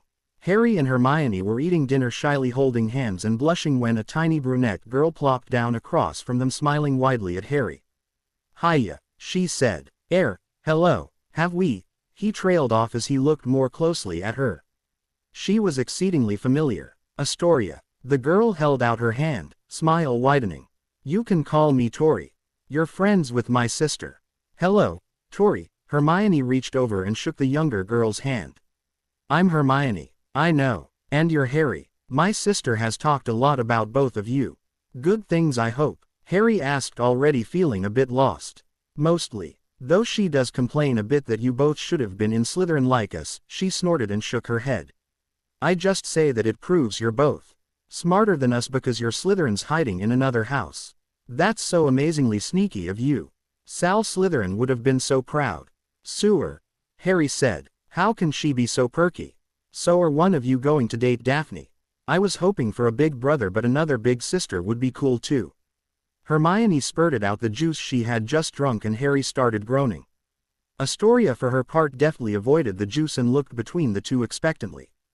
Tori, Hermione said, trying and failing for a semblance of calm and amusement, we actually just agreed earlier to date each other.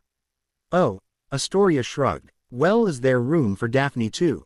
She could be a consort to continue the Greengrass line that way. The two Gryffindors' mouths dropped open. They were saved from replying as Daphne shouted from behind them, Tori. What are you doing? Shut up, you little menace. I was just asking a question. You said I could start talking to your friends after the new year. It's after the new year. I am so sorry, guys, Daphne said, groaning. She picked her sister up and started pushing her back to the Slytherin table. I swear we raised her better than that. Talk to you later. Bye, Harry. Bye, Hermione. Think about what I said. Astoria yelled, waving as she let herself be dragged along. Harry thumped his head into the table. Were we ever that energetic? Hermione sighed and refilled her glass. Honestly, I don't think so, but we really should count ourselves lucky. Imagine if Luna acted like that. Harry's eyes widened and he stared at his friend. And with that thought, I think I'm going to have nightmares for the rest of the week. I feel like this would be more pleasant if it wasn't freezing, Harry mumbled through the scarf wrapped around his neck. He and Hermione were walking through Hogsmeade heading towards the Three Broomsticks. He was thanking his lucky stars that she hadn't wanted to go to Madame Puddifoot's tea shop. The older boys in the dorm had told horror stories about that building. It sounded worse than facing Voldemort. Well, it is February, Harry, Hermione chuckled beside him. At least he thought she chuckled. Her scarf was also muffling sounds. And this is fine. We can't exactly have a picnic with the temperature, the snow and the Dementors. There is no need to make this date awkward after all. Dementors really aren't conducive to a nice date atmosphere. Harry laughed. Trust Hermione to make a joke about the evil souling abominations. He held the door to the pub open for her and stepped in after stomping off the snow before they headed to a table. I'm really glad that Neville was okay with us, you know, dating, Harry said.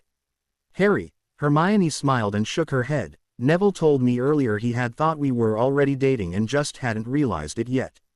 It was rather entertaining though when he started to go with Daphne and Tracy and they also said they were going on a date.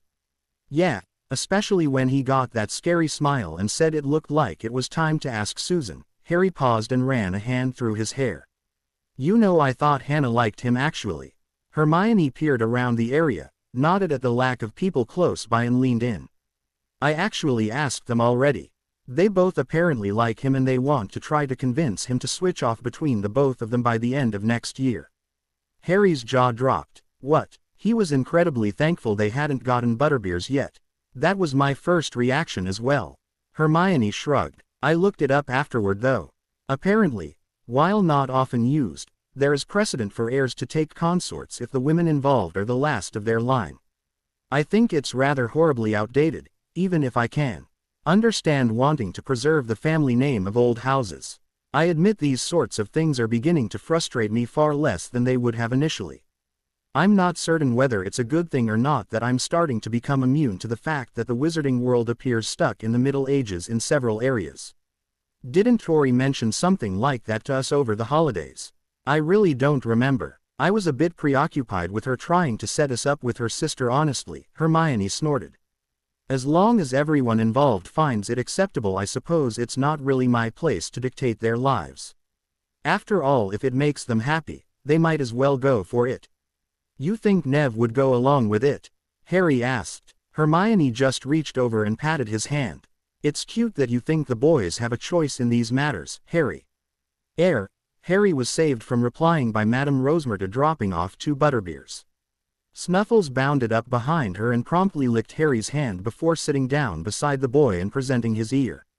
Nice to see you too, Snuffles. Harry shook his head, giving a rueful grin to the dog as he scratched the giant's ears. When the matron had moved on, Harry turned back to his girlfriend. So, what do we, Hermione raised her eyebrows at him and let him stumble along for a minute before bursting out laughing. Harry, it's a date. You don't need to fumble for what to do or say. Snuffles perked up and peered between Hermione and Harry. He gave a delighted sounding woof and promptly moved over to lick her hand and sit beside her. Apparently we have Snuffles' approval. Seriously, Harry, just act normally. We promised to be friends first, remember? Harry shook his head and returned her laugh. Yeah, sorry, hit me if I start being a prat again, yeah. She nodded sagely. So, you never did tell me how you keep getting to all those classes going on at the same time. I know that you don't leave halfway through because you're definitely sitting beside me throughout the entirety of the runes class and Dean always asks you about what's wrong with the Muggle studies teacher, so you're obviously in that one too. Hermione gave a noncommittal shrug. I got a little help from Professor McGonagall. That's really all I'm allowed to say. Well, can I try to guess? She chuckled. Sure. I doubt you'll hit on the right answer anyway. Snuffles gave a bark of encouragement though which side he was rooting for was up in the air. Harry rubbed his chin. You didn't like split yourself, did you? You aren't really studying while still sitting here with me, are you? No, Harry, I am not a starfish. I did not split myself, Hermione said, rolling her eyes.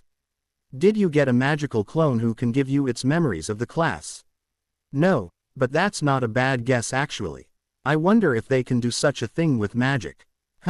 Did you? No, that wouldn't work. Well, it's not like you're time traveling or something. If magicals could time travel, so many problems would be. Harry trailed off as he noticed the panicked look in Hermione's eyes. He gaped. No, you aren't. You're time traveling to attend extra classes. Shish. Keep your voice down, Harry. Hermione hissed. She quickly took out her wand and cast a few privacy spells that the twins had taught her. Snuffles cocked his head at her. You're not going to let this go now, are you? Are you kidding? You're time traveling for class. Tell me everything, please. Harry reached over and clasped her hand, putting on his best puppy dog, doe-eyed look. Fine, she sighed. You cannot tell anyone. Do you hear me, Harry? If you tell anyone, I swear I will. Well, I don't know what I'll do, but you will not like it, I can assure you of that. He nodded hurriedly at her glare.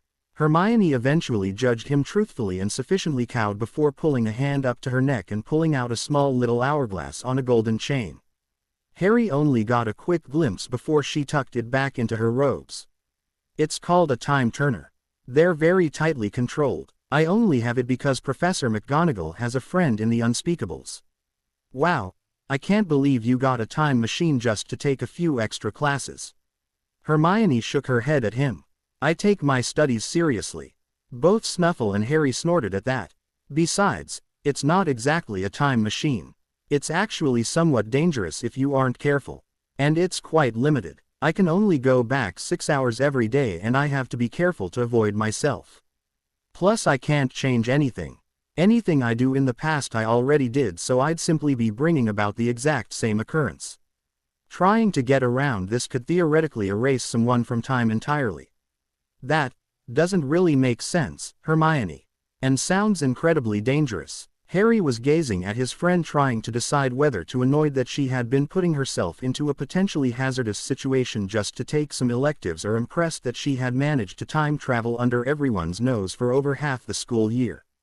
Well, the laws of time are not well understood, and from what little I could make out of the arithmetic theory, they contradict themselves anyway. I decided to just stick to the established rules. She shrugged. Still, you couldn't have just dropped a few classes. Well, it's not going to be an issue after this year, Harry, so please don't worry. She shuffled and averted her gaze. What do you mean, Hermione? Harry asked. I'm doing this enough that I'm shifting my birthday by a few months. I'm actually somewhat uncomfortable with that fact, so I intend to stop after the year is over. Besides, I already dropped divination over a month ago, and Muggle studies is simply ridiculous. Did I ever tell you that the only thing they teach about World War II is that Gellert Grindelwald secretly backed Hitler? That's it. One of the most devastating wars the world has seen, and it's relegated to a single line. Nothing about the atomic bombs, nothing about the Holocaust, nothing about tanks. The class doesn't even acknowledge the existence of guns. I have half a mind to suggest simply lobbing a grenade at Voldemort or hitting him with sniper rounds should he ever get a body back. Harry ran a hand through his hair. Actually, I asked Shiva about that one already. She said some Muggle-born tried it during the war. He had done something to his body to block conventional weapons from hurting him. It worked on a few of his lieutenants though, I think, until he gave them similar protections towards the end. Muggle studies is really that bad. I knew it would be a joke, but still. Wow, yes. The only reason I haven't dropped it too is because I want to finish a list of all the problems with the class, Hermione sighed. No wonder purebloods don't take Muggles seriously if that's their main introduction to the group. Yeah, Harry frowned as he considered the rest of her statement. Wait, you're shifting your birthday. It's not much at the moment, Hermione said, waving her hand dismissively. A little less than a month. It'll only be about another half month or so by the end of the year, less if I don't travel back as much to get more sleep. Oh, so it's not like you're going to be an extra year older or anything, Harry said, breathing a short sigh of relief. Hermione grinned at him, and Harry felt a spike of danger approaching. Too bad, huh? From what I hear, you like older women. Snuffles chuffed and Harry groaned, slumping down to hit his head on the table. I am seriously going to kill both Shiva and Daphne. Okay, so we're all agreed. We tell Professor Lupin what we believe. Harry asked, turning to regard each person surrounding the table. It was the beginning of March and the group was back in the secret meeting room with Daphne, Tracy, Hermione, Neville, Luna, Shiva and himself all assembled. They had considered bringing Susan in as well, but Amelia Bones had asked them to wait as she wanted to explain the situation to her ward herself. Receiving nods all around, Harry turned to Shiva. Okay, can you go get him? Back in a minute, guys, the professor said, striding out to grab her fellow teacher. She was still annoyed with him but was standing by Harry's decision to at least let him try to work up to some sort of relationship with the kid. Shiva found him in his classroom grading papers. Giving a soft snort of amusement, she leaned up against the wall and called out, "Those essays look a lot shorter than the 2 feet ones that were supposedly assigned, Lupin." Glancing up, Remus shrugged, replying, "Well, seeing as how Severus had no business assigning that essay to begin with, I felt it far more prudent to grade my students on the work they had already accomplished prior to my absence." Well, we both know why he gave that work out. That we do. I admit I am somewhat surprised that no one else appears privy to my furry problem after his lesson. Remus sighed and leaned back, slumping into his seat. It is far more tiring to work with him than I had expected. Yeah, well, he hates me almost as much as you, so I get that. And I wouldn't bet that no one picked up on the werewolf thing either. Hermione almost assuredly knows. Completely disregarding her boyfriend, she would have figured it out anyway. I'd also put good money on Daphne Greengrass knowing as well. Remus looked up in surprise. Truly. But if she knows. Lupin, Daphne is bosom buddies with Harry and his group. You're a competent defense teacher that is not trying to kill him.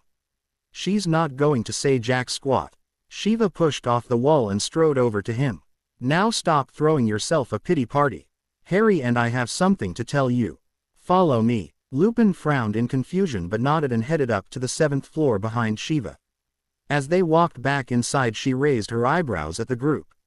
And that is how my father and I discovered the Atlantean micro-dragon. Its keepers were most displeased with us. Luna finished whatever story she had been telling. It had apparently required her to be lounging across the table and kicking her feet in the air. Daphne, Hermione, and Neville all looked extremely confused and mildly horrified. Harry and Tracy, on the other hand, were roaring with laughter. Luna, Harry managed to wheeze out in between his laughs, that's not an Atlantean micro-dragon. That's a Komodo dragon. They're muggle lizards, not magical dragons. I love this girl, Tracy said, clapping Harry on the back. I am totally keeping her if you don't. I leave you people alone for 5 minutes, Shiva said, shaking her head. Lupin stood behind her, apparently trying to restart his thought process. What? Lupin started. He closed his mouth, took a breath and tried again. May I ask what is going on? Hello, Professor Lupin, Luna said, sitting up and waving. Harry and Tracy were informing me that one of my earlier discoveries was incorrect and debating on which one of them had the better claim to me. Hermione's hand came up to slap her forehead while Harry and Tracy started laughing even harder. Daphne grimaced and looked over at Hermione. You rein in your boyfriend and I rein in my girlfriend. Neville turned to other 2 girls and cocked a thumb at Luna.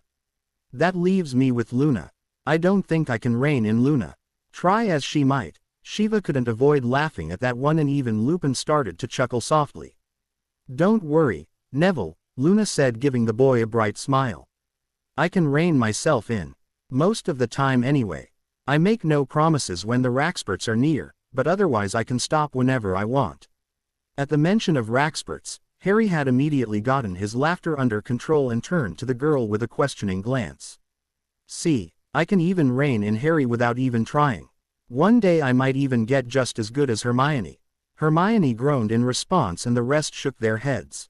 Tracy finally calmed down as well and the 2 teachers took their seats, Shiva near Harry and Lupin on the opposite side of the table.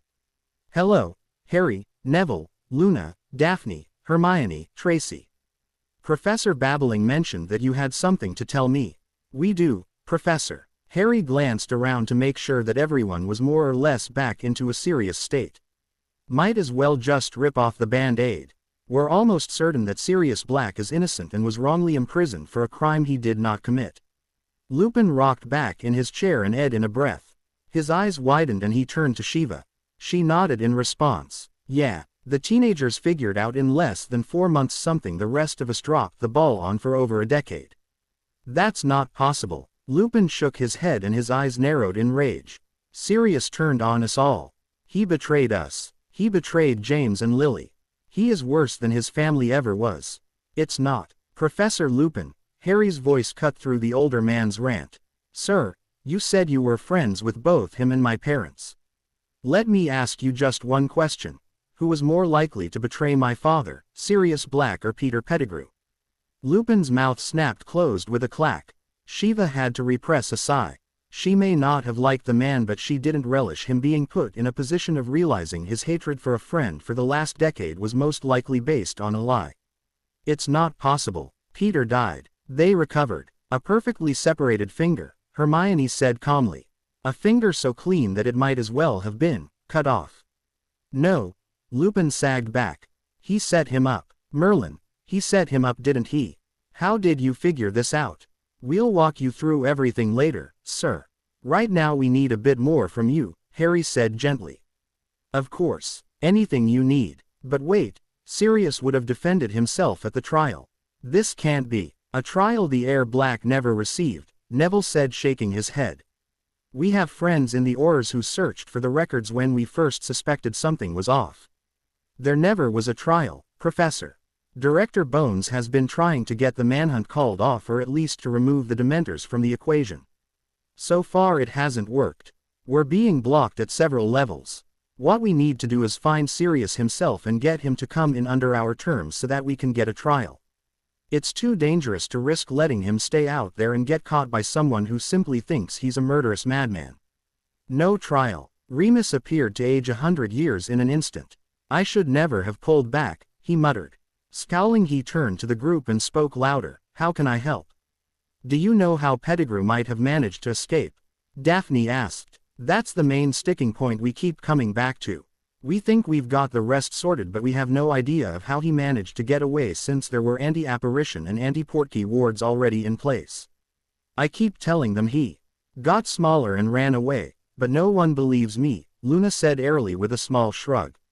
That's because it's not possible for a human to shrink like that, Luna, Hermione explained in a strained voice. I keep telling you, the laws of magic don't work that way. Professor McGonagall does it all the time. Every first class of the year, in fact, I'm to understand. Hermione was about to reply when she and everyone else in the room except Luna froze and just stared at the. She looked back at them and cocked her head. Did I say something odd again? Luna, I can't. Why didn't you say that before? Hermione got out before grabbing 2 fistfuls of her hair and pulling hard. Tracy shook her head in wonder. Wow, I told you, Harry, I am definitely keeping her. Professor Lupin? Harry asked, turning to his teacher with an exasperated look. Yes, Lupin nodded, still staring at Luna slack-jawed. Peter was an animagus, as was James and Sirius. Lily was still working on hers, but had almost succeeded. Shiva chuckled. Harry, you draw in some of the smartest, strangest folk, you know that, kid. Congratulations, Luna, you just figured out a secret that Lupin and his buddies here kept for 10 years. 10. Try 20. Now it was her turn to stare in amazement. 20. But that would have put you in school still. Exactly. Remus smiled at her with a genuine pride in his face. James, Sirius and Peter all learned to be animagi in order to accompany me. Because werewolves can't infect other animals, only humans, Neville said, nodding. That makes a lot of sense. Talk about a show of support. Animagus transformation is one of the hardest magics you can learn. Lupin gaped at the boy, as did Shiva. Like she had thought, Daphne wore a small pleased grin and Hermione was nodding approval. Luna and Tracy, however, stared between Neville and Lupin. Tracy was the one who spoke first. Wait, you're a werewolf, Professor. Well, I guess that answers why Snape was a bastard the other week and gave us that essay. Do you howl at the moon, or is that just a myth? Luna asked curiously. Guys, later. Neville, cool, sir. What animal could Pettigrew turn into? Harry asked, taking charge and recentering the group. A rat. A white rat about this big, Lupin commented, holding up his hands dazedly. James was stag, approximately 18 hands at the shoulder. Sirius was a large black dog somewhat resembling a Grim. Okay, so we are looking for a Grim and a white rat. Yeah, because those are so easy to find, Harry said, sighing. Why did that sound so familiar? Something was tickling at the back of his mind, just like with Dobby and why, from last year. Where the bloody hell are we supposed to start? Spring blossomed on the Hogwarts grounds, though one group of students and two professors were not feeling the levity a shift of seasons was supposed to bring. In fact, most of the castle's population was still subdued. The Dementors were a continual feature, prowling around the edges of the grounds and wandering Hogsmeade. The minister had been brought under increasingly heavy fire by the population over the Dementors and Sirius Black. It had leading to a stymieing of every effort by both Amelia Bones and Tonks to get Black's on-site order revoked. The group had been trying to determine hiding locations on the grounds for either a rat or a large dog, but every spot turned up nothing. Desperate measures were beginning to be considered. Harry, as your girlfriend, I feel the need to prepare you. Yet again, Daphne interjected with a raised eyebrow. Yet again, Hermione agreed, that this is not going to work and you shouldn't get your hopes up. Hedwig is the smartest owl there is, Harry said, stroked his familiar's feathers. She hooted and fluffed up under his praise. She'll find him, even if he is still hiding as a dog. Harry, even if Hedwig had been a Mayan wind chatterer, I do not think it would have increased her odds into a positive number. Luna looked at him sadly. She turned to the bird and petted her. Please don't think I doubt your abilities, Hedwig. It is simply that a man smart enough to escape Azkaban would not forget to ward himself to avoid owls. Hedwig nipped at Luna's fingers and bobbed her head. She twisted back to Harry and held out her leg for his letter. I seriously can't believe we are sending a letter to Sirius Black, Neville said, shaking his head. This has got to be one of the strangest ideas you've ever had, Harry. There is no way this is going to work. It'll work, Harry said proudly. You just watch. Hedwig will find him and we'll be able to convince him to come in with Amelia and Tonks and everything will work out. Tracy thinks it'll work. All eyes turned to the black-haired girl who held up her hands. Hey, I never said it would work. I said it would be entertaining to try and that we didn't seem to have any better ideas. You know not to encourage him, Trace, Daphne groaned. Well, I am officially out of ideas, people, so short of taking out an ad in the Prophet, Harry grumbled as Hedwig took wing. Why don't we do that? Luna asked. What? Five eyes turned to the. Instead of an ad, though, I could write an article for the Quibbler. I'm sorry I didn't suggest it earlier, she looked at Hermione. That was why you initially invited me into this investigation to begin with, wasn't it? You know, Luna, Hermione said with a look of amused frustration on her face, I'm starting to think you are the smartest one among us.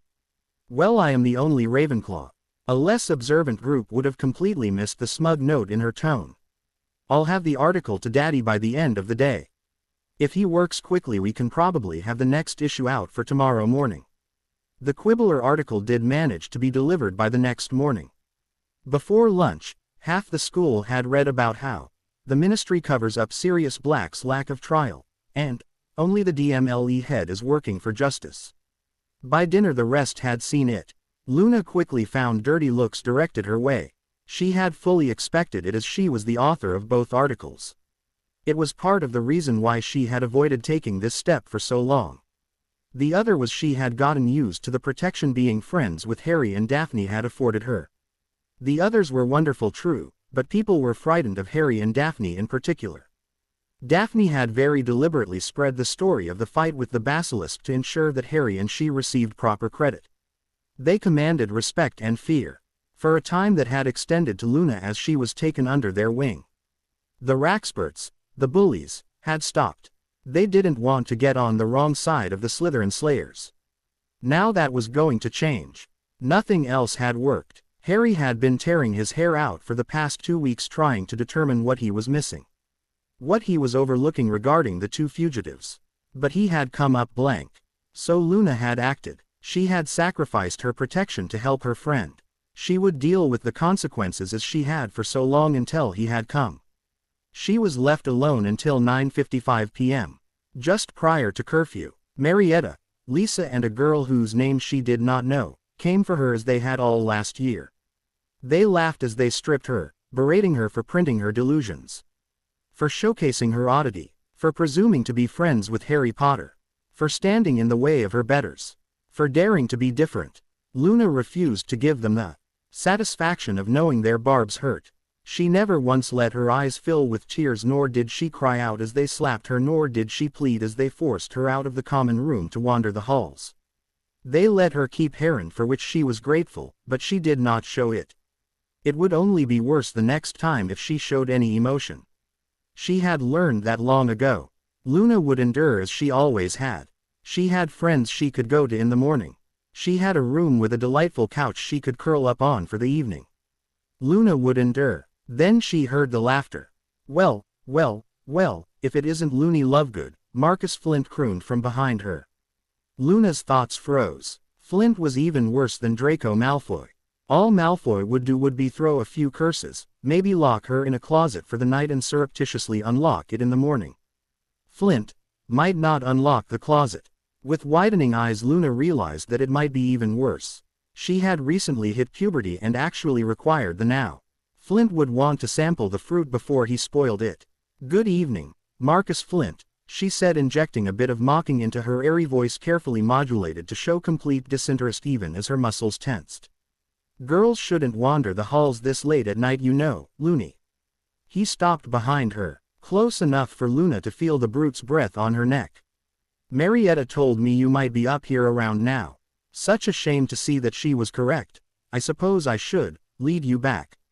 His hand running down her back left no illusions on just where exactly he intended to lead her. Why, thank you, I appreciate that, she said. She had to wait just long enough to. Oh, you'll be thanking me indeed, little one. Flint turned her around and leered at her body. Luna used the movement to throw a punch into his neck and lash out with her leg towards his crotch. Flint had better reflexes than she had hoped. He managed to avoid the jab and shifted enough to miss her groin shot. However, his move did put his knee into the path of her leg.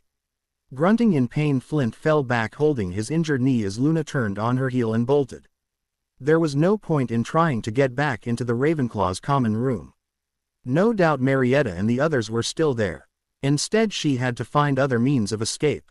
She could still perhaps. Any idea of hiding her pain and continuing along the same path as before fled at Flint's footsteps sounding behind her. Get back here, you little. He had long legs. This race would not last long if she didn't take additional steps. Come on, contact Harry, Luna said between breaths. She thanked all the gods and goddesses she knew that Marietta had left her the earring Harry had given her. What's going on? Harry, where is? She dodged as a red spell shot over her shoulder. Tearing around a corner, Luna continued, where is the Gryffindor common room? Luna, 7th floor. Grand staircase, north side. Why, Luna, why are you breathing heavy? If you wouldn't mind. She paused again as Flint threw another spell at her. She just barely managed to jump over that one, though the landing hurt in her bare feet. She jumped onto the staircase and started heading up. If you wouldn't mind opening the door, I would greatly appreciate it. Stop running, you little. Flint's shout was cut off as Luna lobbed a helmet from one of the suits of armor she passed at him. Where are you, Luna? Harry asked. All traces of sleep vanished from his voice. I'm coming, she smiled. Harry had saved her before. He would again. One level down, Harry. I should be there in a moment. Luna used her momentum to slingshot around the edge of the banister and into the corridor Harry had specified. Flint seemed to have realized where they were as he redoubled his efforts to catch her. It was useless. The portrait of a rather corpulent woman swung wide in front of her and a roiling aura stood in the open path beyond. She flew into Harry's arms and he swung her aside as he swept his other arm forward. She burrowed into her saviors, only dimly realizing he had no shirt on, only a small leather belt with holsters on it was draped over his. With a satisfied grin, Luna watched a torrent of water flow out of the palm of Harry's outstretched arm. It flooded towards Flint's lower body and after barely a second froze completely solid. Flint's upper half jerked down and his head smashed into the ice sculpture he was encased in, drawing a bit of blood from his nose. The impact threw his wand forward towards the portrait hole and seemed to knock the older boy out. Harry glared at Flint for long enough to make certain he wasn't a threat, then turned his eyes towards Luna. She tried to force back the tears she felt welling up but was only successful in holding them to a sheen across her eyes. She pushed her head into his further to avoid him seeing her like that. Avoid him seeing her as weak, as incapable, as unable to defend herself, as pitiable, as useless. Luna, are you all right? His voice was so gentle, so quiet. No one had spoken to her like that since her mother died. No one had ever even bothered to ask her that question in over 2 years. I am fine, Harry. Thank you for asking, she responded, voice thankfully light and airy and not betraying her feelings at all. If you're fine, then why was Marcus Flint chasing you through the corridors in the middle of the night? Harry put his free hand under her chin and lifted her face. Inwardly, Luna cursed that she hadn't managed to dispel the sheen from her eyes yet. Luna, where are the rest of your clothes? Most wouldn't have heard it, but Luna could detect the strain in his voice, the need for her to answer, to tell him. But it was tempered by the restraint of holding back, of not forcing an answer. With a start, Luna remembered back to the day he had asked her to sit with him in the Great Hall. He had said that he had been called names as well. Perhaps she should say something. The Raxperts took them. Luna appeared to crumple inward. It was all she could ever say when confronted. It was more than most, but it was still not enough. Raxperts plural. Are the Raxperts in Ravenclaw, Luna? He asked quietly. Luna flinched. It was all the answer he needed. Hugging her close, Harry tapped his calm stone. Calm on. Contact Hermione. My own. I need you to come down to common room immediately. Bring a spare set of clothes, please. Yes, I'm serious. Yes, it's an emergency. No, I'm fine. My own. Okay, thanks. He had barely disconnected the call when Hermione flew down the stairs to her dormitory, leaping over the last 3. Luna saw Hermione quickly scan the common room and settle on Harry, wrapped around her in a protective cocoon. Hermione's eyes widened and her nostrils flared. She practically flew across the room and draped the robe over Luna's shoulders. Harry pulled back enough for her to pull it on and smile at the 2 Gryffindors. Thank you. It was quite cold. Luna, what happened? Are you okay? Did they hurt you? Did they touch you? Hermione asked softly, pulling the into a hug. Luna gave her a quick hug back, inwardly sighing that Hermione hadn't minded Luna holding on to her boyfriends. I am fine, Hermione.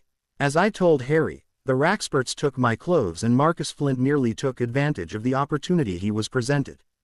Harry assisted in handling the situation. She nodded her head to the still frozen and passed out Flint. Hermione looked over, widened her eyes slightly, and then twisted to Harry. Freezer, he said with a shrug, slotting a rune stone back into his harness. I heard her being chased, but not who was chasing. It's a good non-lethal, but still extremely effective, stopping option. Luna, has this happened before, Luna? She hesitated. How was she supposed to answer that? It was a direct question and there were few evasions available. She couldn't use a creature the way he had worded that. With a groan, she realized she had hesitated too long. Like her earlier flinch, it was all the answer that Harry needed. He growled and Hermione's lips curled into a snarl as well. The older girl clutched Luna tighter. Luna, Hermione said, stroking her hair. This is never going to happen again. You cannot promise that, Hermione. Yes, we can, Luna, Harry said, folding into the hug from behind. Luna wiggled out from both of them, growing angry in spite of herself. No, you cannot. I endured long before any of you came along. I endured my mother's death. I endured my father's insanity. I endured the taunts and the names and the threats and the disappointment and the abuse and the bullying and the hexes. I asked for help tonight because I am older now and Flint is not the type to stop. Thank you for your assistance, but I will endure as I have, and you cannot promise that this will not occur again. I spent the entirety of my first year learning how to deal with this and I can handle it on my own. Luna. Harry waved her to the couch and down in the chair across from her. Hermione joined her on the couch. Luna, do you remember the first time you sat down with us at breakfast? She nodded. I was like you for a long time. I have friends now though, and I have people I can turn to for help and support. People I can lean on when it gets hard and things come crashing down. You have that now too, Luna. We're all here for you. You're not alone anymore and you don't have to deal with this on your own. I may not have a ton of political power just yet, but I have enough friends that I can ask for some favors and make sure that people answer for what has happened. I don't need that, Harry. She sighed and let the mask slip. It was tiring to keep it up around them.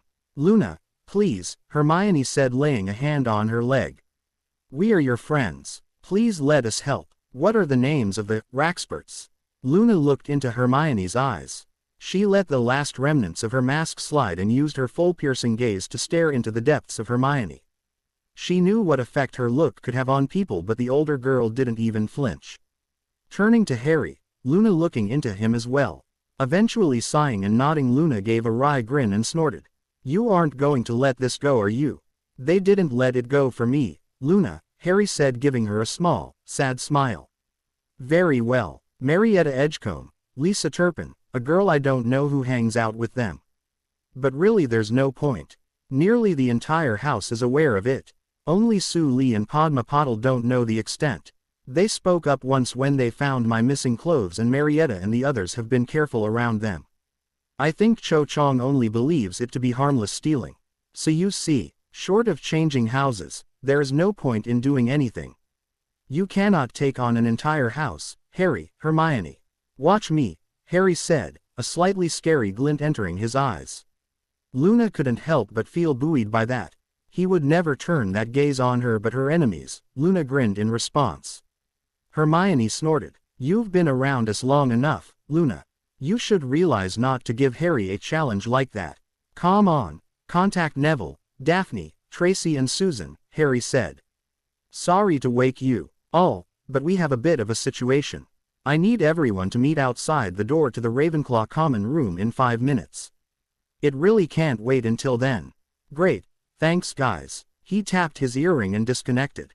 I didn't know the stones could connect to more than one at once. Hermione said, cocking her head. Luna chuckled quietly. Of course that would be what the witch noticed. Harry shrugged. I try not to use them on conference too much for too long.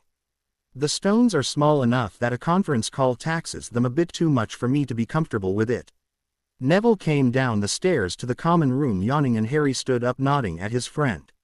Luna, wait here with Hermione, okay? I'm going to go talk to the Raxperts about this. You don't seriously think you're leaving me out of this? Hermione asked with raised eyebrows. I am not sitting on the sidelines if you are doling out justice like an avenging angel, Luna commented at the same time as Hermione. Both girls looked at each other, smiled and laughed. Hermione waved for Luna to go ahead. Harry, I am fine. I am uninjured beyond a minor bruise on my shoulder, and you have succeeded in ensuring I am calm. If you are going to confront them, I want to be there to watch. Confront who? Luna. Neville narrowed his eyes at her. I missed the action again, didn't I? Don't worry, Neville, Luna said with a smile. The action is just about to get started. You merely missed the prologue. As did Hermione at that. Oh, good, Neville nodded, looking a bit more awake. I keep missing most of the fun stuff, and Harry promised I could have first crack at Voldy this time. We're not going against Voldy, Nev. Just some schoolmates who have gone a bit too far, Harry said, leading the way out the portrait hole. He stopped to grab Flint's wand and tucked it into his pocket, stunning Flint with a stupefy for good measure. Neville looked at the Flint sculpture and shook his head. I guess that was the prologue. Yes, Luna replied, nodding. I like that rune. Yeah, worked better than I had hoped actually, Harry said. You know, I have to admit, I would have put money on Malfoy, not Flint. Draco Malfoy is an idiot, but he is not so stupid as to attack me with anything beyond what he does to the rest of the student populace, Luna said, shrugging. Marcus Flint, however, well, he is that stupid. Harry shrugged in reply as the group pulled up outside the Ravenclaw Tower. Daphne, Tracy and Susan melted out of the shadows, dispelling their ninja stones. Tracy snorted seeing Harry while Susan shook her head and Daphne whistled appreciatively. Harry cocked his head in confusion as Daphne ran her eyes up and down his.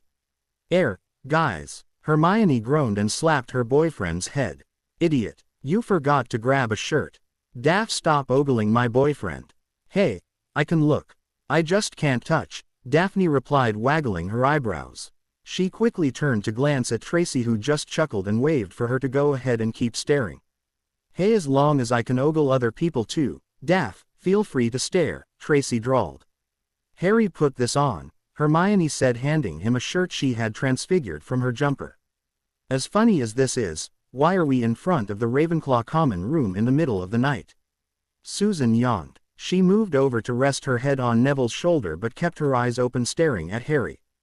Harry sighed as he adjusted his harness to fit over the shirt. 1 second. Hermione, can you fill them in? She nodded, and as she moved over, Luna listened to Harry activate his comm stone again. Shiva, I'm about to enter the Ravenclaw dorms. Luna was attacked. She's all right, but this has been ongoing for a long time. I could use Professor backup. Would you mind grabbing Flitwick on the way? This concerns him too. No, Shiva, I'm not going in alone. Everyone else is assembled already. I wanted to start before you got here. Plausible deniability. Shiva, no, I'm not letting this go until morning. Yes, it is that bad. Shiva, she was almost raped because they tipped off Flint. Roger. Harry disconnected and turned to the others. Everyone up to speed. Good. We have between 2 to 5 minutes before the professors arrive. Daphne, you and me at the front. Let's play up this image you've built for the two of us. Slytherin Slayers, Luna provided helpfully. Because you slew Slytherin's monster. There were soft chuckles at that, though most lacked actual mirth. Luna smiled at them all. She did actually have friends. That was something beautiful.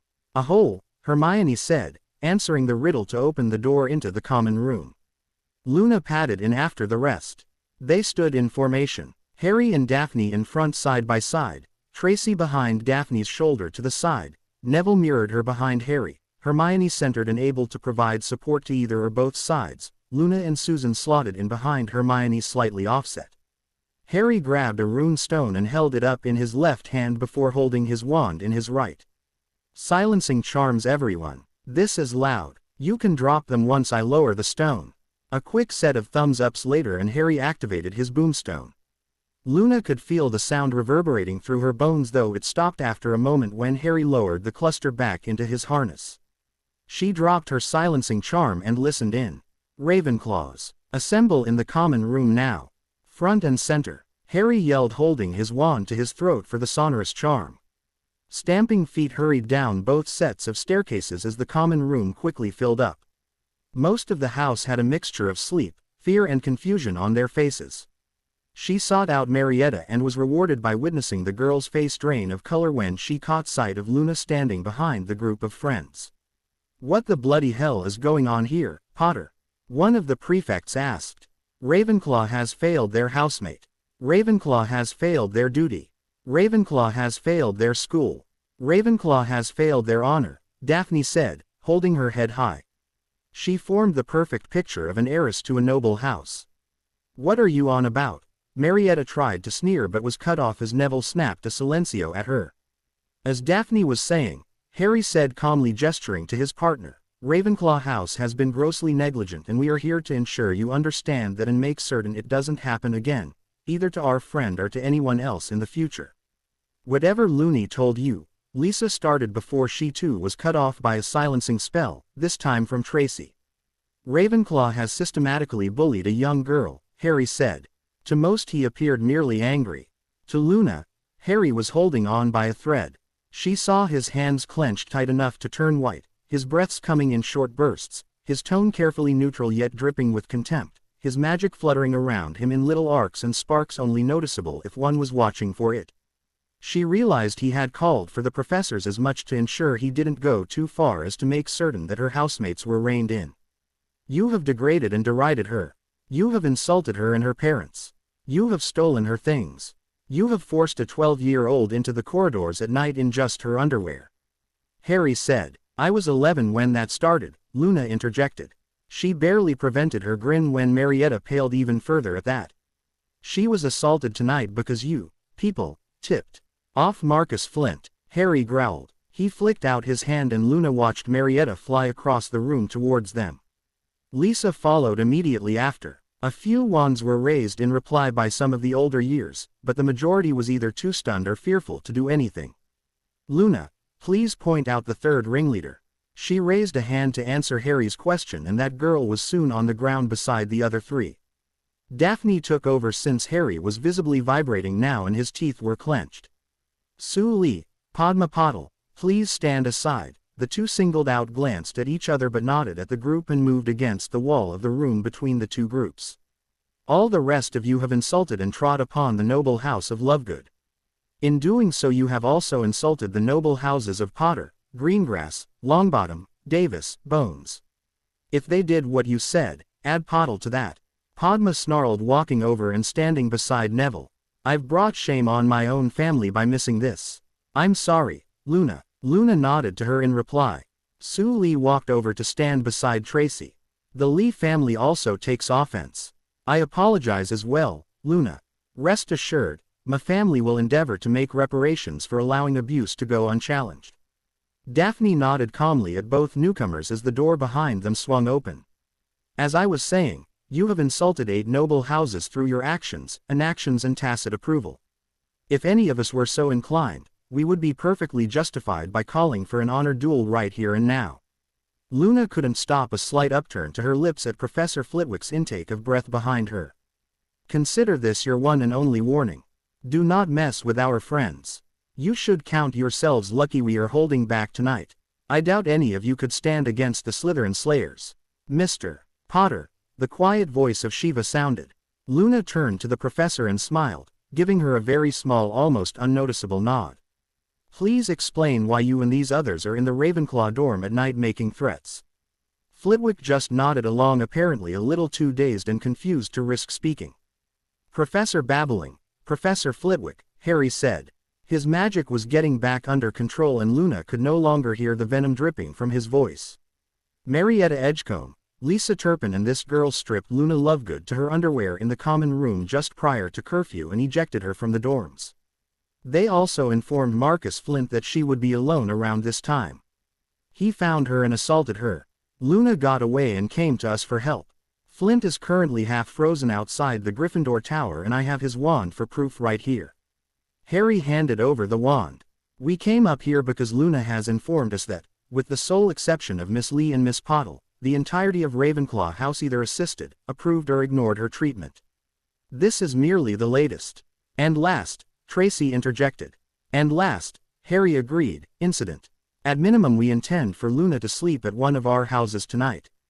We will discuss options going forward tomorrow morning with the headmaster and deputy headmistress.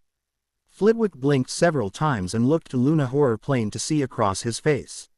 Miss Lovegood, is this all true? Yes, Professor, Luna said with a sad smile.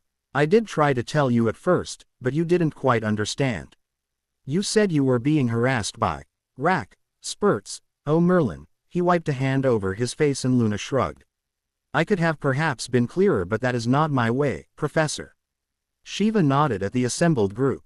Very well, we'll take it from here. Everyone please return to your dormitories. Miss Lee, Miss Pottle, if you two wish you may accompany Miss Lovegood in alternate sleeping arrangements for the evening. The two girls nodded and Harry's Slytherin Slayers headed out of the Ravenclaw common room. As the door was closing, Luna heard Flitwick start shouting loud enough to hurt her eardrums. Luna just smiled and skipped along after her friends. The Rackspurts had been dealt with. Harry walked into breakfast the next day glancing over at the Ravenclaw table with an acid glare. There were very few claws sitting down and those that were looked exceedingly glum. Only the few first years appeared at all upbeat. Nodding to himself, Harry moved to sit with his friends. Luna was happily chatting away with Tracy while Hermione looked on in exasperation at whatever they were discussing. Ginny kept looking between Luna, the Ravenclaws and Harry, but she never said or asked anything. Hedwig showed up with the other owls clutching a small piece of paper. Harry's good mood increased exponentially as it was clearly not the same letter he had sent off with her. He replied, I told you she could find him. Hermione and Daphne's jaws dropped open as Hedwig settled down, puffed up her and held out her leg. She twisted to each girl surrounding Harry and gave a pompous hoot. Neville laughed and fed Hedwig a slice of bacon. Careful now, girl, no one likes a show-off. You did well. Hedwig hooted and bobbed her head in reply before taking wing and heading back out. Harry had gotten his letter opened and growled, crumpling the thing into a ball. That good, huh? Tracy asked. It's a paw print. A paw print. Harry glowered at the offending piece of paper. Signed, Mr. Padfoot. Who the hell does he think he is? A paw print. Arsehole. Well, people have said he and your father were rather big on pranks, Hermione said, sighing. I suppose this is his idea of a good laugh. And language, Harry. I told you it wouldn't work. Well, she did manage to find him, so he was correct on that part, Hermione. Hedwig is very impressive indeed. Our Black's an idiot and didn't throw on a male ward, Daphne commented, shrugging. I seriously doubt that Hedwig knows him personally to be able to see through that sort of thing.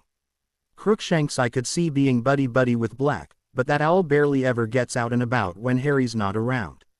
You know, what if Hedwig does know him? That was awfully fast to both deliver and return a letter. Where would she have met him? I wonder if... Harry's train of thought was interrupted as Shiva came up and tapped him on the shoulder. Blinking, he looked up at his guardian. Yes, headmaster's office as soon as you're done. Anyone that had a direct hand in last night's activities. Will my father be attending as well, Professor? Luna asked. The table quieted down immediately. I'm sorry, Luna, he's out of the country.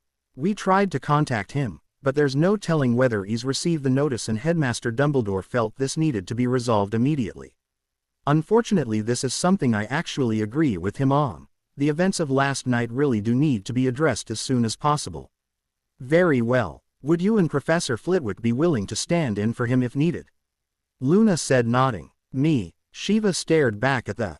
Harry trusts you, so do I, Luna stated, losing a lot of airiness.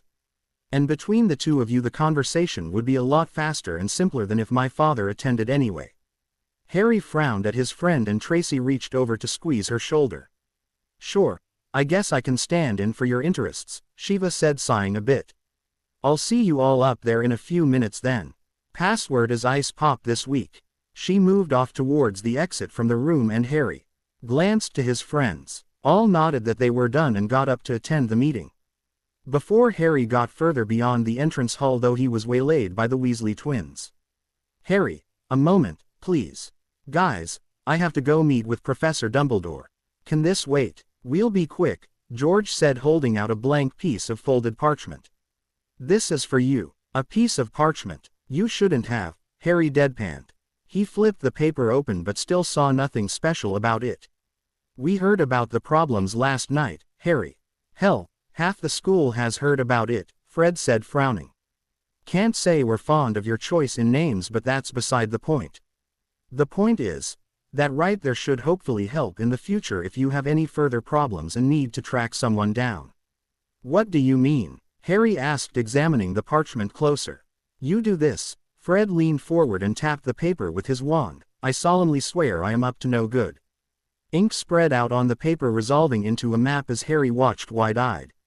This is the Marauders map, Harry. We found it years ago and it has served us well.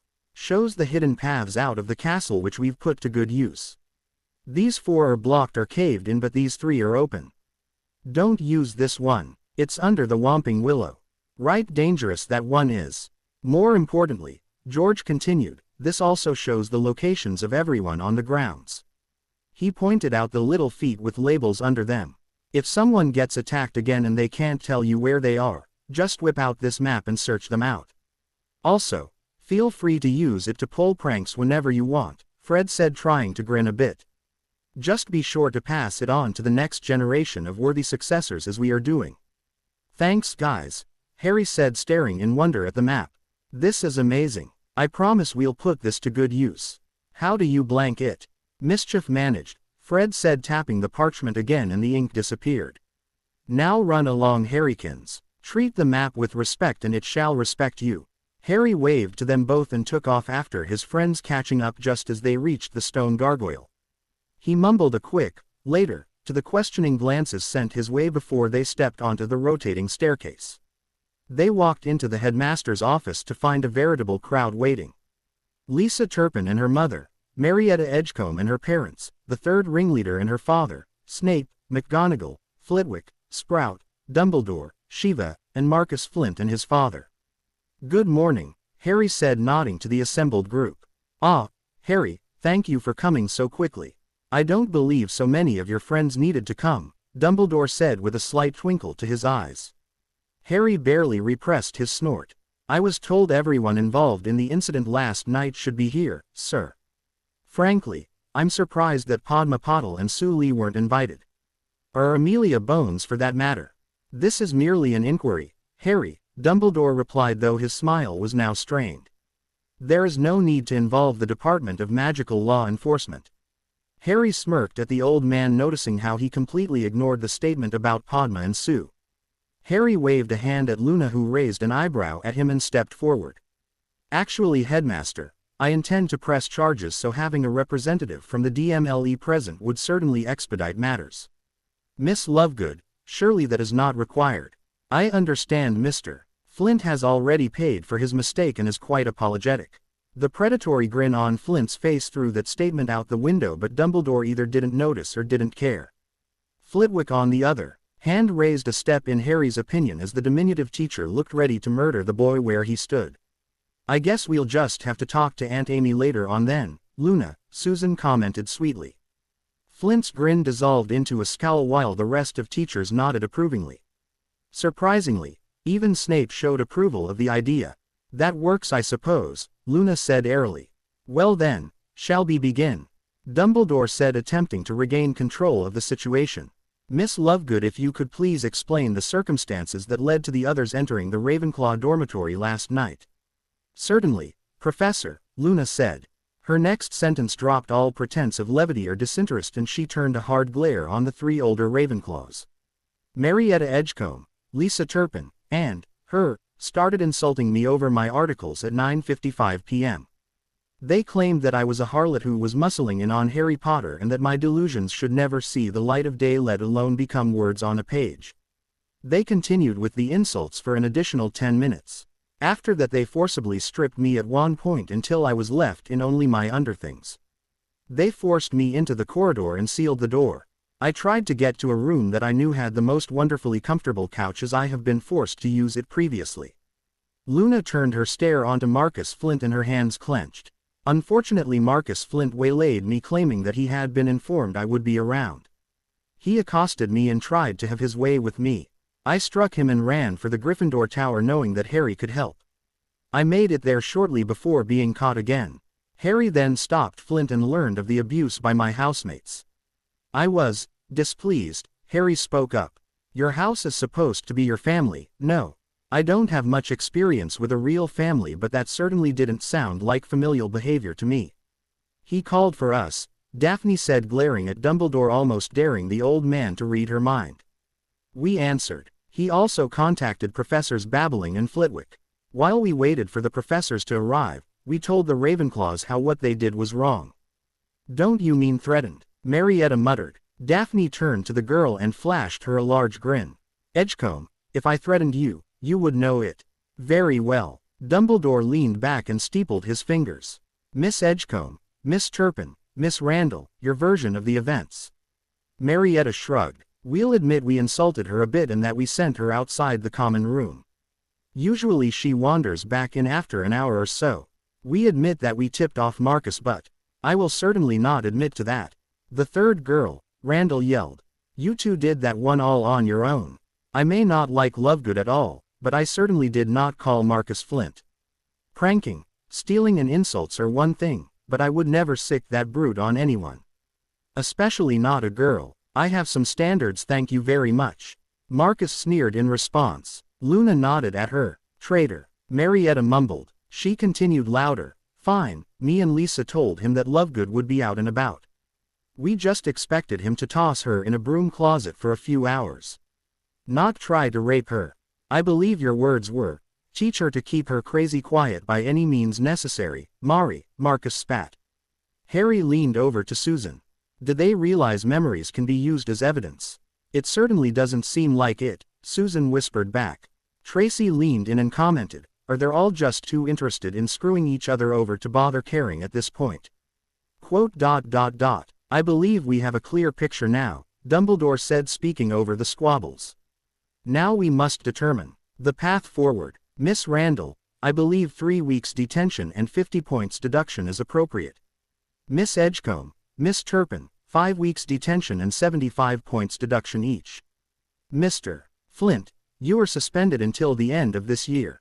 If you wish to finish your education at Hogwarts, you will need to either schedule your newts by the end of the day, or return Again, next year.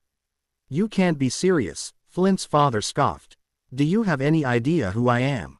Snape sneered at the man, and Harry found himself in the odd position of rooting for one of the men he utterly despised. A somewhat connected individual, nothing more. Your son has already been held back once for failing his exams and has started numerous fights with many complaints leveled against him. He is a disgrace to Slytherin House, and you should count yourself lucky that he has not already seen his wand snapped. And seeing as how he has managed to earn the ire of several noble houses, including the head of the DMLE, I would not expect such an oversight to continue for long. Severus, Dumbledore said softly. Albus, be quiet, McGonagall thundered. You have already used your authority to prevent us from acting against these women. You cannot protect that boy. He is of age and will be brought to task. You, sir, the Scot turned her withering glare on the elder Flint, would do well to keep your tongue from wagging. Count how many witnesses are in this room before you attempt to bribe or threaten your way out of this, and ask yourself if he is worth it. The man scowled but remained quiet. Dumbledore sighed. After a short uncomfortable silence he said, very well. If there are no further complaints, you're seriously only giving them 3 and 5 weeks of detention? Hermione asked incredulously. That's it, Miss Granger. I have taken a great many points from. Oh, the bloody point system is a joke and everyone knows it. Hermione snorted. They assaulted a younger student and stole private property multiple times. They admitted it. You're barely even slapping them on the wrist. Everyone deserves a second chance, Miss Granger, Dumbledore intoned sadly. I am disappointed that you do not understand this. Don't bother, Hermione, Harry sighed. It's worth wasting your breath. He's not going to listen. Dumbledore's eyes narrowed. Miss Edgecombe, Miss Turpin, Miss Randall, Mr. Flint, you may leave. If the others will please stay for just a bit longer. The headmaster waved the rest out of the room, and as they left, he looked at Luna with a tired gaze. I am sorry for what you have experienced, Miss Lovegood. I urge you not to harden your heart, but to allow them the chance to redeem themselves. Only people who repent deserve the chance for redemption, Headmaster, Luna said. Before we depart, I request a resorting. Dumbledore jerked back in his seat and Sprout flinched. Flitwick sadly nodded, having obviously expected this, as had Shiva and McGonagall. Snape scowled but didn't say anything. That seems rather extreme, Miss Lovegood, Dumbledore tried to plead with her. Not really. Extreme would be calling Susan's aunt on the other 3 as well as the majority of the house. Dumbledore paled at her calmly delivered threat. No, all I want is to feel safe in a house that wants me. Any of the other 3 would work. I have 2 allies in Ravenclaw now. In Gryffindor, I have at least 6, but likely far more. In Hufflepuff I have at least 2, but again, likely more. Even in Slytherin I have at least 4 allies. 5. Don't forget my sister, Daphne said softly. My apologizes. 5. This is a most unusually situation, Miss Lovegood, Dumbledore said. The choice was taken from him a moment later as the hat spoke up from its perch. Well, little Luna Lovegood, I stand by what I said 2 years ago. You would do well in any house. Your loyalty is beyond reproach, your cunning is quite impressive, and your bravery is commendable. Feel free to choose for yourself. The teachers were looking at the hat in awe. Shiva was the first to shake her head and chuckle. You know, I really shouldn't be surprised to hear you speak. You did help Harry last year after all. Of course you'd help another friend of Hogwarts. The hat bobbed its brim at her and went back to senescence. Thank you, Hat. Luna beamed at her friends, who all smiled back. I think I would like to go to Gryffindor. Harry was the first to be nice to me besides Ginny, and I would enjoy spending more time with him. Dumbledore could only nod. Very well, Miss Lovegood. I will ensure your things are moved to the second-year dorm in Gryffindor Tower. Welcome to the Lion's Den, Miss Lovegood, McGonagall said warmly. That evening around curfew, Harry was sitting on his favorite armchair looking at the Marauders map. This map was amazing, and he really wished someone could tell him how the enchantments had been added to it. It was only the first time he had activated it himself, but he didn't want to take the time to examine it in detail at the moment.